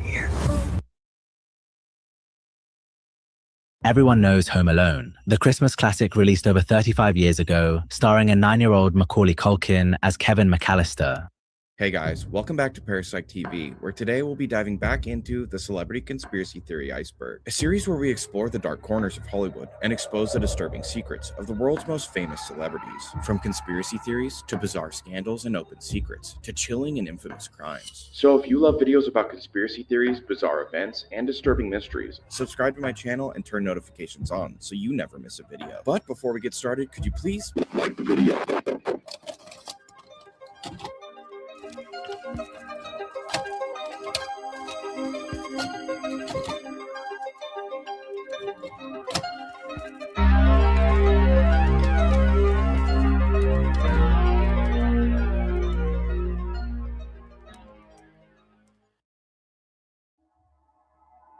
Today, Dave Chappelle is inarguably one of the most famous comedians in the world. But if you weren't around in the early 2000s, you may not have a firm grasp on just how insanely famous Chappelle was. He was already well known in the comedy scene in the late 90s and landed an HBO comedy special in 2000. Y'all wanna watch him in front of a worldwide Oswald Shut on the Killing Them Discord? Softly. Him However, or Oswald Dave's fame Shut? skyrocketed in 2003 when Chappelle's Show came out, quickly making him one of the most famous celebrities in the world.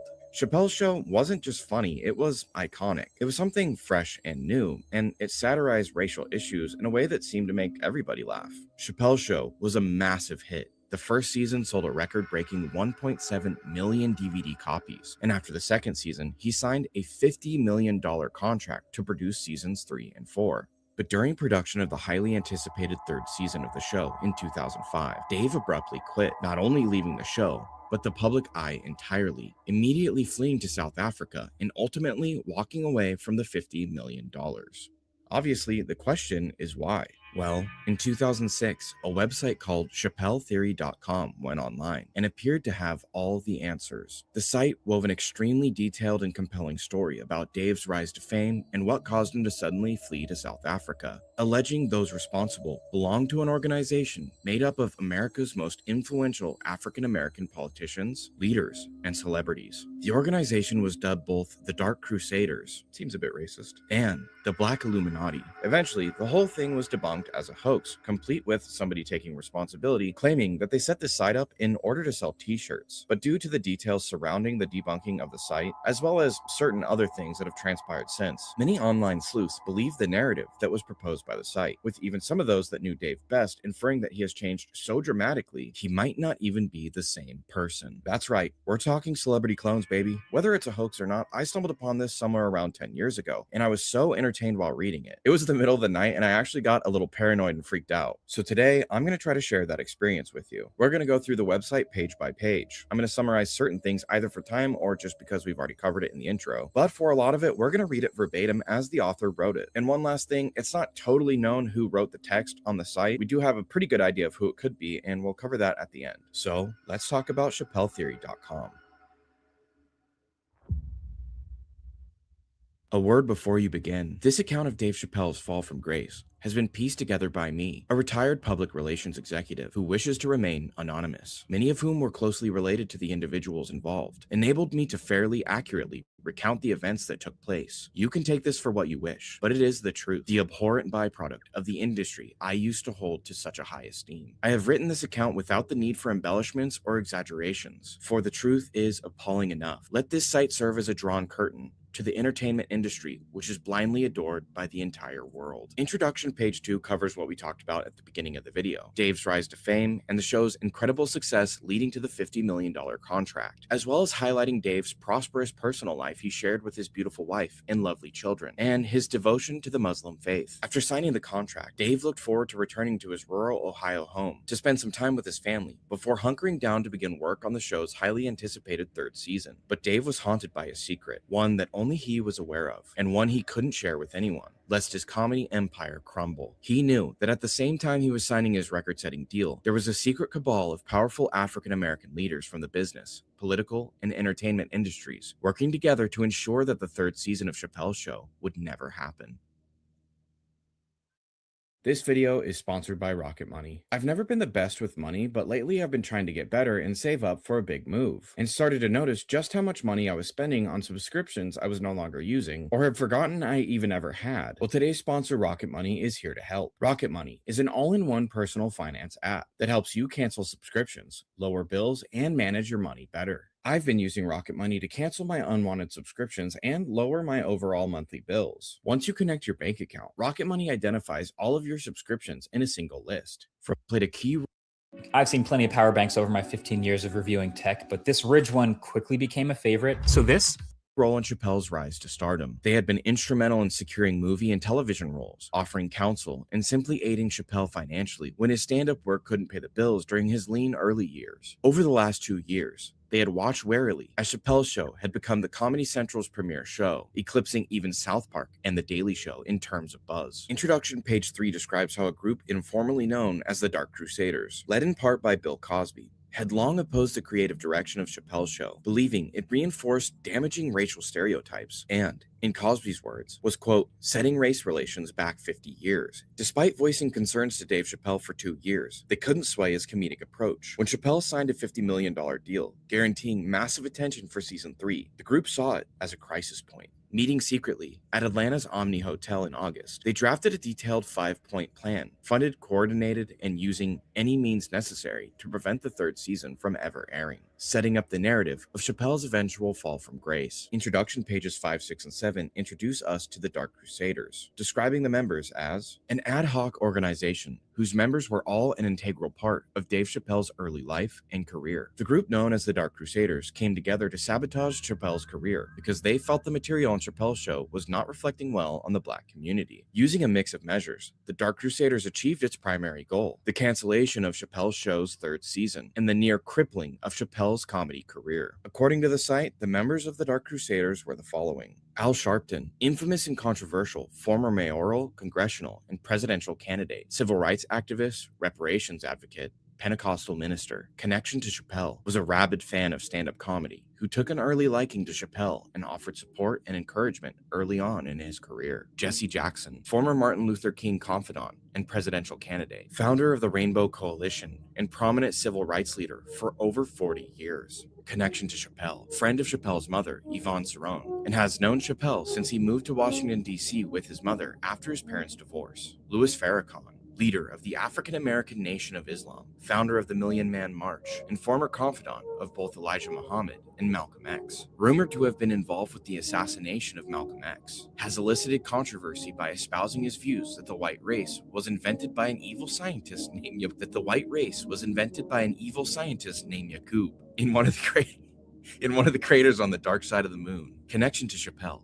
has advised Chappelle on spiritual matters related to the Islamic faith. Bill Cosby, Philadelphia-born star of I Spy, Fat Albert, and The Cosby Show, purveyor of respectable black family television, and he did some other stuff too. Some pretty bad stuff, really bad stuff. Connection to Chappelle helped secure the role of Achu in Mel Brooks' Robin Hood Men in Tights for Chappelle. Advised Chappelle against taking the role of Bubba in the film Forrest Gump. Whoopi Goldberg portrayed Guinan, bartender of the 10 Forward Lounge aboard the Starship Enterprise in the hit television show Star Trek: The Next Generation. Connection to Chappelle gave Chappelle one of his early breaks when she offered him the chance to appear on Comic Relief in 1994. Oprah Winfrey, billionaire talk show host and the most powerful woman in show business. Also not the best judge of character. Look up John of God if you don't know who that is. Connection to Chappelle worked briefly with Chappelle when he was an extra on the set of The Woman of Brewster Place, and offered mentoring early on in his career. Robert L. Johnson, founder of BET, the first black-controlled company to be listed on the New York Stock Exchange, first black owner of a major sports franchise, the NBA's Charlotte Bobcats, served on the board of U.S. Airways, Hilton Hotels, and General Mills. Connection to Chappelle used his influence in corporate America to help broker deals for Chappelle to be the pitchman for both Pepsi and Coca-Cola at different times in his career. And with the alleged members of the Dark Crusaders laid out, we can now dive into the theory. The first episode of Chappelle's Show aired on January 22nd, 2003. It was a lightly promoted 30-minute show that Comedy Central executives hoped would perform as well as earlier shows, such as Strangers with Candy or The Man Show. The budget and stars were modest. Chappelle's biggest success up until this time had been the cult stoner comedy Half Baked, and his expectations were modest. Chappelle was looking forward to the show's debut,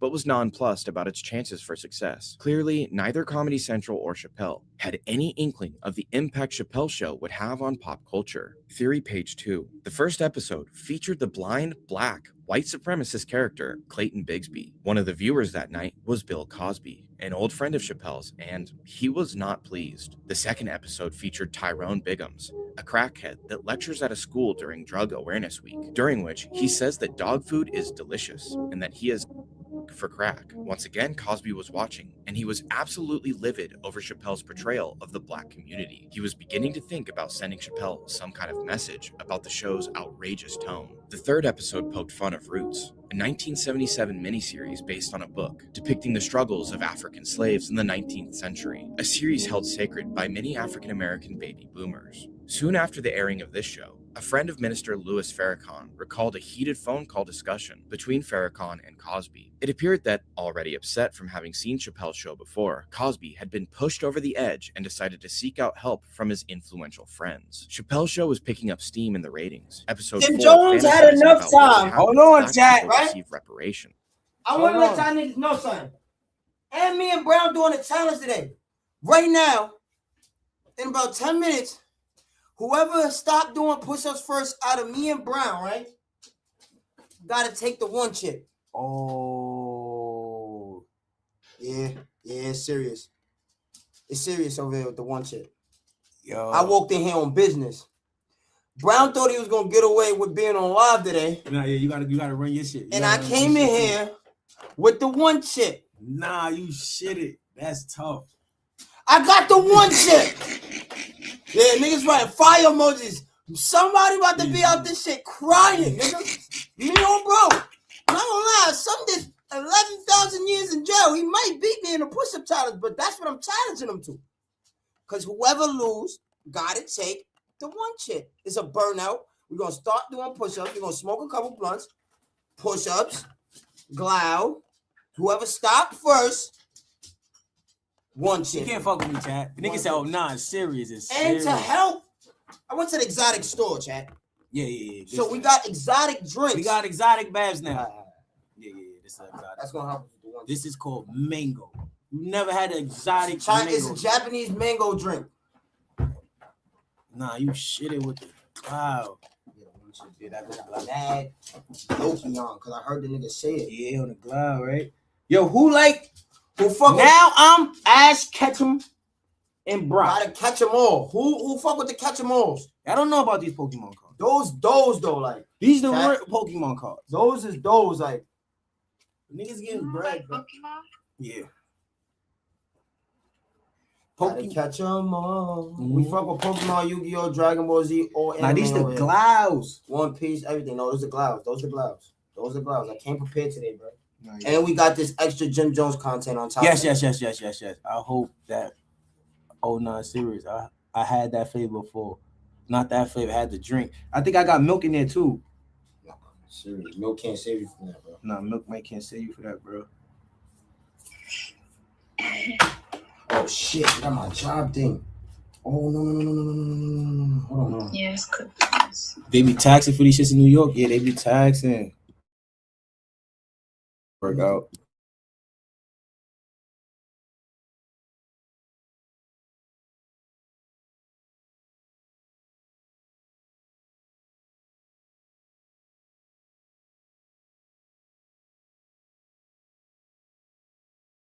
Who y'all going for, chat? Who y'all going for?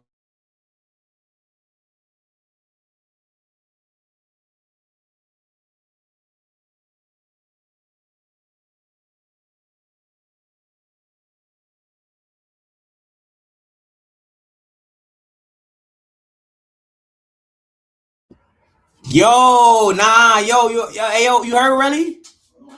I forgot. He handled us out right now. We could definitely run that type of content. We could do that content.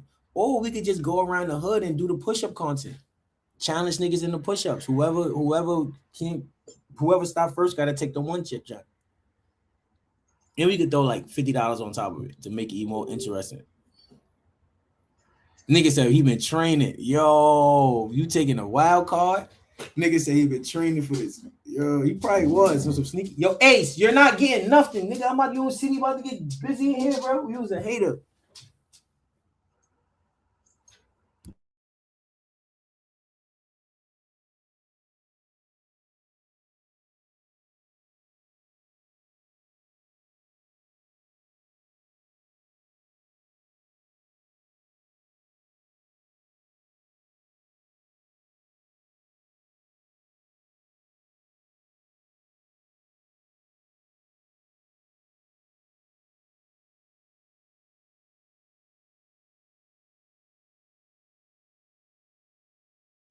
Me and Relly, who just came in here, we doing a push-up challenge.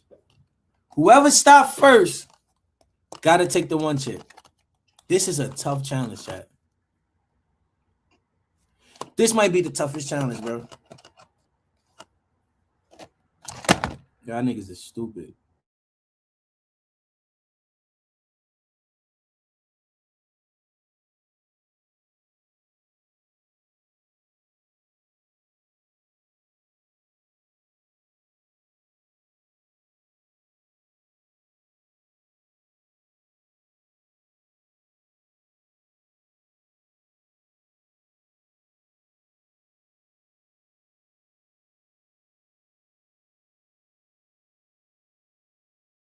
Yeah. Tell niggas don't steal our content, bro. They be stealing, bro.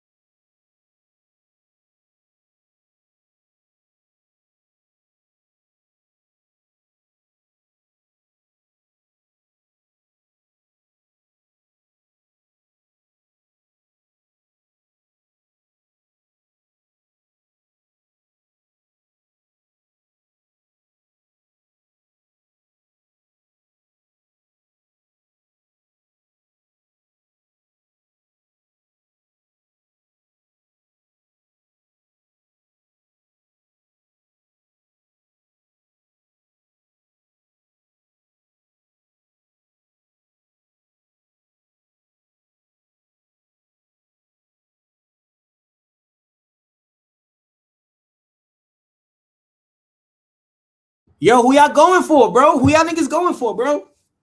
I niggas about to see Brown get in his element. I probably got a couple hundred in me.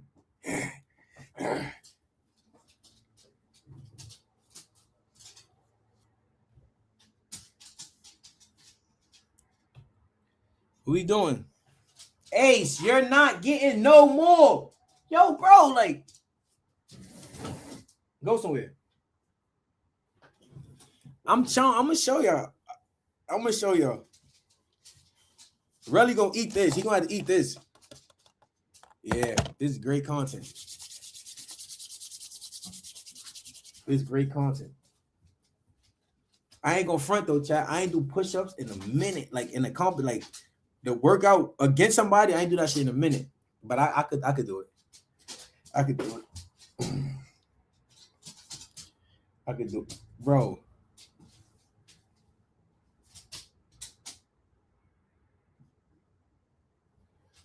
This nigga Ace is annoying, bro. Like, if you come back over here and trying to get one of them bones, you're gonna be mad, bro. I'm telling you. If I give you I'll give a dog a hot chip. He might need it right now. If they say we could give you a hot chip, I got something for you right now, bro. Because you're annoying, bro.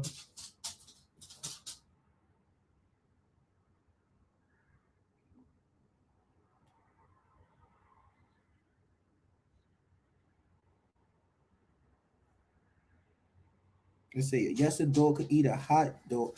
Not a hot dog, nigga. How can a dog eat a hot dog?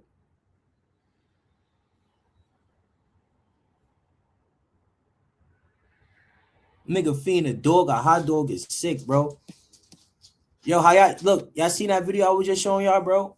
About them niggas, bro. Don't tell nobody I showed y'all that video, bro. That was Marcus. That wasn't Brown, bro. Brown did not show y'all that video, bro. I wasn't giving y'all pages out the book, bro, so y'all can see shit that y'all don't know about, that y'all think I know about. Y'all never even thought y'all knew about it till y'all seen it. Now y'all seen it. Now y'all know y'all seen what's going on out here. So that wasn't Brown, bro. That was a guy named Marcus, bro. When Marcus come, he know all the conspiracy theories. He know about everything in the world, bro. Marcus tell the truth about everything, bro. And Jim Jones probably try to put that bread on niggas' head now, bro. Because it's serious right now, bro. Yeah. Yeah. Yeah. It's a lot of Illuminati shit going on. It's a lot of Illuminati shit going on, bro.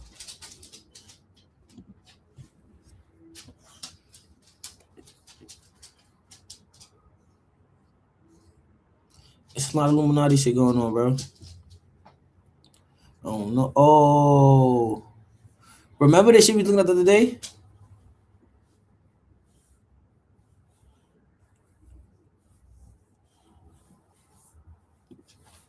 This is where I'm from, bro. This who raised me, bro. You have to protect Marcus at all costs, bro.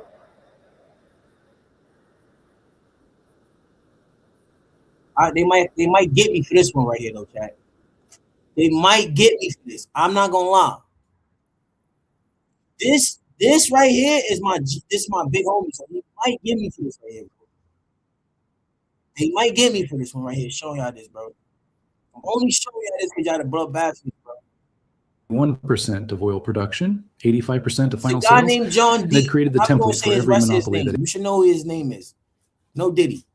You see his name, bro. It's tough, bro. The 31-year-old man in Cleveland, Ohio, controlled 4% of America's oil refining capacity. By 1880, he controlled 90%.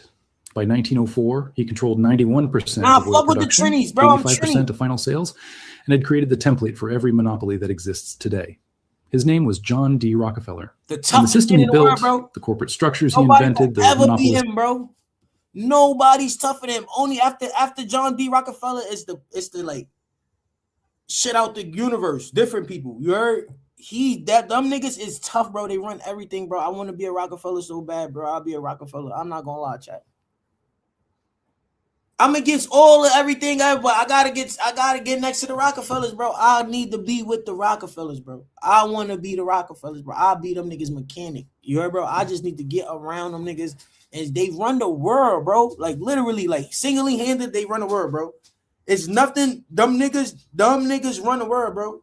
So if I could even get next to them niggas to even like. Imagine, bro. Imagine talking to John D. Rockefeller, any one of the Rockefellers, bro. Just imagine what they doing. Like, You see how we just sitting here, niggas all doing. What the fuck is they doing? Like, they got all the bread in the world, bro. What is they doing right now? As we speak, you can't even look them up on YouTube or nothing or TikTok and see them like they everyday living. You don't know nothing with these niggas. And them niggas all practice incest. Nigga said, Jay, that nigga is not them, nigga. They all practice incest. So they kids, cousins, they all have kids amongst each other. Nobody knows what's going on with these guys, bro. They called the Rockefellers now, bro. I never think about it. Growing up your whole life, it's all the people that's in this live. Did you ever meet a kid growing up in school anywhere you went when you hear a nigga name and their name was Rockefeller? This just show you how the world is the Matrix now. I ran into every last name you could think of, bro. I've been in prison for all my life, bro. I ran into all type of names. I never ran into a nigga named Rockefeller. And that's the biggest family, strongest family in the world. I don't give a fuck. Just think. From kindergarten, elementary, work, wherever you was at, you never ran into somebody with the name Rockefeller. How is this? How is that? Not even a teacher, not a janitor, not a fucking counselor, not nothing. Now, I heard crazy names, but I'm just saying, like, this how you know this shit is scripted, bro. You hear names like all type of shit. It be all type of niggas with the craziest name, like crazy. But how I never met a Rockefeller though? Why you can't Google them? Why you can't YouTube them? And this how you know this shit is scripted. Them niggas don't have nothing. No, you can't look nothing with these niggas. The Rothschilds, yes, that's my cousins, bro. You don't know about them. You don't say their name in here, bro. You don't mention my cousins, bro. You never met a Rothschild either, bro. You Rockefeller and Rothschild, you never meet them. And the Rothschilds and the Rockefellers is the same shit, bro. They're the same family. That's the crazy shit. Niggas don't even see that. That's the same family, bro. It's just incest. And they remarried. That's why Princess Diana got killed, because she supposed to kept the shit in the family. She got a baby by the Indian nigga. That's how Prince Charles was here. She had a baby by the Indian dude. This is Marcus speaking, bro. This is not Brown, bro. This is Marcus, bro. This is Marcus, bro. This is Marcus, bro. It's Marcus, bro. It's Marcus. It's Marcus, bro. It's Marcus, bro. That's why they killed her in the car accident, bro. She said she went in Princess Diana said she went to Princess Elizabeth or one of them crib one day, and she went in the room and it was a bookcase, a stair. She walking up the steps, and then she opened the door. She said it was a being inside that room that was talking to her telekinesis. Like it was talking to her. Like, you know how you read a book? You ever read a book and you reading a book, but you're not reading it out loud, but you reading it out loud in your head? Like the book, you could see the book, you could like you get what I'm saying? Yeah. Tactics he perfected. They didn't die when Standard Oil was broken up in 1911. They evolved, they spread, and they control your life right now in 2025. The gasoline you pump, the drugs you buy, the tech platforms you use, the food you eat, the banks you borrow from, every single one uses the Rockefeller playbook. Vertical integration, horizontal consolidation, regulatory capture, tax-exempt foundations that shape policy, and market dominance so complete in the fight, the Rothschilds or the Rockefellers, bro. Rockefeller didn't just build an oil empire, he built the architecture of modern corporate control. And you cannot escape it, because the system isn't Standard Oil. The system is the method. This what happened, bro. And that method is... This what happened, bro. Extraterrestrial beings came, bro. The extraterrestrial being came. And they came and gave them a blueprint how the world is. They seen the blueprint, and Rockefeller's one of the first people they was talking to. This is like Hitler, bro. Hitler was a great dude, bro. I'm not gonna lie. No disrespect to the Jews, no nothing. This is what I learned. And I could be wrong. So if you're a Jew, just give me some knowledge and let me know how I'm wrong, right?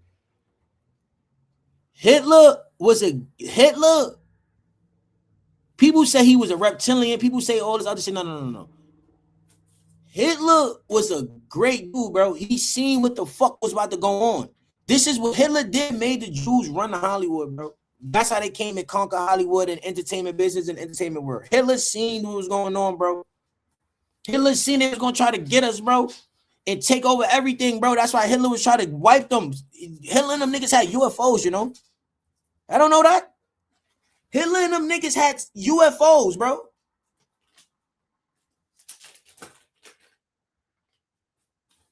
Oh yeah, I don't know that. Ooh, bro, the fuck. Nah, he not a good dude. He not a good dude. Yeah, get out. You annoying, bro. Allegedly, he not a good dude. I said that. I'm just saying. I have the right to like freedom of speech. This is what I learned. But matter of fact, let's pull up Hitler. Let's pull up Hitler. You can break it down. Hitler not here. They didn't kill Hitler. Hitler jumped on a UFO, bro, and got up out of here, bro. That's what happened with Hitler, bro. Them niggas went to Antarctica, bro. Hitler and them niggas had a base in Antarctica, bro. This was going on, bro. No, Hitler wasn't a human being, bro. He was, bro. Listen, I'm trying to tell y'all niggas, bro. I don't understand what's going on, bro. Anything they say bad is not bad, bro. Hitler.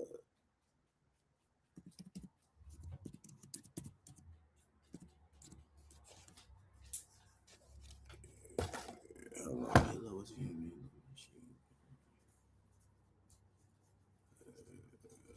I'm trying to find this shit for y'all right now.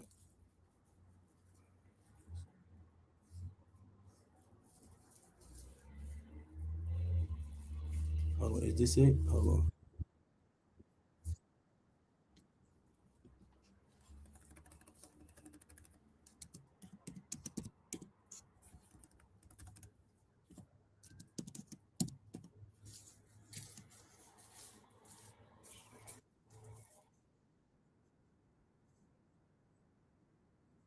Hold on, y'all. My bad. I'm coming right now, chat.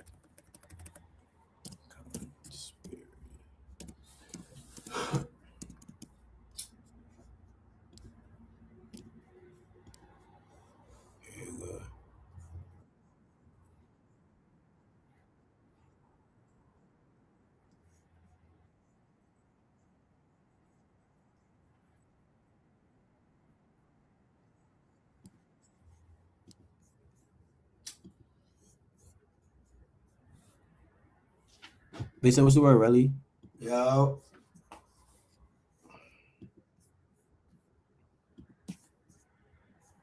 Is Finding Hitler all about? This is a show that you're on, and it's on A&E.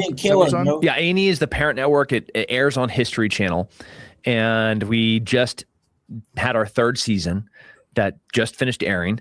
What's the thought process behind this? Is it legit? Because a lot of people are like, Finding Hitler, get the fuck out of here. They found Hitler, he died. Yeah, I mean, not really. We don't know. Right. That's. I mean, this isn't like Ancient Aliens. This is they declassified a bunch of documents.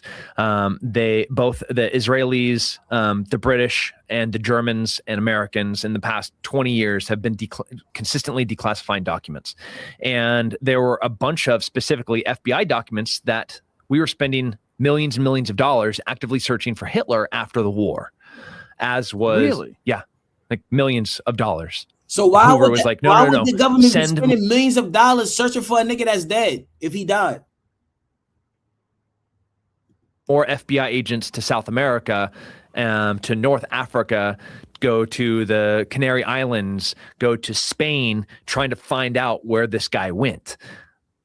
Tons of real FBI documents with real leads, with real informants, some first eye accounts saying that they physically. So anyways, that's the show, is us trying to find out, sift through reality and the fiction of the allure, the mystery of that asshole. So what's the official story? The official story is that he killed himself, right? Yep. He killed himself in the bunker with Ava Braun. Yep. And is there any photographic evidence of his death or anything? So what the Russians got the body and they got his skull. And when they brought it back to Moscow, nobody has ever been able to independently verify who and what this body is. They let one genetic test occur, and the body with the bullet holes that they said was Hitler, and have said, and that's the narrative, that's the story, that's all the eyewitness accounts that are even in the vicinity of collaborating with each other, and corroborating each other's testimony. Like the closest version, because none of it seems to be very accurate, is that, okay, here's Hitler's skull. And when they did the genetic testing, it's that of a 35-year-old woman. So like, oh, well, this isn't Hitler, but they've said for the past 80 years that this is Hitler. So, okay. First, before we start throwing stones at Russia, let's go back to 1945, April, in Berlin. You have the Allies coming in, wrecking shop, dropping bombs, blowing everything up they can in every single which way. You have the Russians coming in from the opposite direction. They don't even have enough guns to arm all their soldiers. So if they have 200 guys, or 200,000 guys, they have 100,000 guns. If the guy in front of you dies, you just pick up his gun. That's what's happening in April of 1945 in Berlin. So the noose is tightening. There is no, I mean, it is chaos, anarchy, pandemonium. This is hell on earth, is Berlin, 1945. So I don't know if you could get a real story, the way that we do it now, where we have, this forensic experts that come in and document everything. And we look at all the different testimonies, say, this is exactly how, it's not CSI. This is 1945 Berlin. It's crazy. So I don't know. So there was no absolute proof. No. And a lot of Nazis did escape and go to South America. The majority of anyone with power. The Nuremberg trials were not a witch hunt, but it was to close a chapter so we could start moving forward with communism. That's what it was. The threat of fascism, the threat of Hitler, the threat of killing all the Jews, the threat of world domination by the Nazis, that threat's gone. What's the next threat? Communism. It's communism. Right. So that had to be a closed chapter of our history so we could focus our resources and our efforts to what inevitably was going to, the wall goes up. We have East and West Berlin. We're already looking at Korea. This happens almost overnight. Right. Very quickly. When Patton's like, no, homies, we need to go all the way to Moscow. This is not the end of our war. And we didn't listen to him. We then have been, fighting communism for the past 75 years. So the ones with power that went to South America, I know a bunch of them went to Argentina. But they think they went to Honduras and a few other places. Mm-hmm. Where do they think they wound up? So what you had in South America, both Chile and Argentina back to back had fascist regimes. You had Perón, who was part of the Nazi party starting all the way back into the mid-30s. He's the president of Argentina. So the Red Cross, they were there was about 3 different rat lines that guys were able to successfully get out of Europe into South America. And there's no question that we're talking thousands, if not tens of thousands of high-ranking Nazis made it there. Tens of thousands. And I'm not talking like little soldiers. I'm talking high-ranking Nazis. Officers, guys like Joseph Mengele and Adolf Eichmann. These are the most disgusting, despicable humans to exist at the time. If Hitler is dead, Joseph Mengele is the guy that would take syringes full of blue ink and inject them. You have blue eyes, Joe, or you have brown eyes. Let me see if I can make them blue. Oh, wow. And then take twins and start torturing them to see if one would feel the pain. That's Joseph Mengele. That's the guy that then in South America was helping high-ranking Argentinians have abortions, and he set up have you seen the movie Colonia? No. About Colonia Dignidad, which is if you're listening right now, I almost warn you not to Google it, because it was a torture camp that was started by Joseph Schaefer, a Nazi. And Joseph Mengele, the doctor of death that escaped trial in Nuremberg and made it at the behest of Perón into Argentina, he set up the hospital at Colonia Dignidad, which was another safe haven for more Nazis in South America. I got drama with that nigga, bro. Golda Meir and David and Ben Gurion, the presidents of Israel, they took the gloves off and they were just sending assassins to try to find these people and kill them.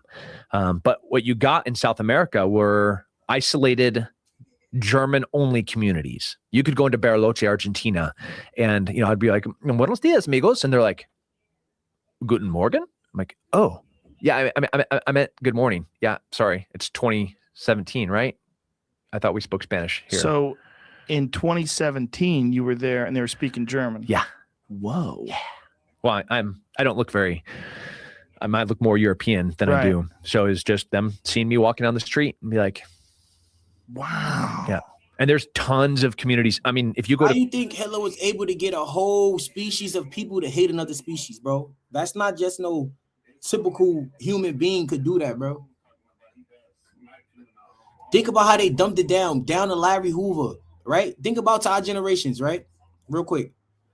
After Larry Hoover and Jeff Ford, all them niggas, bro, they did some shit, bro. That's how they figured out how to stop niggas' bloodlines. You know, it's no leaders now. Those were the last real leaders. Who you gonna say? Dick Wolf, nigga?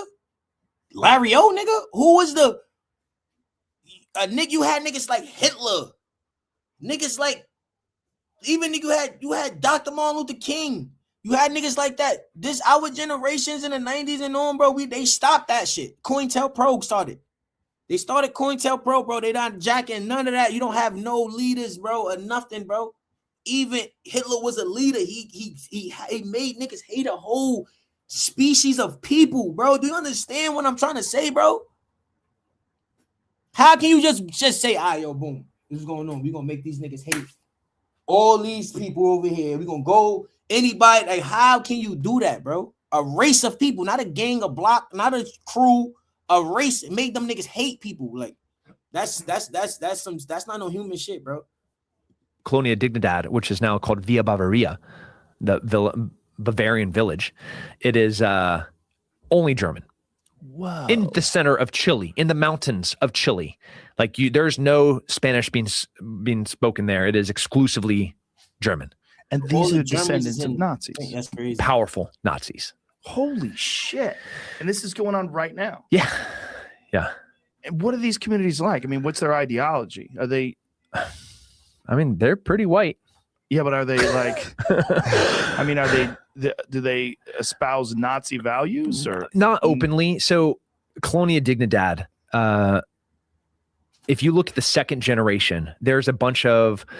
So it was a huge problem for Chile that they tried to hide for years. And they got so much power from the torturing that they did at Colonia Dignidad on a whole bunch of other high-ranking South American dictators that they are almost untouchable. And this is, I mean, you'd blow your mind if you look into this, Joe. You'd love it. But the second generation, the kids, like the grandkids, sometimes they're even more fanatical than the original generation. Have you ever seen this? Where like if somebody's away from, like when you travel abroad, man, it's so cool to get into the culture and get into the food and get into the, like you're dancing this style and you love the flag and you're like, oh, I'm gonna go to a soccer game because we don't go to soccer games in America. And then I'm gonna go, but then maybe after like 2 months, you kind of miss home, you know, and then like a year, like you really miss home. And then 10 years, like you really, really miss home. And you see the same thing in the United States where it's not really a perfect assimilation. It's not the melting pot where you see generations that are espousing to be more like their ethnic heritage than they are American. You know, they're flying the Irish flag and like, I'm Irish. Well, it's just times 1,000 with these communities because they're exclusively German. Yeah, I seen that. It's pretty cool. Kind of weird. So exclusively German and really missing home. Yeah. Yeah. So 70 years later. The second generations I was talking about, some of them came to the United States and were high-ranking white supremacists that are now in jail, in prison for their racial crimes. And they came out of South America. They came out of Colonia Dignidad. They came out of Bariloche. They came out of Cordoba. They came out of Misiones. They came out of, yeah. Wow. Yeah. Crazy. So that's the show, Hunting Hitler. Fucking A, man. It's a trip. How many people are we talking about all told in South America that come out of this? I mean, tens of thousands went there, but how many German communities and how big are they? Yeah, we maybe have 50 German communities. 50? How many people, if you had to guess? A few 100,000. Holy shit. Yeah. A few 100,000 descendants of Nazis. Yeah. Wow. Yeah. And man, it's weird when you walk into somebody's parlor and it's like you're stepping back in time. into Europe. Like I'm walking in, it's 2017, Oh, and I'm walking in Buenos Aires, Argentina, into somebody's parlor, and all of the tile is European, and all the style and all the art is very German. You know, we have like deers and like not like red stags. We're talking German everything, things that Hitler loved. And that's the style, and that's everything. And then they come out and like with white gloves, they're holding their grandfather's memory box. And inside of it are his war medals from, you know, when he was in the SS or when he was, and it is the respect, I don't even know the reverence. Right. Yeah, I mean, it's like it's like this is a gift from the Pope that they're holding in their hands. White gloves. No, I can't. First of all, Tim can't touch it. But I can appreciate it. And then they tell me the story of every single one of these things and how he got there, and how he then went and worked for the Buenos Aires News. You can't touch anything. Oh, they wouldn't. No, because you're dirty. I'm dirty. Dirty American. Look at this. You're too brown. Yeah. Fuck, man.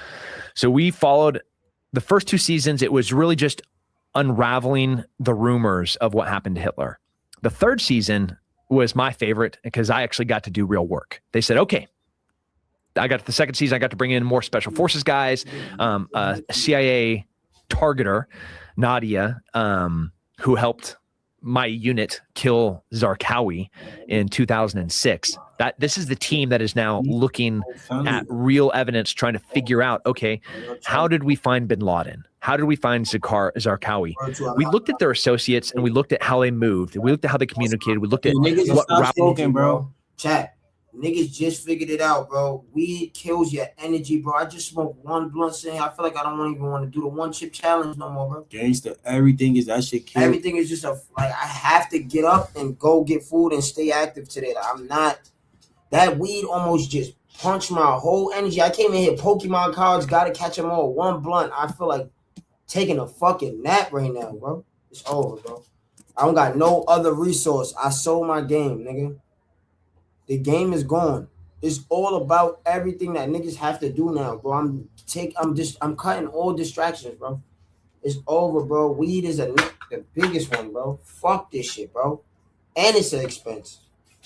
Distraction and expense is crazy, bro. So now I'm paying to distract myself. Get the fuck out of here. Get the fuck out of here. I wish I would pay to distract myself. About the Russians. That shit a dub. I'm gonna gain 20 pounds. Like I'm gonna be glowing. All cause I stopped smoking. Like grabber gonna be out my system. Nigga just smack indica. That's what they do. Nigga just smoke indica. Yeah, bro. I'm not fucking with no more weed, bro. I'm not fucking with no more weed. Shit is a real drug, bro. I've been smoking weed. I got 15 years in this shit now, bro. Fuck that, bro. I vow, bro, to the tats on my face. I will not buy weed today or tomorrow. I'm gonna try to keep going. Shit. I know.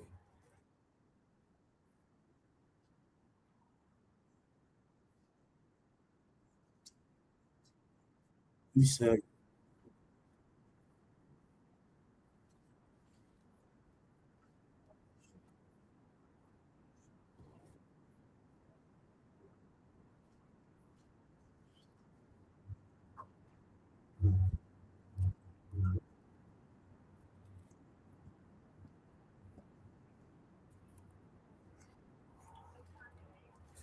no, I don't see that shit, gang.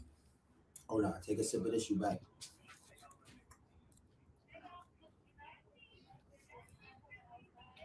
Oh nah, what the fuck? Yeah, this is why they don't make shit like this in America, bro.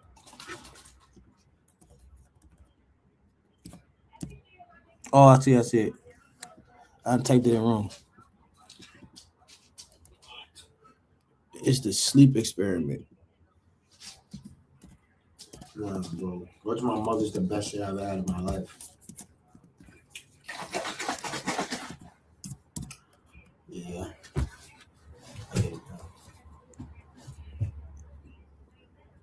The most is theory. No, they don't got it. I don't see it, blood.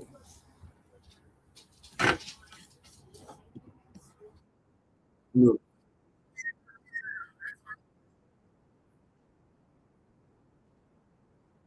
I don't know about Mr. Bullen. That's the crazy part.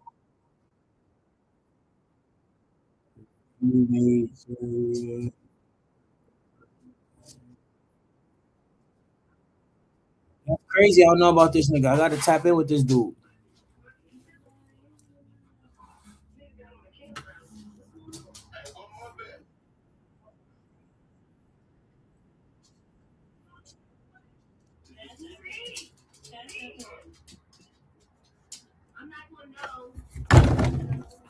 That shit.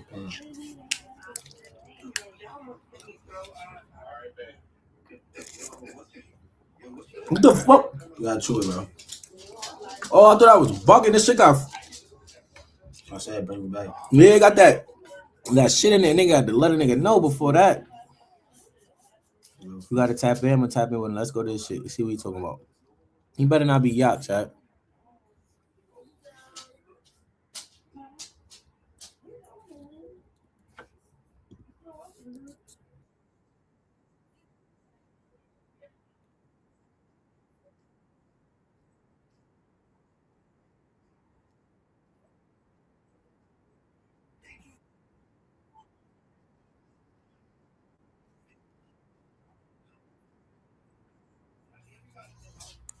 I slapped that nigga, chat. I ain't gonna front.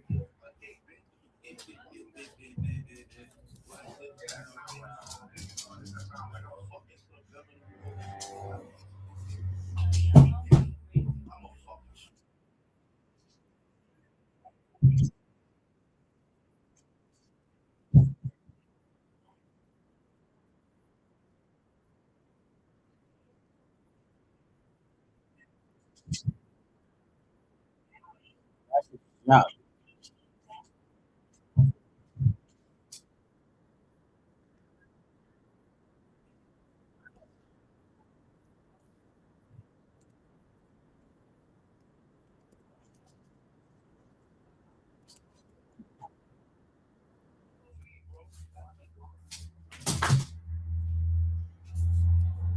I think we seen that already.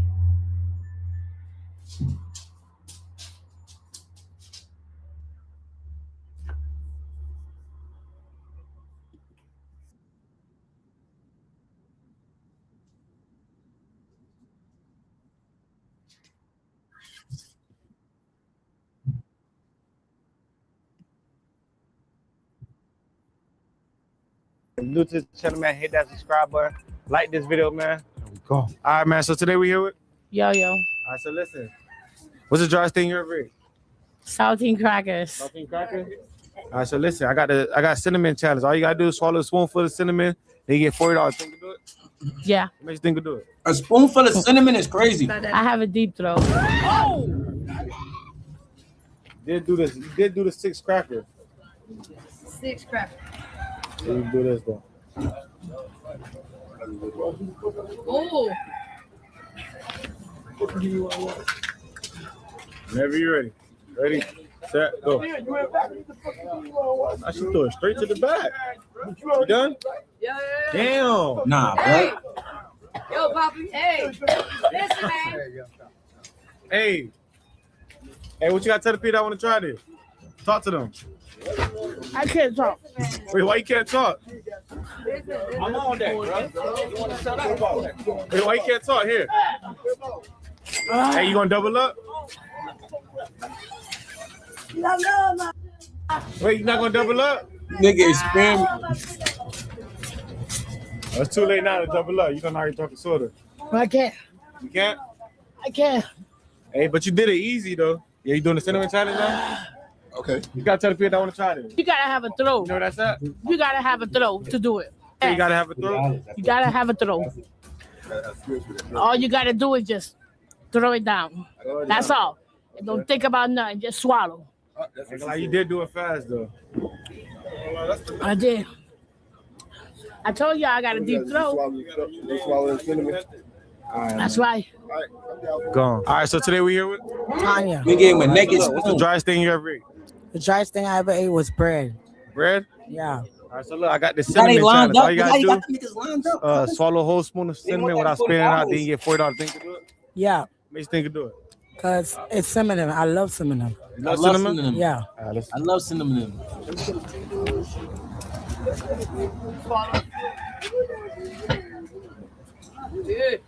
Yeah, we said swallow it. Yeah, swallow it. Hey, hold it. Swallow. Don't spit it out. Come on, swallow it. Come on, baby, swallow it. Swallow, baby. What you doing? Swallow. Swallow, spit out. Spit Got out. it? Turn around so the camera can see you. Once you done, show the camera you done. Come on. I'm done. Huh? Come on. You ain't done, show the camera. Come on, swallow. They done. You still got some in your mouth. Come on, swallow. What you doing? Turn around this way. Turn around this way. Come on, this way. Come on. Come on. I what you going to do? Come on. You just came up.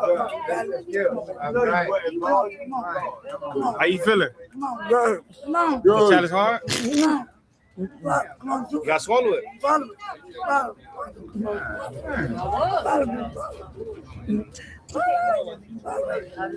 Swallow it. What you doing to her throat? Swallow, baby. What you doing to her throat? Baby, I want to swallow it. I need to pull out this. You better swallow that shit. It's not easy. Swallow, I need to pull out. Swallow. Done? Yep. Show the camera you done. Let me see. Show the camera. Say ah. Say ah. Okay. Hey, so listen. Hey, you trying to go in for another one? No. You trying to double up? Hey, what you got to tell the people that want to try this? Push up shit. What you got to tell the people that want to try this? I just say burn your throat. Yep. Thank you. There we go.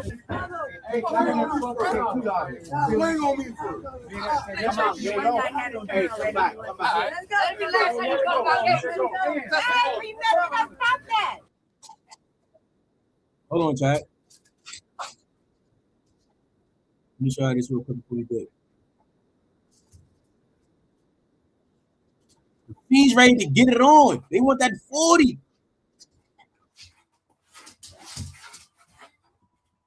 Well, I don't know. I'm playing too, though. Everything good. I don't feel nothing. You already know. Hey, ready 1 through 10, how hot it is? 10. Double 10. I thought you said nothing. I'm a man up.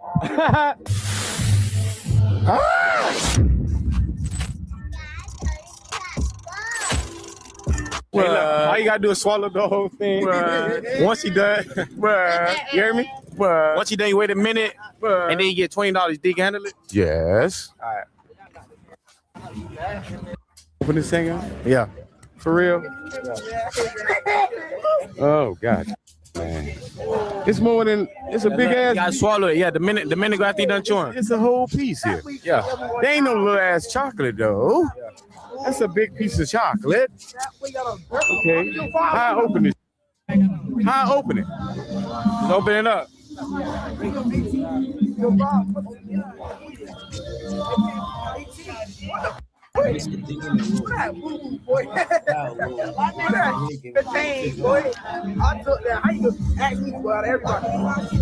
Hey, ready 1 through 10, how hot it is? It's sweet. Sweet? It tastes good? Mm-hmm. Is it spicy though? It's a little spicy. A little bit? Mm-hmm.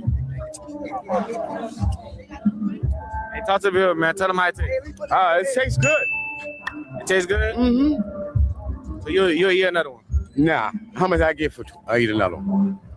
I don't know, man. What you talking about? How you feeling? I'm feeling good. Feeling good? Mm-hmm. Hey, for the people that never had the chocolate before, do you recommend them do it? Yeah. So it's not spicy? Nope. The chip hotter than A that? little spicy. The chip hotter? It's getting up there. It's getting up to like a 9 now. It's getting up there. Mm-hmm. So you just gotta wait for it to kick in there. I'm a man up. Man up. Nigga crying. He crying. He said your girl stinking. That bitch on the toilet. Oh! Kiss at your ass. How you feeling? It's going up to a 10. You said that was what? That's attempted murder. You can't do that. Like a 10. Got water? We ain't got no water. You gotta wait, man. Then you gonna get $20 and then you gonna buy you something. You gotta take with no. So it's going up. It's going up? What is going up to? 15. 15? Oh, so it's kicking in. Okay. It's bugged. All Yeah, and you the first one to do the chocolate too. For real. Yeah. On the real. On the real. What? Some shoes. Shoes? Oh, these they cost $1,000, nigga. My grandma got those. You flawed. You know what? Them cost $1,000. Hey, how you feeling though? Heavenly Father, forgive me. I need you. You brush your nose. I'll put a quarter through that week. Mark! Oh, no, give me the chocolate. Hold on. Keep on. Sit down right there. How you feeling? Good. I gotta go get me some water. Okay. Hey, you mind? Hey, for the people that be thinking the chocolate is a joke, what you gotta tell them? It's not a joke. Not a joke? It's not. Okay. I mean, So, hey, you ready for that one? No. I'm done. I tap out. Tap out? Yeah. Man. Talk to Bill, tell them. I'm gonna have this. I'm gonna take all this. All right. Right now. Let's do it.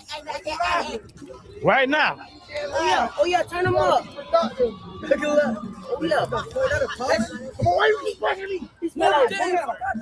Spit your ass. His ass smell like boo boo. Spit your ass. Why you eat the whole packet? Eat the packet. Without eat the packet. You gotta eat the packet. I like his mom. Hey, how you feeling right now? I feel good. Talk to the people, man. Yeah, eat the plastic. You feel good?